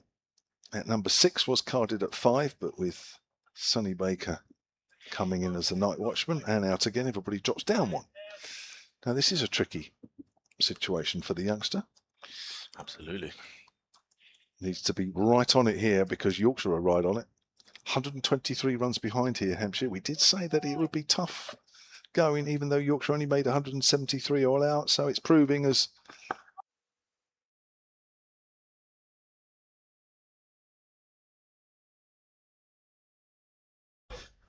quickly, but he's going to find those options limited. Yeah, I think this is where someone like Gubbins is going to play a pivotal role for young Press and getting him to understand the magnitude of the job now. You know, yes, we'd love to play the way we'd love to play, but in this situation, we've got to do what we need to do. Is Hill bowls and Prest works that away to mid-wicket. Everything that's on the straight, of course, Yorkshire are going to get excited about, and quite rightly in this situation. So we have 3 overs to do. Tom Prest has played all the matches so far this season, 364 runs, averaging 24. He did make a half century in the second innings up at Yorkshire, second game of the season. That was 53. And his innings of 55 in the first game remains his top score of the season. Could do with a big one. Whether it comes in this game or not, I don't know. I think a big one could take you 2 days. Which I'm sure Hampshire will be more than happy if they can bat 2 days. Something's gone very, very well. Yeah. As Chauhan begins his second over. He's going to bowl to the left-handed Gubbins. Maybe expect a slightly more relaxed field to try and get Tom Prest on strike here. But I think, again, maybe a slight mistake. I still think you've got to be thinking to attack Nick Gubbins personally. Chauhan bounds in again to Gubbins, who whips that off the back foot to mid-wicket, but no run. There's a bit of bite there, wasn't there, off the pitch? Yeah, the odd one. Yeah. The odd ball. Still like him a bit fuller. Yeah, that was a little too short, wasn't it? I mean, the ball was, I mean, ideally you want to be off the back foot to a spinner here, don't you? Yeah. Gubbins, crouching stance. Chauhan bounds in and again fuller ball, and that's a good length.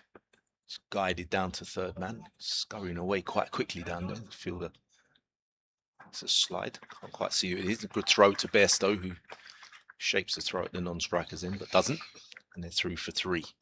So we're running out of time then, Carbs. So your triple 100. I mean, there aren't too many players that have played the game that can say they've scored a triple 100.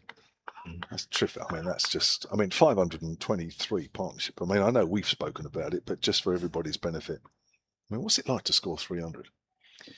I mean, it was, I look back on one of my prouder moments, obviously. I think the circumstances around it, I think, makes it hits home a little bit more for me as Chauhan comes in. Because if you remember, I missed the first, I think, 2-3 months of the season with a blood clot in the lung, so I wasn't sure if I was ever going to be able to play again. It's quite poorly.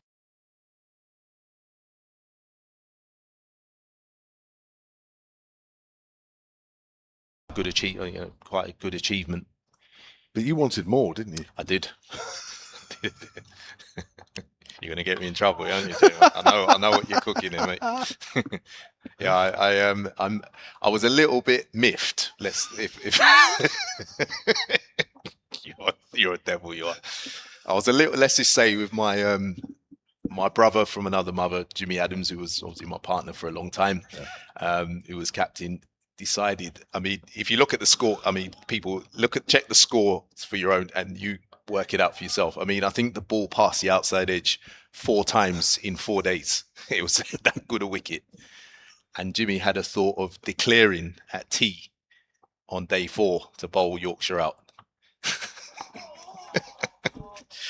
And I came in at tee, I think it was 270 something, because I was going at good pace. And by that stage, I mean, Yorkshire were giving up. I mean, they were bowling Joe Sayers, and Adil Rashid had given up bowling. You know, someone else was bowling part-time off spin. I think Richard Pyra might have been. As Charwan comes in again to Gubbins, who clips that nicely off the hips for 1. So, you know, I thought I was doing some calcs, and I thought, you know, I'm actually going at a good pace here. If I really get a shift on, get 300, maybe get to 4 quite quickly with part-time bowling, you know, there's a chance of maybe going after my hero's record, potentially. You know, a lot of things had to go, but I mean, when you're 276 or whatever I was at tee, you're thinking, I'm not going to get too many opportunities. So I was thinking, well, no, and then I got that horror.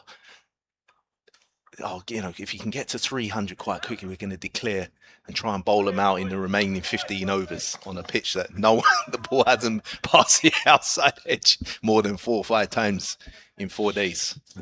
Yeah, I was not happy, bunny. Let's see. How many wickets did you pick up in those 15 overs? Here's Hill. I can look it up. That's pushed up to mid-off. I mean, so far, I reckon by recollection, 1 at best. I think we opened up with spin with the new ball. That's how bad things got. Let's have a quick look. See if I can. 2011. Brings back some hard memories there, J-Mo. Cuts me deep. Well, fortunately, my computer's on the blink, which might have saved you. Yeah. Same with a heartache, as they say. That's played up to mid-on by Gubbins. Where are we? I need to be quick because there's only 10 balls left in the day. Left.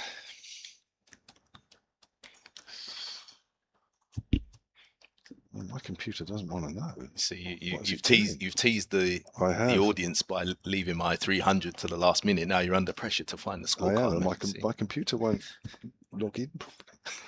Why is it doing that? Here's Doyle. Forward is Gubbins. Now there's a gap up to mid-off, which means he'll take a single. They obviously want to bowl at Tom Prest, which is ideally what Yorkshire should be doing. It won't. Do you know what? It won't go on the website anymore.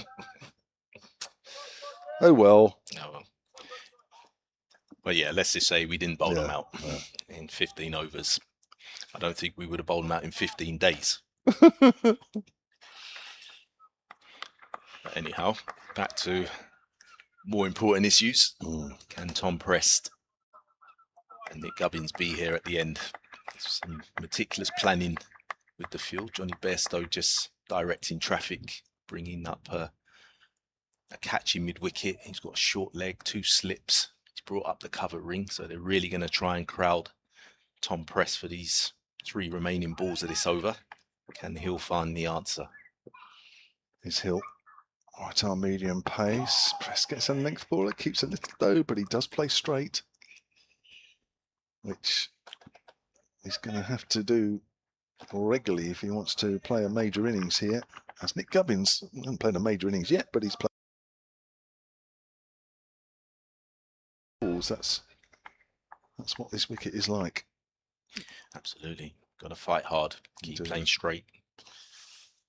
Which makes you appreciate when wickets are more free scoring, doesn't it? When you play on wickets like this, as Prest off the back foot, steers that into the covers. I think I have to reboot my computer. I haven't got time. Never mind. We've marked Carbs' 300 against Yorkshire. That's the main thing. Back in 2011. Unsurprisingly, that game was a draw, which I think you've already worked out. Hampshire won the last two between these two sides, 2025 and 2022. I think we've touched on that during the day. Interestingly, Yorkshire in the games here, I'm talking first class, plays that out on the onside. That's the end of the over. 1 over to do. Hampshire are 56 for 4, trail by 117. Yorkshire have batted first in the last 6 games, including today, of the championship matches here. You have to go back to 2017 to find the last time that Hampshire batted first in a championship game here. No, our computer won't have it. Oh, Carbs. I was not happy, people. Just not happy at all. Just thinking of what could have been. Does that remain your highest ever first class score? Yeah, absolutely. Yeah, it was great. Good to obviously spend time with Neil Mackenzie, good mate. 500 and what was it? 520. 520. Oh, I've just been sent the scorecard. Have you? Joe on the ground. That's Joe and bouncing again to Nick Gubbins. And again, straight short delivery, which he turns to short fine leg. So for the record, Yorkshire 532. Yeah. Hampshire 599 for 3 declared. Yorkshire 40 without loss, 11 overs. Bowl them out in 15 overs as Chowan comes in. And this one's short and wide, and Gubbins cuts this one away. Might get a boundary, but no, it's going to be cut off. They get through for 2. Bowl them out in 15 overs. Well, you only needed 10 wickets. I don't know what the bowlers were playing at. I think I was even pretty close to bowling at one point, which would have really ticked me off. Let's try and bounding run in past the umpire to Gubbins. Again, too quick and too flat, I reckon. Chohan got to try and get the ball up and down a little bit more, but slow it down a little bit. Yeah, he's around the 51 miles per hour mark, which, 2 or 3 miles an hour does make a difference. 4 miles an hour. Yeah, I just think you've got to try and get some shape on the ball, much like Neil did in the Hampshire innings. You got that lovely drift into the right-handers. Chohan's got to try and emulate something similar. Just try and slow it up. Be prepared to almost be driven on this pitch with just the slowness of it. He bounds in again to press, and that one turns sharply. Press leaving that one off the back foot, just.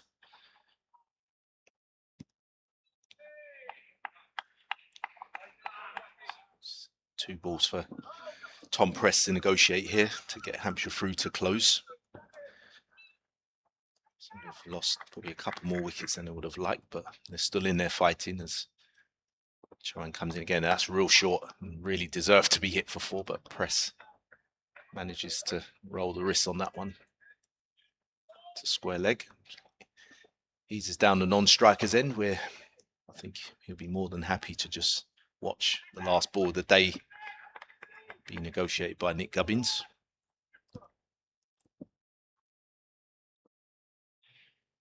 Johnny Bairstow just bringing all the field up. Still kept his deep square leg out and deep cover out, which is interesting at this stage. I'm not sure why. You want to put some pressure on Nick Gubbins, get someone up front, surely. Helmet up front, put some pressure on. Last ball of the day, you got nothing to lose. There's a bit of switcheroonie at the moment. Don Bess has gone from mid-on to mid-off. Chohan comes round the wicket now to Nick Gubbins for the last ball of the day. And again, short ball. And Gubbins easily negotiates that one off the back foot and punches it up to mid-on for no run. And that's the end of the day's play. A fascinating day it's been. Yeah, Hampshire close on 60 for 4. Trail Yorkshire by 113 on the first innings. Gubbins finishes 30 not out from 80. Tom Prest with just a couple. But George Hill, who's, as I said earlier, he's doing his best Kyle Abbott impressions. 8 overs, 4 maidens, 3 for 4. Picked up Toby Albert, Jake Lehman, and Night Watchman Sonny Baker. Ali Orr picked up by Ben Code. It's delicately poised, this game, by two teams who are looking over their shoulders as they try and stave off the threat of relegation. Michael, thank you very much. Thank you, my friend. Michael Carberry, it's been an absolute pleasure, as always, working with you. And yeah, it's been a long day, but hopefully everybody's enjoyed it, watching and listening.